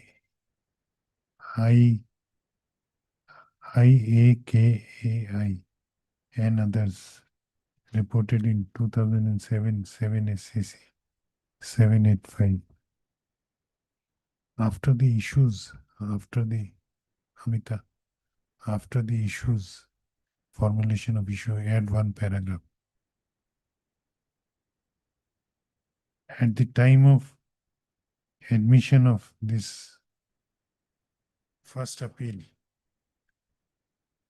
a coordinate bench of this court had formulated following substantial question of law, on 9/11/2022 in this appeal, dash, whether learned Commissioner for Employees Compensation Act 1923 has the jurisdiction to hold the insurance company liable for compensation even if there is no insurance coverage in respect of the vehicle on the date of accident in which employee of the owner of the vehicle had died. ये ऊपर जाएगा, हाँ? On the other hand, learned senior Mr. M. Datta, the learned senior counsel for the claimant respondent, has submitted that the Commissioner, Employees Compensation Dhubri has rightly directed the present appellant to pay the awarded amount after considering the materials available on record and after going through the evidence of both the parties. He submits that though the owner of the offending vehicle did not adduce any evidence in the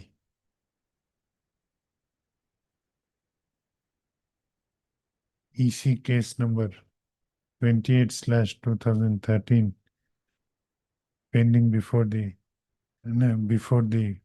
Commissioner Employees Compensation Dhubri. However, in the written statement filed by him in the aforesaid case, he has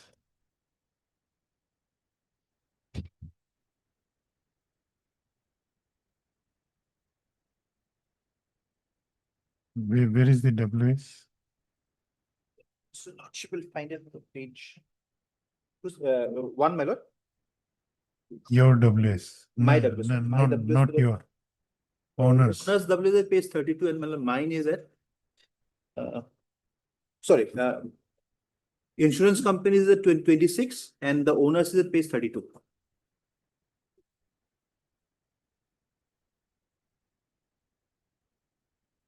क्या लिखा?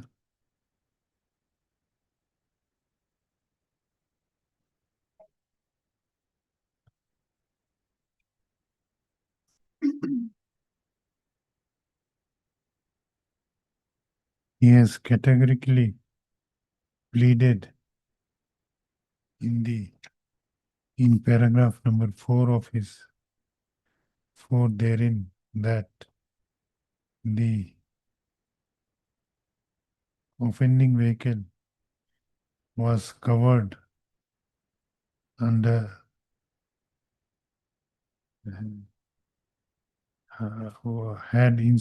offending vehicle had insurance coverage on the date of accident under manual policy number ITG1 2312013 dated 23/1/2013, which was valid from 23/1/2013 to 22/1/2014. He submits that it was also pleaded by the owner of the offending vehicle in his written statement that liability, if any, which arises from the accident shall have to be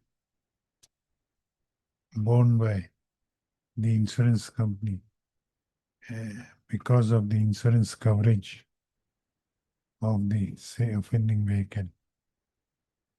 He further submits that where is the insurance companies? WSY insurance company.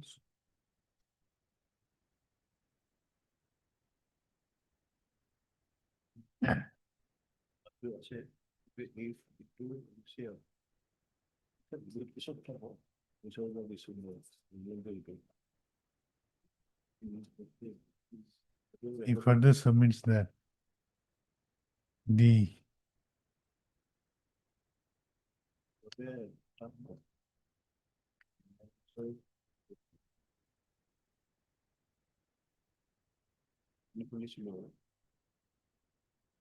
this was annexed with what? Annexure 1 was the annexure to the claim petition. I'll just verify. Annex With the evidence, my lord. Lordship may kindly see page 16. Page 16 of the judgment, I mean memo of appeal, my lord.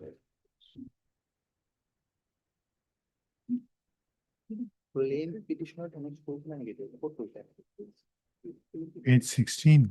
Page 16, memo of appeal, my lord. The issue number 3. Lordship, and again, my lord. And Lordship, for better convenience, my lord, Lordship may kindly see page number 14, my lord. Page number 14 of the judgment. Internal page number 3. Discussion, decision and reasons thereof.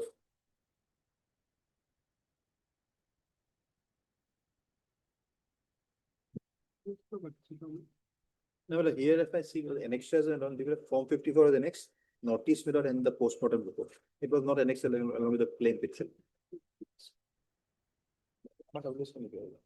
No, annexure 1 was annexed with With so far my understanding goes, well, it was with the evidence on affidavit. Yes, it was on evidence because in the claim petition, 3 documents are annexed, Miller. Form 54 only, Miller. Then copy of notice under section 10 of the EC Act and postmortem report.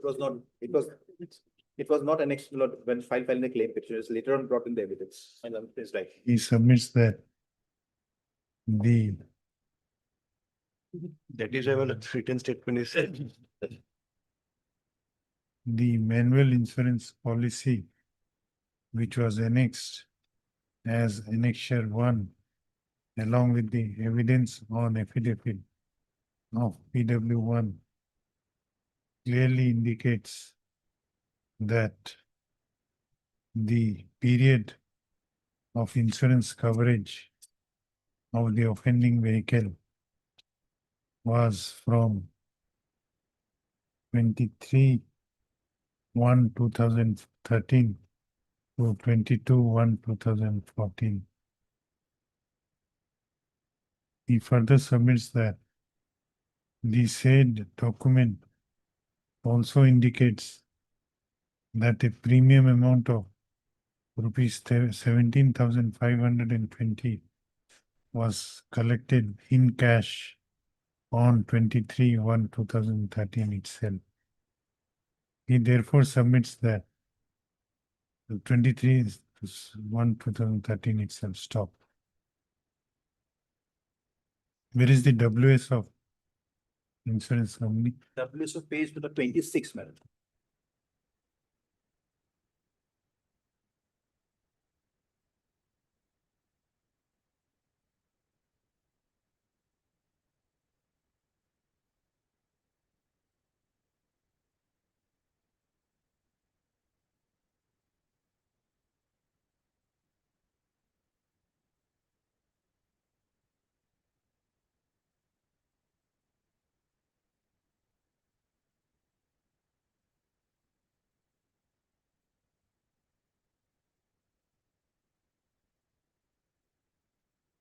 He has further submitted that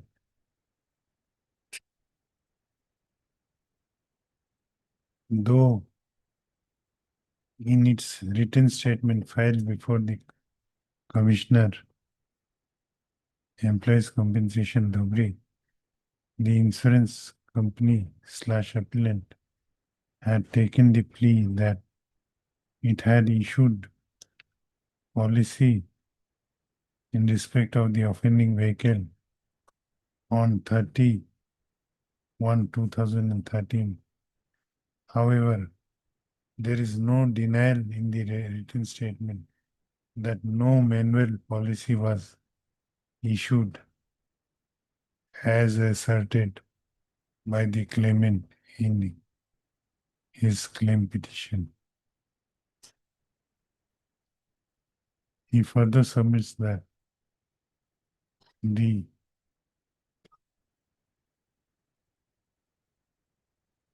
averment made in paragraph number 7, in the last part of the paragraph number 7, indicating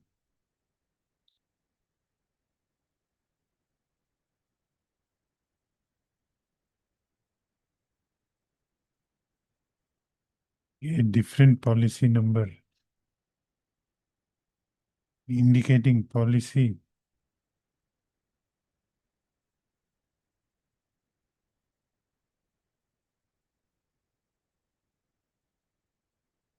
bearing number,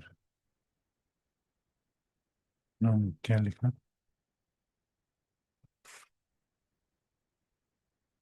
Last two line of paragraph 7, of the last two line of paragraph 7 of the claim petition was allowed to be deleted by the Commissioner, Employees Compensation Dhubri, by his order dated 12/11/2018, and therefore same may not be taken into consideration.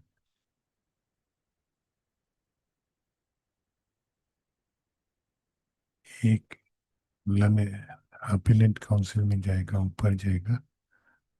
Mr. T. Kolita, learned counsel for the appellant, also submits that in the claim petition itself, in paragraph number 7, the claimant had mentioned about the policy indicating the period of insurance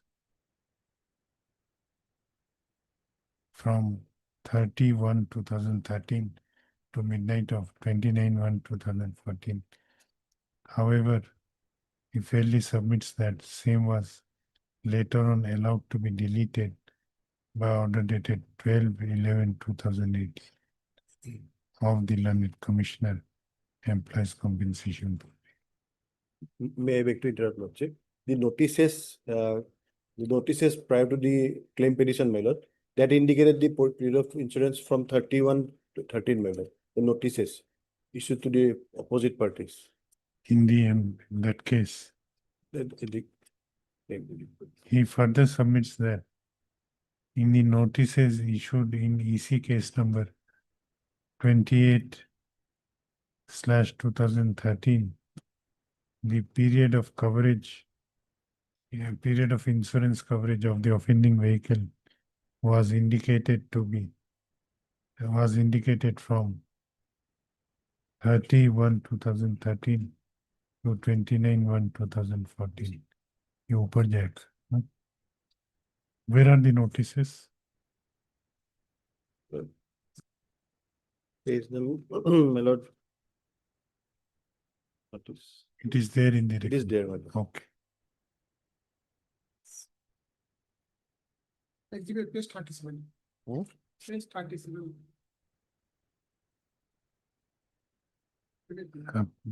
Respondent का last submission क्या था?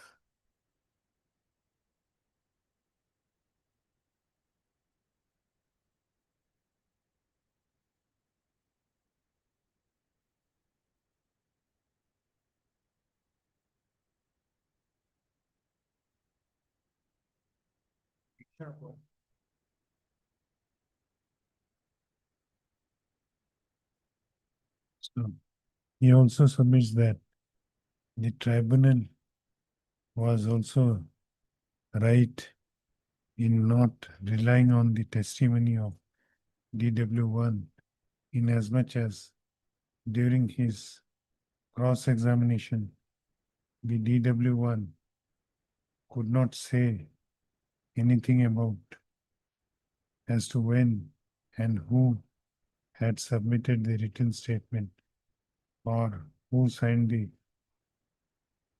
or when the policy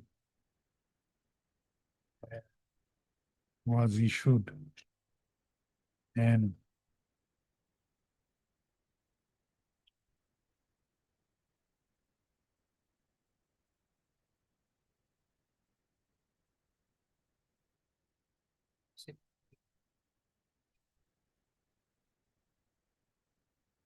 what else is your submission? Just one submission, because this is a judgment, my lord, I have brought the copy. My lord, where the Supreme Court has said, my lord, the cover, so the cover note is concerned, because this was an earlier practice where they used to, my lord, take the premium and issue a note. This is what has happened. Of course, these things were not taken there, my lord.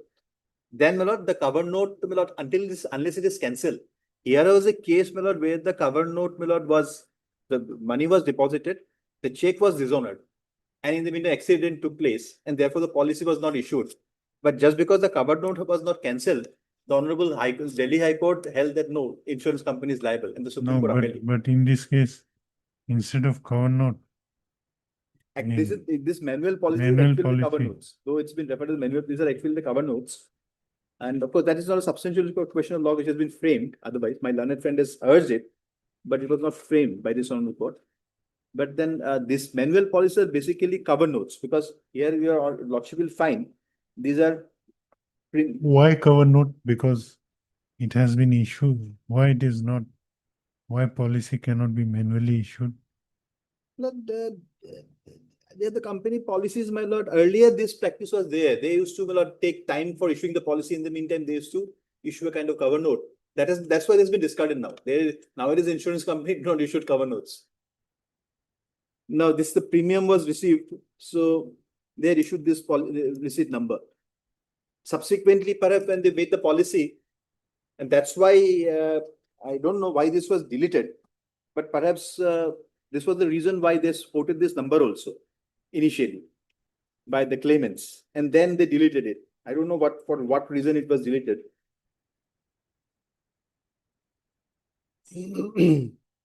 Because they relied on both manual policy as well as the policy which they are trying to rely upon. They have different policy. Because the cover note says while after receiving the premium. Normally, what happens once the day from the day premium is paid, that is the date where insurance is generally given effect from.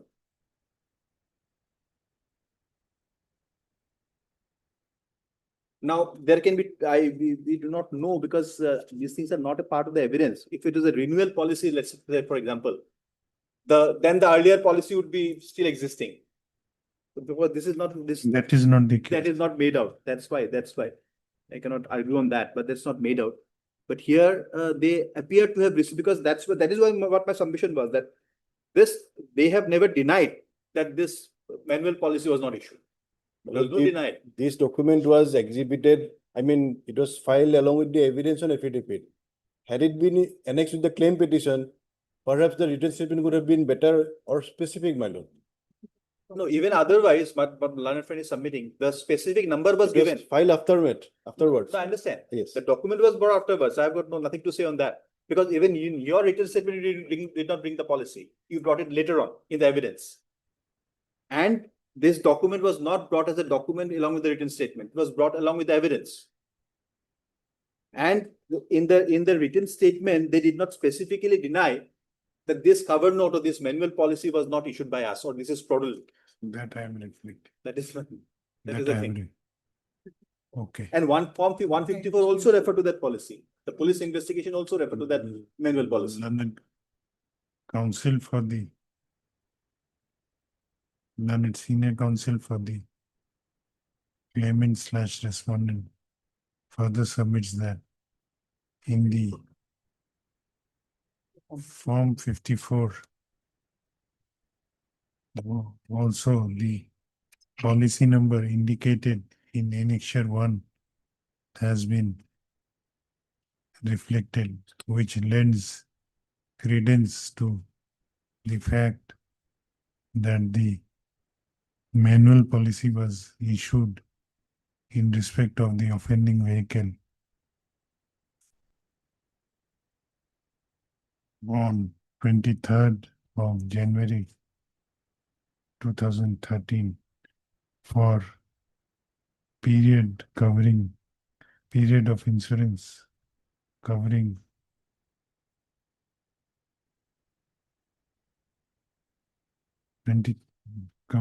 period of insurance from 23rd January 2013 to 22nd January 2014. Stop. He therefore submits that the substantial question of law formulated in this appeal may be decided in favor of the claimant respondent, and this appeal may be dismissed. I have considered the submissions made by learned counsel for both sides and have gone through the materials available on record. I have also gone through the rulings cited by learned counsel. What ruling, what is this judgment? But this is on the ground that beyond pleadings, you cannot give evidence. एक line get करना. Learned senior counsel for the claimant respondent has in support of his submission, cited following ruling. Harihar Prasad Singh and others versus Balmiki Prasad Singh and others, reported in 1975 1 SCC 212. Stop. 1975 1 SCC. 1975 1 SCC 212. Page number citation. Has been reserved.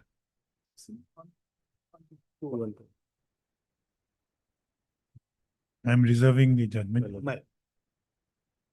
Well, one aspect. May I place the judgment of the Delhi High Court, my lord? Yes. Court, my lord? I'll just keep. One aspect, my lord, the value of the evidentiary value of a photocopy, my lord, filed as a document, that may be, my lord, inserted in my submission, my lord. Whether the photocopy of a document, not marked as exhibit, but annexed as a document, my lord, there is no value, my lord, in the in the evidence, my lord. But the claimant per se cannot have that policy. That is why I am saying, my lord. That's Because it should have come from the bona fide portion of the owner, my lord. That's the reason, my lord. That's the reason, my lord. Why? What is the difference between regular appeal and an appeal under Section 30? Appeal under Section 30 of the Employees Compensation Act can revolve only as regards substantial question.